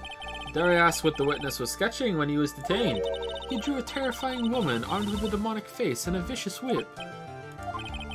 I could only presume that his intention was to capture... Anyway, it's time to drag this pathetic excuse for an artist before the court. Whoa! Lorista Denaxnim, I hope you're ready. Get in here. It would seem that whip is going to see plenty more use today. Ouch. Your sketch is in contempt of this court. Hey, I was just artistically something. Ouch. You tried to run away from the bailiff who was trying to hand you your subpoena, correct? Look, I'm nothing but a fledgling artist training out in the mountains. I'm only down here in the city because I ran out of green paint. Well, to use the technical term for the color, viridian. Larry, this isn't an art store, now is it? I know, I graduated junior high, okay? Look, art is all about working in the fields, isn't it? Why are you trying to buy paint at the courthouse? Why are you at suit working in the fields? I presume you want to say field work, I hope. That's it, thanks buddy. It's kind of sad that I was able to understand his mangled train wreck of a sentence. I just happened to stop in here and found a wonderful new model. So see, I've got nothing to do with this trial at all. I expect all of your faces to be red when you realize this mistake, bright red. Or to use the technical term, crimson lake. Ouch. Ouch, ouch, ouch, ouch, ouch, ouch. Yeah, ouch, ouch, yeah. Just whip everyone but Shadowworth. Stop your pathetic blabbing and testify like a man. Refrain from whipping me, Miss Von Karma. Cross-whipping is as bad as cross-checking. Cross-checking, eh? High-sticking. Witness, that was all your fault. Testify now. Wow, this is too much for me.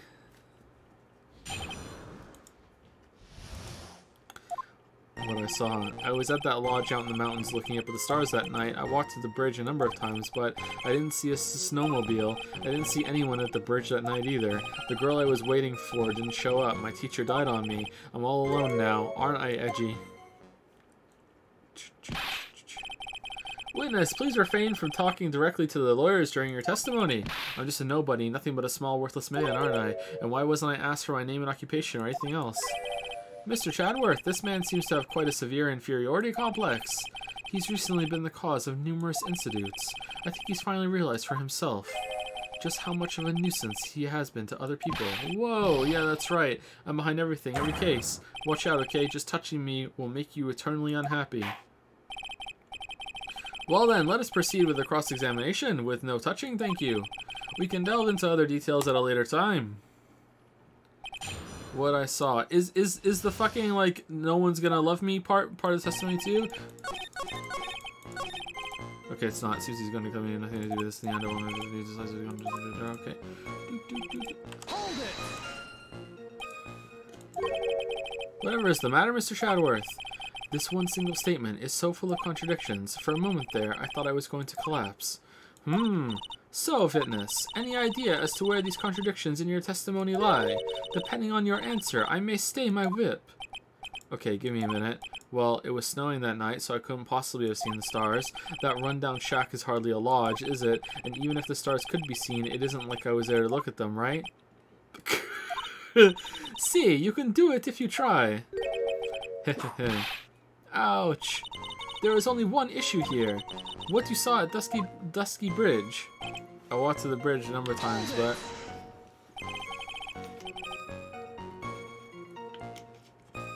A number of times? How many? Maybe 5 times? I went once every 20 minutes. Which means you spent almost 2 hours at Heavenly Hall that night. You bet. Real love is about waiting with your heart in your hands. Do you have all your toes still? Love, you say? It was this man's intention to summon the defendant to the small shack, using this blackmail letter. Blackmail? No, that was simply a product of overflowing love. Ah! You huffy-puffy, loosey-goosey excuse for a whimpering, whining wuss of a witness. Damn, good line. So what did you see? I hope for your sake you saw a snowmobile. I'm the old judge now. You huffy puffy Lucy good shit. So everybody, what's the witness, eh? Whoa, well, you see, being called those names doesn't seem to bother him at all. I didn't see a snowmobile. Larry, you really didn't see it. Hey, no need to hit your desk. I can hear you. I didn't see it. I didn't see a snowmobile. Larry, say snowmobile for me, please. Snowmobile. If you truly have nothing to hide, then why are you stammering like you just flew over a cuckoo's nest? Shut up. What is this? I don't know. Don't ask me. It seems that I'll need to start from a more obvious contradiction. I'm going to strike the blow that will finally get him to spill the beans. I didn't see anyone at the bridge that night either. You didn't meet anyone. That's right, because I've got nothing to do with this. I'm just here to buy some Viridian paint, okay? Come on, I expect to see those crimson-like faces now. It would appear that simply pressing him isn't going to be enough, Mr. Chadworth. Indeed. It seems that he's going to claim to have nothing to do with this in the end. I don't want to do this any time. I need to slice these hobbies countries and keep these along. Okay, well. Wait, well, we already did that contradiction to that one, so I doubt it's that one. I walked to the bridge a number of times, but I didn't see a snowmobile. I didn't see anyone on that bridge that night either. Okay, so I didn't see a snowmobile. You had to have. It was there.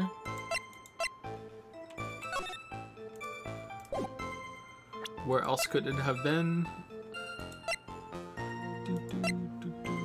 I thought we were going to have to use this. Let's try it. No, it's not. Oh, shit. Oh, no. Are we try tasting this penalty, too?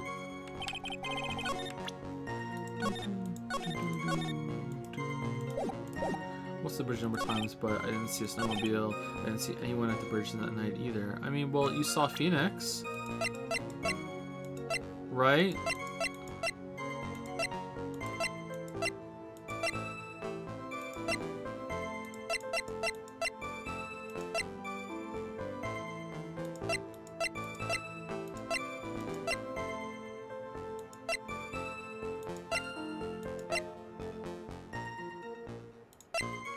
Is that it?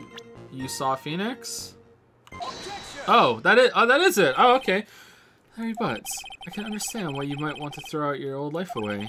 You're pretty pathetic, and you cause all sorts of trouble. I'm sorry, but having realized just how much of a nuisance you have been, that could have been considered a step in the right direction. Edgy, are you trying to console me? It certainly doesn't sound that way to me. However, I cannot forgive you for simply turning away from the incidents you create. Well, you're totally pinning this on me. Now then, let us talk about the night of the murder. Sister Bikini, after seeing the murder take place, asked Phoenix Wright to report it. Thus, he headed for the public phone by the bridge. There, he happened across a certain nefarious individual. You, Larry Butts. That's right, me in the flesh. Listen carefully, witness. It doesn't matter if you change your name. So long as your name pretty pathetic, you will continue to cause these incidents. That reality will not change. But what do you want me to do then? Go home and listen to some fucking Brian Adams and pull your fucking socks up. Larry, what you need to change is your inner self. But for now, what you saw that night, testifying truthfully about this one issue, is all I need from you. Edgy, I think I finally woken up. Well, I guess I could still be sleeping. But anyway, I'll do it. I'll testify. Well, I'm not sure this will go especially well.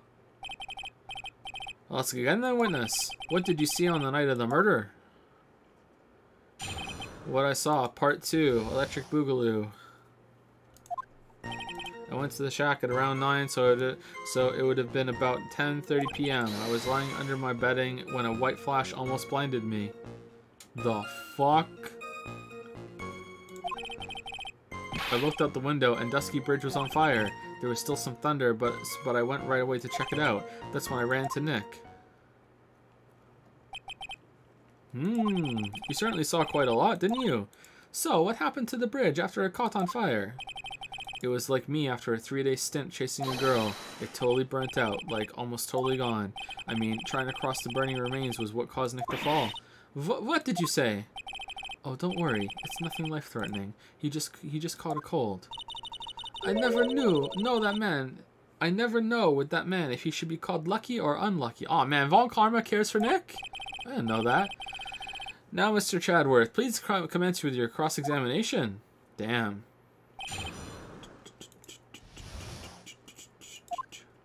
I went to the shack around time.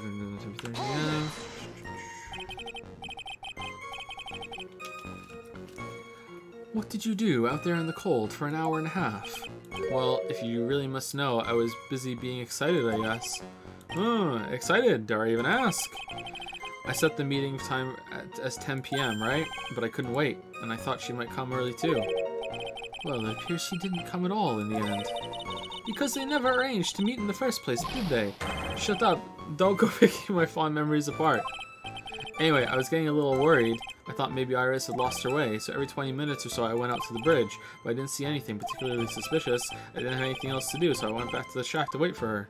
I was lying under my bedding when a white flash almost blinded me. This light was, of course, lightning. Like, kerpow! Like a slap from Naomi, honestly. A big bada boom. Yeah! Or a little like that. Wow, that's more like a punch from Miranda. Witness, did you actually see the lightning hit the bridge? Well, I was a bit startled by the flash of light, so... No, I looked out the window and Dusky Bridge was on fire. Seeing that, what did you do? What do you think? I was burning up as well from the fire in my heart. And that's why you went to take a look at the bridge. Well, to be honest, it was freezing cold, so at first I thought, forget it, I'm not leaving my covers. But it had pretty much stopped snowing, so I don't know, I changed my mind. I'm not sure I care for the forget it attitude you had at first, Witness. There was still some thunder, but I went right away to check it out. You said right away, but exactly how long after the strike was that? Lightning fell, and then the bridge caught on fire, maybe around 5 minutes.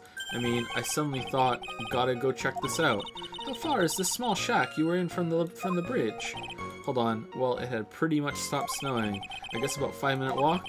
And how did Dusky Bridge look when you got there? Like I had recovered a piece of my childhood. I mean, not even the bonfires kids make during school camping trips can compare. Damn. Well, should I press him for a little more info? Yeah, always. Why didn't you call anyone? Why did you go to the bridge? So you suddenly thought to check out the bridge. Does this mean that you initially had no intention of doing so? Tell my gigantic hand. Well, yeah, I guess it does. It was really cold. I didn't really want to go out there. If that's the case, why did you change your mind? I would like to hear your reasoning. In which case, please give testimony to that effect, Witness. My reasoning. Okay, reasoning it is. Is it? I thought I'd never get another chance to see something so big burning. That's actually a pretty good reason, actually. I think I would go for that, too. So you decided to go and see what was happening. That's right. We're talking about a massive suspension bridge burning into high heaven. That's not something you see every day. A real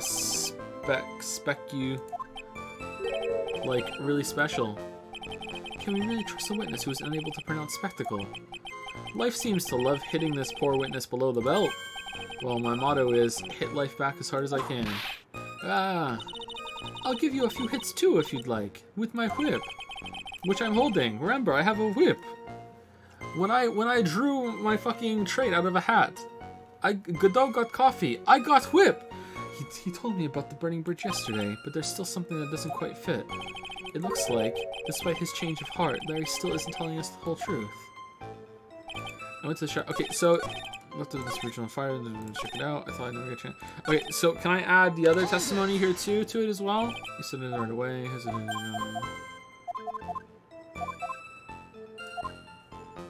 Why didn't you call anyone? Larry, let me ask you one thing. What is it, Edgy? What's with the serious face? Why didn't you call anyone? Huh? What do you mean? Normally, when faced with a towering inferno, one would try and tell someone. There's a public phone right by Dusky Bridge, correct? Well, of course I thought of doing that. So then, let's hear why you didn't. Huh? Yeah, okay, my reason. It isn't that I didn't try to tell anyone, I just didn't have time to, okay?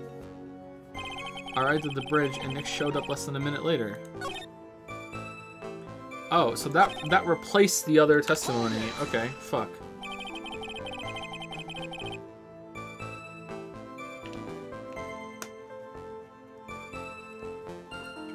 You claim to have arrived at the bridge at the same time as Wright. Yeah. I thought I'd better tell someone about this, but then Nick came up yelling about murder. It totally made me forget about the bridge. The fire was pretty much out by then anyway. What's this feeling? I suddenly have a terrible sense of unease. Case of unease? It was after contacting the police that Phoenix Wright fell from the bridge, correct? Yeah, that's pretty much it, more or less. He told me about the burning bridge yesterday, but there's still something that doesn't quite fit. Looks like the space change. Okay, I don't know what to press here. Alright, I went to the shack around 9, so it would have been 10:30 p.m. I was lying under my bedding when the white phone was behind me. When this was on fire, there was still some thunder. I wanted to check it out. I was at the bridge and Nick showed up less than a minute later. Okay, so what are we doing? Alright, so here's my issue, is that it could be this one, but it could also be the other one that we got rid of.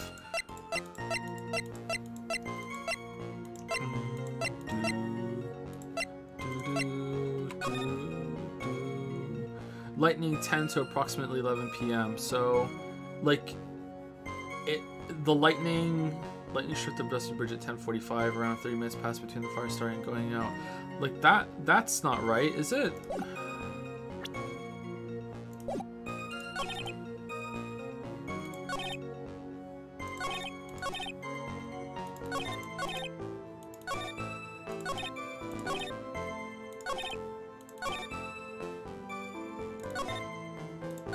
Okay, I think it's this one with the weather report. Objection!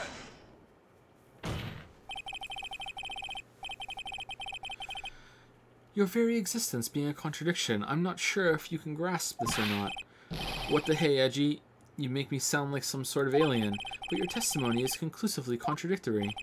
The problem here is time. I've never been the best timekeeper, you know. 3 minutes after Billy leaves on foot, you follow him on your bicycle.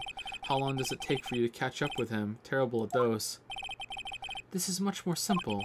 You saw the lightning strike Dusky Bridge. Wait, wasn't he the witness that gave this testimony? Or was it someone else?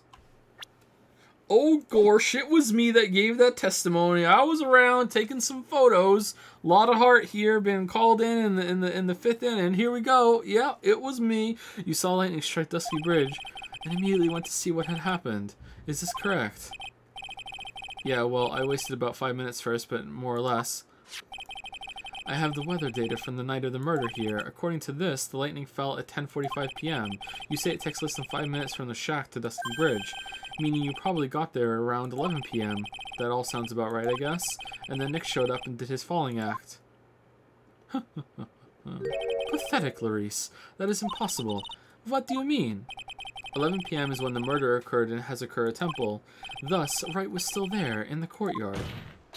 There is no way that Larry could have encountered him at Dusky Bridge at that time. Excuse me. I have an objection. You do? Chatty, how many times do I have to say this? I'm not Larry. I'm Larissa. It has not been proven that the murder occurred at 11 p.m. The sister only said around 11. In which case, it could have been earlier than that. Around 11 isn't 11! What's your footing there, Miss Francesca von Karma? The slope ahead is slippery, for there is still no way that Wright could have been at Dusky Bridge 11 p.m. And why not? It is clearly written here in the weather data report. It took around 30 minutes for the bridge to burn out. Therefore, the bridge must have been burning until at least 11:15 p.m. Which means, what exactly? Wright did not see the bridge while it was being consumed by the flames that night. In fact, he did not arrive on the scene until the flames had died down. I mean, that still looks pretty fucking on fire to me, but okay. Larry, you arrived at the bridge at 11 p.m., but Wright did not make it there until at least 11:15. I suggest you stop hiding things and just tell us the whole truth, now, then. What happened during these missing 15 minutes? I feel like I just got brutally woken up by a toilet splashback.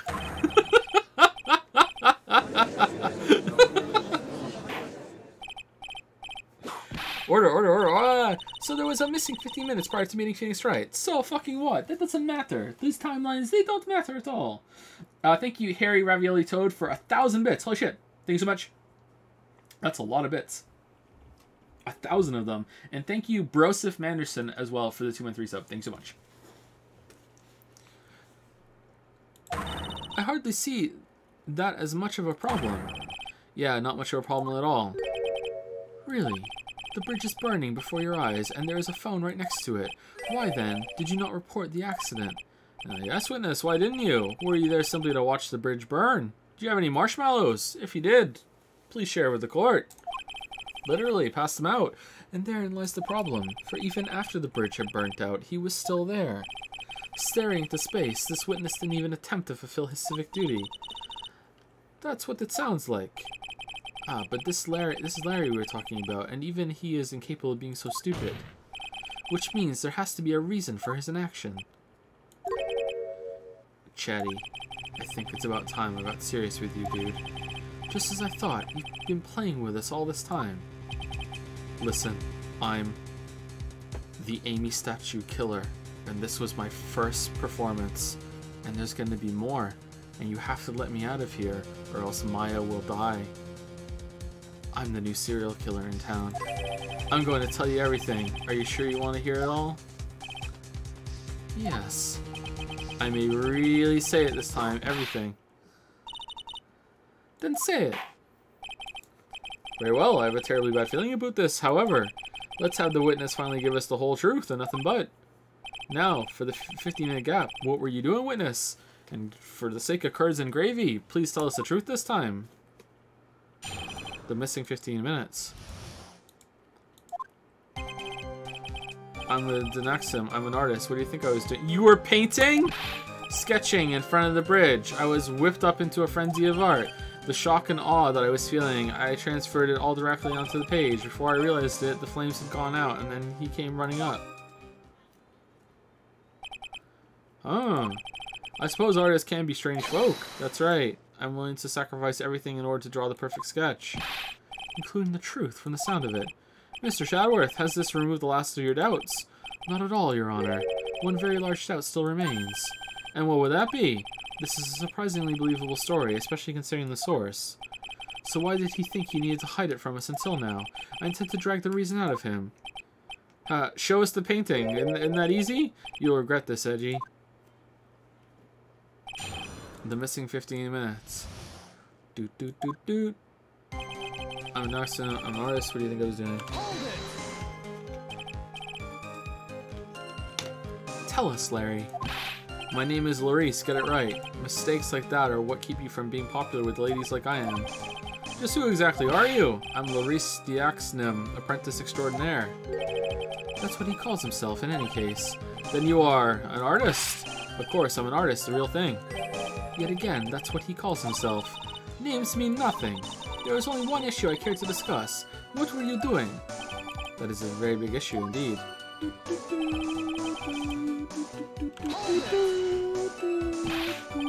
So sketching the burning bridge. The burning bridge and everything that came with it. What came with it? You want to hear this from my lips, do you, Edgy? You'll regret this. That sketch of mine is... Gah! Enough! Just take that ridiculous sketch of yours out already, witness. Nice. She's just like, yeah. She saw where this was going about, where this is going. Here we go. What are you talking about? I don't know what you mean. That does indeed appear to be the fastest solution. I'll leave it to you, Mr. Shadworth. What should I do? I've got a terrible feeling that the instant the sketch is revealed, the entire world may be changed by what is depicted there. Yep, look at the sketch. Yep, let's go. Larry, I wonder if you could please show us your sketch, please. Well, well. Even I couldn't have imagined it turned out like this. Imagined what? That Larice Diaxnim's debut would take place here today, like this. Show it, now! Okay, but steel yourselves. This.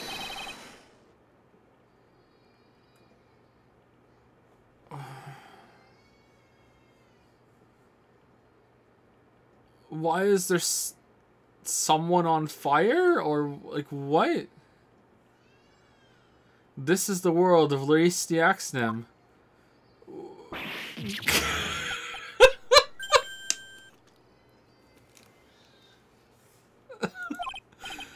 Well, so this is Dusky Bridge, correct? Quite a large bridge, isn't it? Your response, Miss Von Karma? Yes, well, it's a better drawing than I expected. Isn't it? Isn't it? I struggled to reproduce those flames, I really did. Yes, I'm sure you did.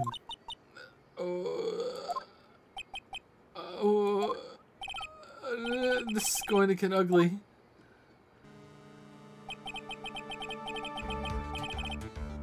No one has the courage to bring it up, it seems.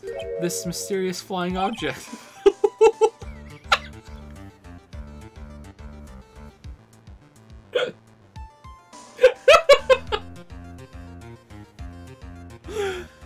Larry.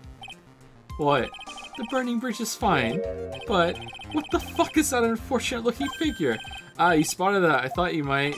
However much I might want to ignore it, I can't. It's Iris, of course. Iris. I wish she'd take better care of herself. We have to plan for her future, you know. What would have happened to her if she had injured herself flying like that? What?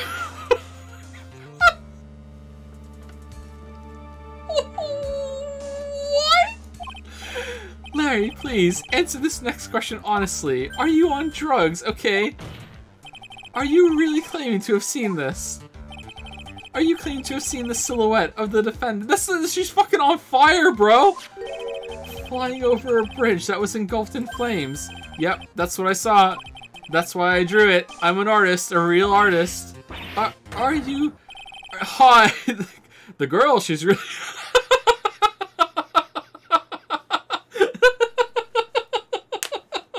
Are you high? The girl, she's really high up in this picture.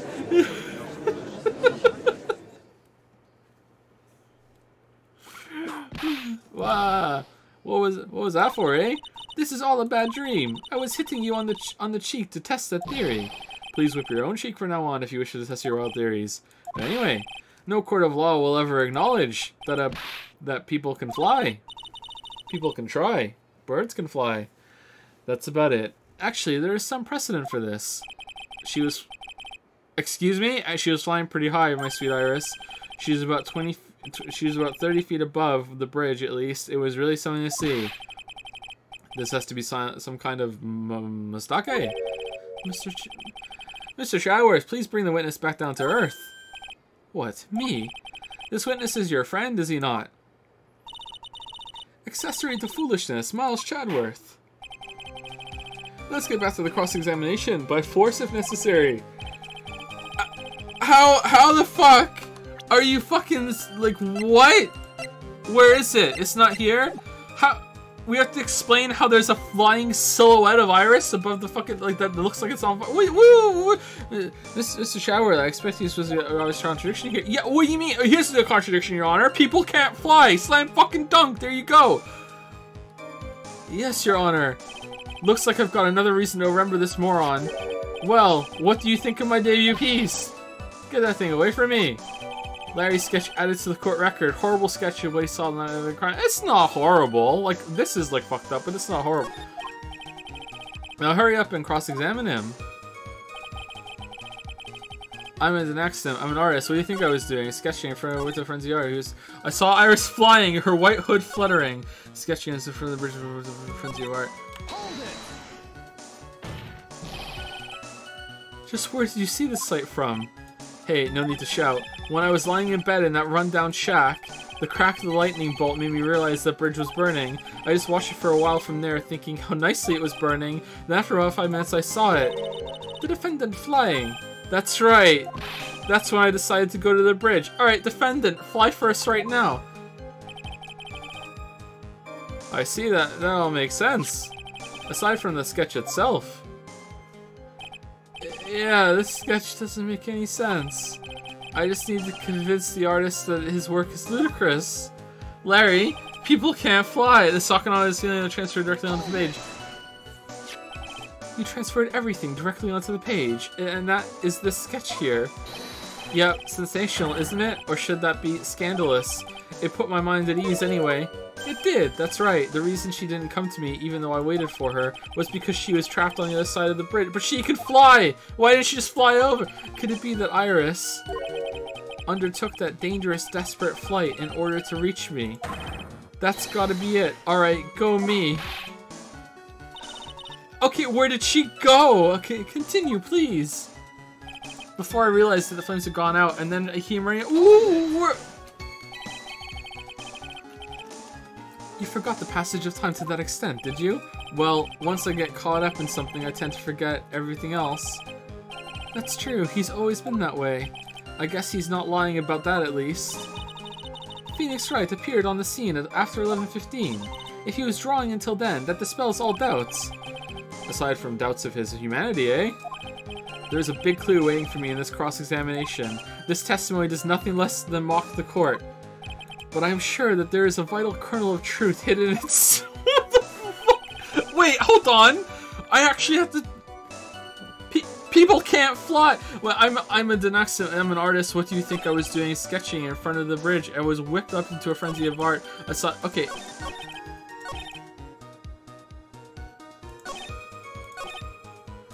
Alright, she didn't have her hood.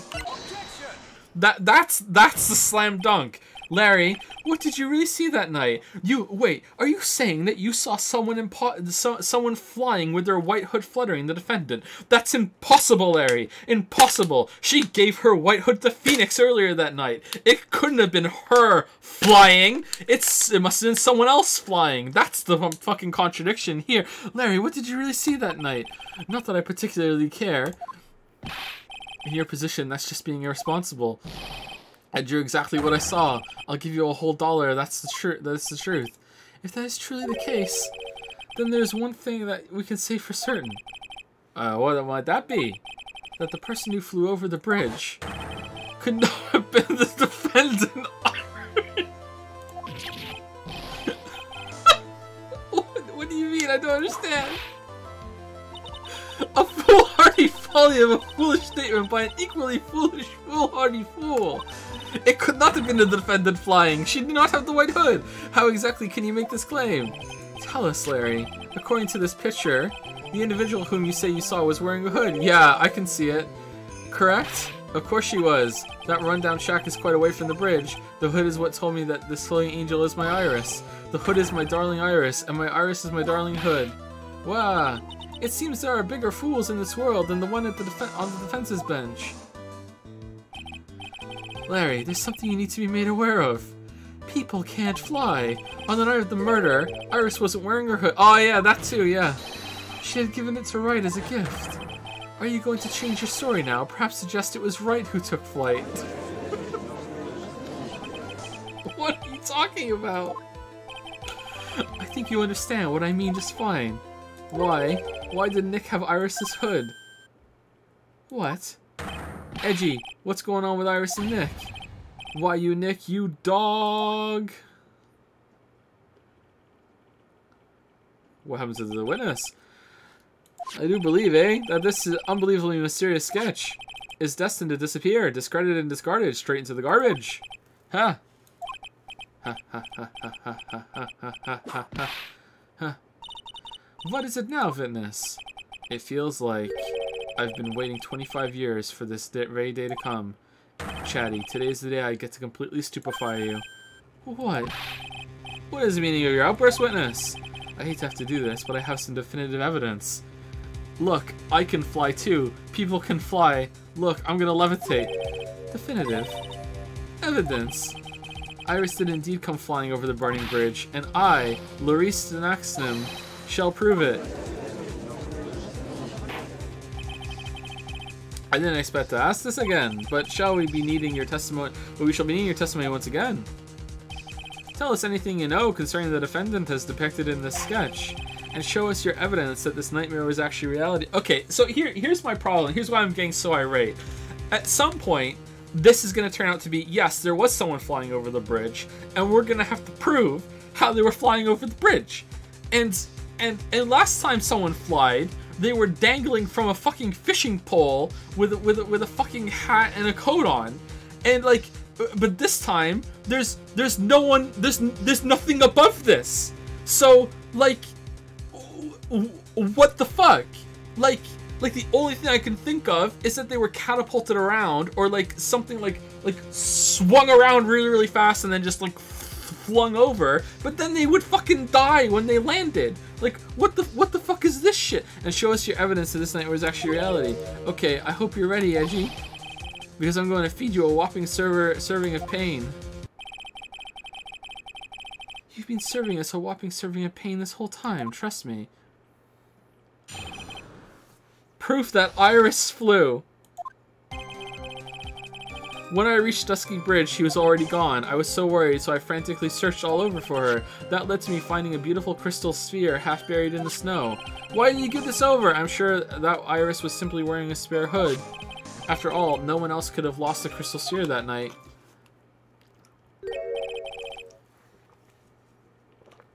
A crystal sphere. This one, pretty, isn't it? But finders keepers. There's blood on it, Larry. That sphere, where did you find it? Let me see. Around here somewhere, looks about right. And it was half buried in the snow.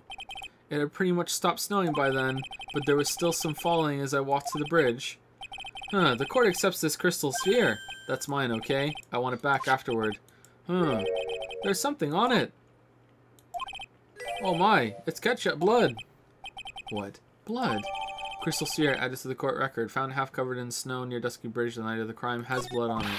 You ready, Edgy? But tomorrow morning you'll be calling me Master Larry. Yeah, I like the sound of that. No one's gonna push me around anymore. Didn't you want to be called Larice Denaxton only a few minutes ago? Proof that Iris flew.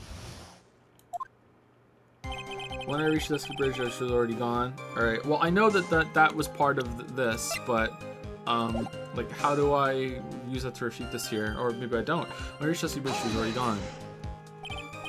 So you went to the burning bridge. That's right, to meet Iris. She actually flew to get to me. The least I could do is meet her halfway. But the defendant was not on the bridge when you got there, you say? I guess she went back to Hazakakura Temple. She's a girl, after all. She must have wanted to look her best. Great. It must have been lovely to live in the fantasy land of Larry's mind. Actually, it's so depressing that I can't even work up the energy to point. So what did you do next?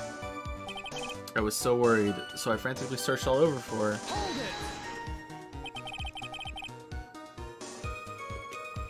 So you searched all over for her.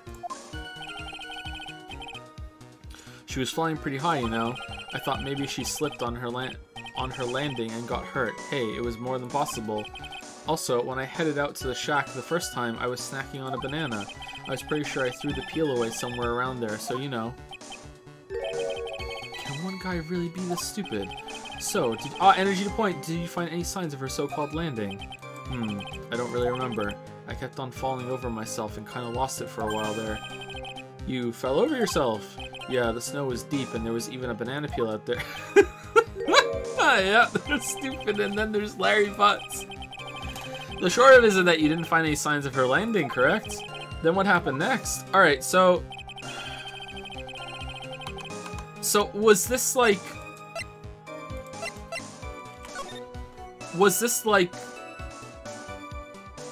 on the bridge, it caught on fire, and she jumped off, and he's just an idiot?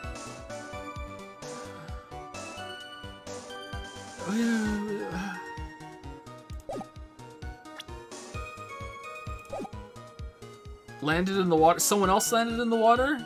Oh god. Well, if it's who I think it is, then holy shit. That led to me finding a beautiful crystal sphere half buried in the snow. Half buried. It was sitting in the snow with a little gathered on top of it. It was very hard to spot, actually. I mean, it was dark out too. I'm impressed you did well to find it. No matter what you may think, when you look at me, I'm a pro, a genius security guard. I used a pen light I borrowed from my company to help with my search, and it sparkled really brightly as if it was saying, "Here I am" to me. This indeed looked very much like the crystal sphere on Iris's hood. But oh, it's not. Oh, is it? Is it not this one? I mean, surely that one's a lot bigger. They should know just from the size of it, isn't it? But I need to remind you that she was not wearing her hood that night. I'm sure that I saw Iris was simply wearing her spare hood. Each nun is assigned their own hood, and they are assigned only one. I don't know anything about that, okay? And Iris is special, alright, dude? Even if she did steal a spare hood, I'll forgive her. This is getting us nowhere. Our destination for the day However, this crystal sphere is found near the bridge. That is a fact. If it didn't come from a hood, where could it have come from? That is the question I aim to answer. After all, no one else could have lost a crystal sphere that night. Let me confirm this one last time, Larry. The reason you thought that this was Iris are the hood and this crystal sphere, correct?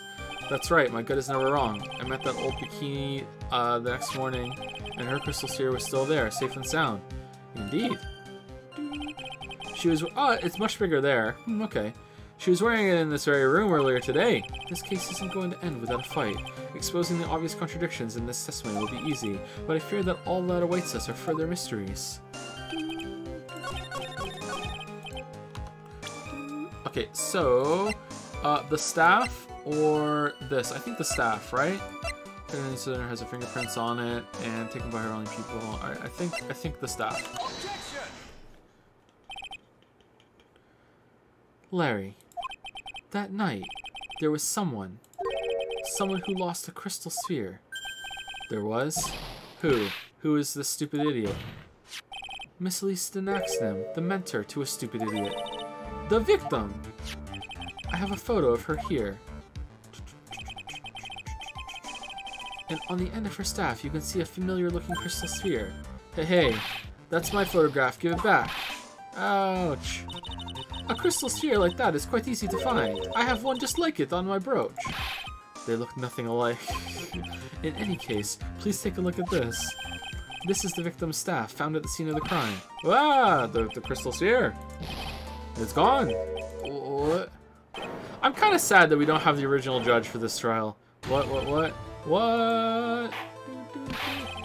Just what does this mean? If anyone jumped or flew across the bridge that night, it certainly was not Iris. After all, no one can fly. She was not wearing her hood. More importantly, the crystal sphere found at the landing site was not hers either. That means the one who flew and dropped the sphere was the victim, Miss Lisa Naxnam. A fool alongside another fool on a fool's errand to reach a foolish conclusion. First of all, this sketch, which I prefer to call a scribble, is ridiculous. People cannot fly. Yes, thank you. Dustin is rejected. Thank you. Yeah, you can't do that. I saw it with my own two eyes. And this crystal sphere, this is nothing more than a red herring. You honestly believe that? Give it some thought, and I'm sure you'll realize it as well, Miles Shadworth. Elisa Naxnam was in her room on the night of the murder. There was no reason for her to go to Dusky Bridge. Therefore, this sphere cannot be related to this case. That is all. But there's blood on it. Do a blood test. Miss Francesca von Karma, the only people who will accept that explanation are scatterbrains and clowns. So, therefore, half the courtroom. Why are you pointing at me? The victim's crystal sphere was found near the bridge on the night of her murder. Yet you expect us to believe this has nothing to do with the case. That crystal sphere, it was probably thrown away at the bridge after the murder. Okay, well, that's important, is it not? After the murder. There is blood on the crystal sphere, isn't there? This naturally suggests that it was thrown away after the murder took place. The killer placed it there to throw the investigation off the scent, which is exactly the same reason that he drew that ridiculous sketch. What? You mean I'm the killer? No, all joking aside, just when did this crystal sphere appear near the foot of the bridge? Unless this can be proven in some way, I refuse to believe this is related to the case. She makes a valid point. There's no evidence that Elisa Naxnam left Hazakura Temple that night. However, if somehow this crystal sphere can be proven to have been dropped before the victim was killed, then this case is going to transform into something else entirely. Your response, Mr. Shadworth. I want your final opinion on the disposition of this crystal sphere. If it is not related to the case, then this witness who you called will have been nothing more than a monumental waste of time. Prepare yourself for some very appropriate punishment, Miles Shadworth. Can I prove it? Can I prove that the crystal sphere was dropped before the murder took place? Yes, I can. Can I? I don't think I can.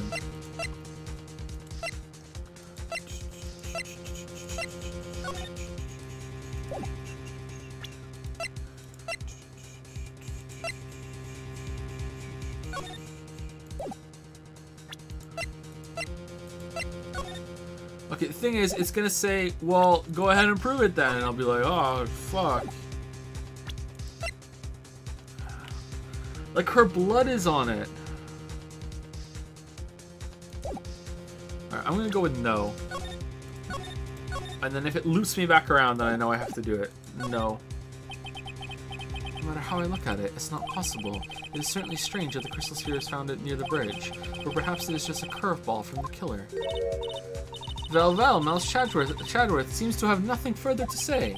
Then I'm left with no choice. The court sees no reason. Hold it. What is this? Hey, Chatty, you're a defense attorney, aren't you? If it was Nick standing where you are right now...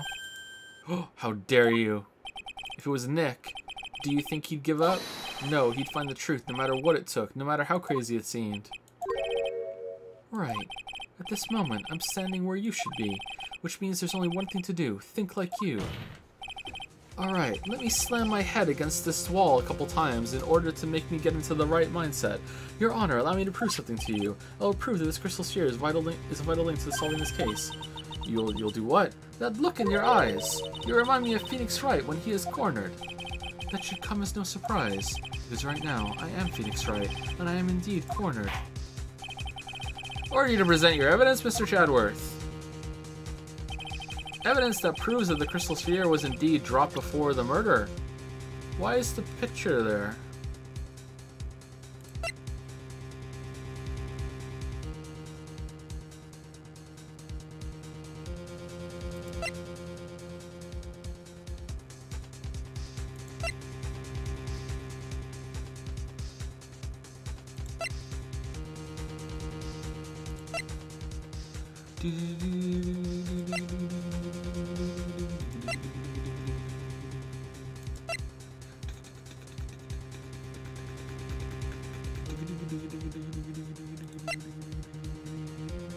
Oh, it was in the snow! It was in the snow, right? So it had to be. Because of the snow. It was covered in snow. Yeah!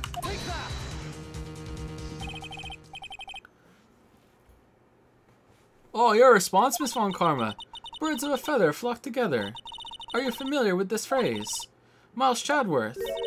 I think one such bird is calling for its fellow now. Go, go, Chatty. Do it. Prove it. Win, win, win. His cheering. It's as though I'm listening to... Wait, that's not it! Woo! Did I click on the wrong thing? So, Mr. Chadworth, what do we do from here? One more chance, Your Honor. I can't turn back after...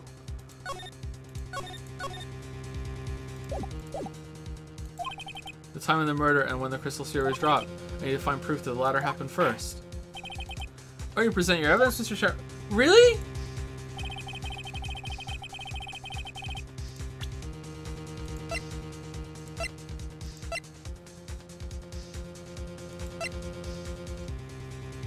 Is it the tracks?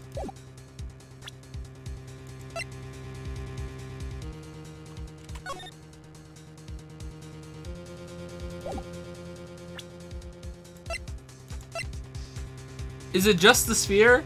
Found half covered in snow. Is that it? Is it just literally the sphere?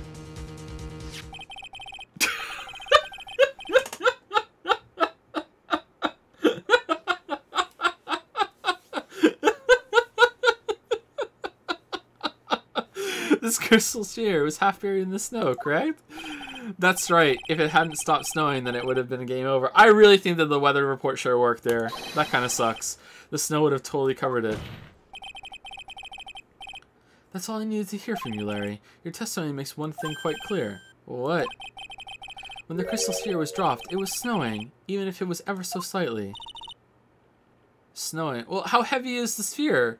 If there was snow there, it might have just sunk into the snow that was already there. That actually really doesn't prove anything at all. Huh. Snowing. On the other hand, let us look at the scene of the murder.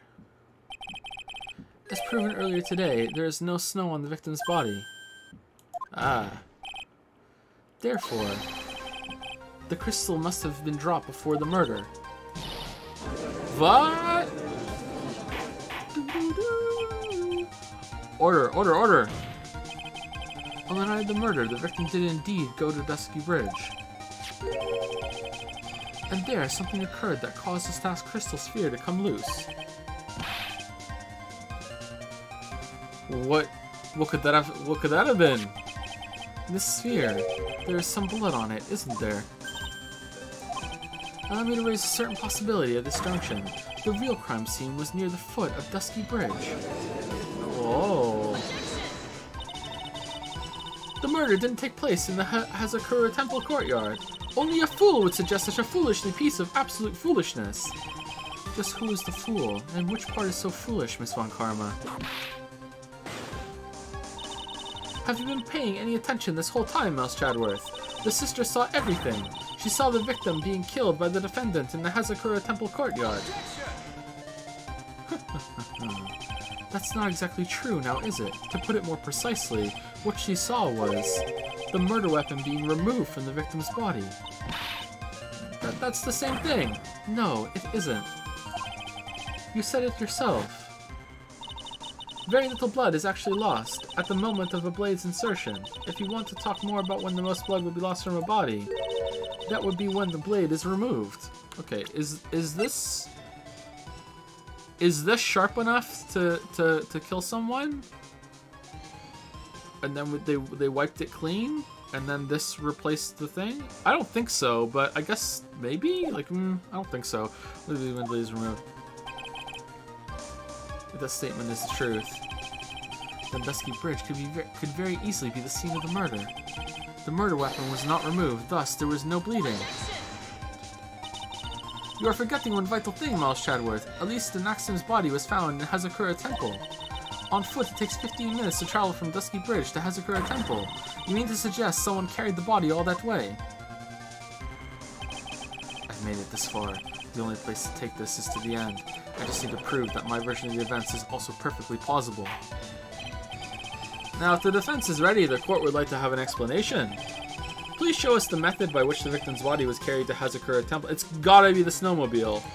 Wait, it was flight!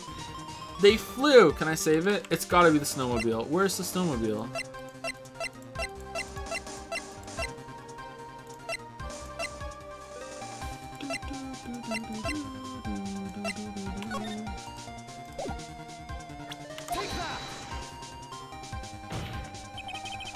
On that snowy night, there was only one way that a body could have been moved.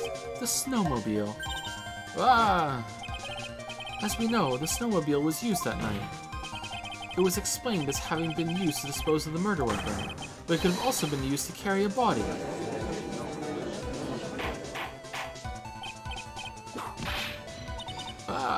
This is completely unacceptable, Miles Chadworth. You've dug yourself into your own grave. What do you mean? The only one who could have used the snowmobile was the defendant. She's the one who moved the body. Doesn't that put the final nail in your coffin? You're too late, Francesca Von Karma. Oh, so she wasn't even dead? She just posed the body? So technically she wasn't lying when she said I didn't kill her? Okay, but why would she do that? Who told her to do that? She's being forced to do it? Alright, that's interesting. No, but she said she was in her room until the incident, and the thing didn't go right? So, well, I don't know. Let's see. You're too late, Francesca Von Karma. And in fact, the defense has proven something else entirely. We have shown that this case requires further investigation. What? What? Where was the victim, Elisa Naxton, really killed? If her body was moved, whatever for? And finally,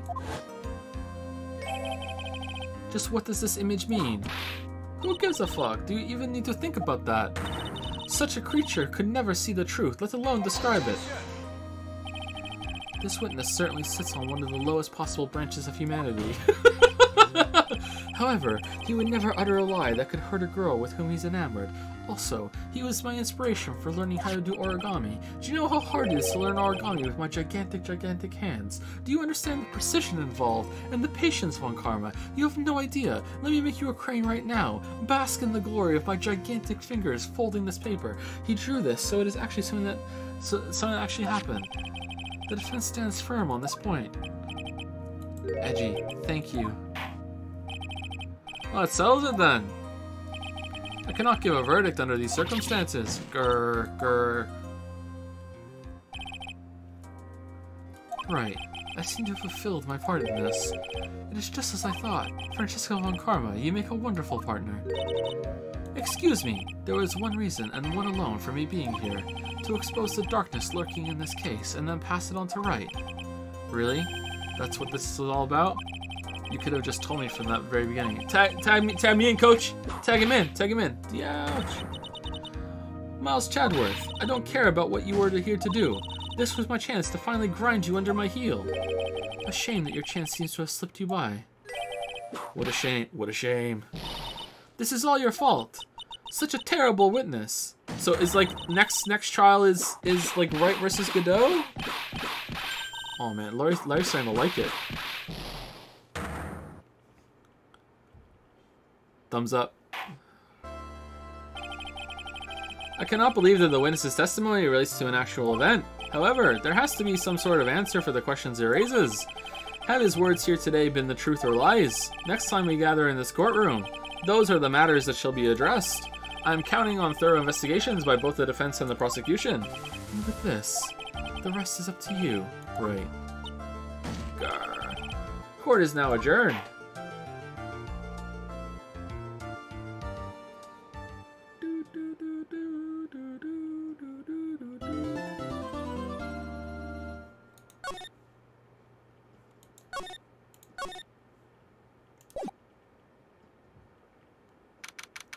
February 9, 3:43 a.m. Haughty Clinic, intensive care unit. Is there only one hospital in this place? I'm still up at this hour, reading through the trial record of a certain case. All right, so now we're back. All right, cool.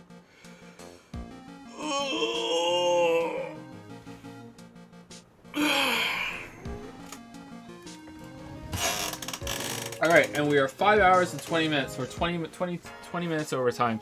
Okay, so we will continue tomorrow, and hopefully we will be able to finish tomorrow, and then Cyberpunk on Thursday. Cyberpunk's happening on Thursday no matter what, so even if we're not done, I guess we'll have to do another stream on Friday to finish Ace Attorney, or just go really long tomorrow, but I really hope I don't have to, so we'll see. Anyway, so see you tomorrow, everybody. Before I go, thank you to Bouncy Bob for 1,000 bits as well. Holy shit! Thank you, Bouncy Bob, and thank you Raphael Ambrosius Costo for gifting us a sub to Angry About Elves, who I shouldn't really associate with anymore. Angry About Elves. Thank you, Raphael. Thank you for sharing, everybody. I'll see you tomorrow.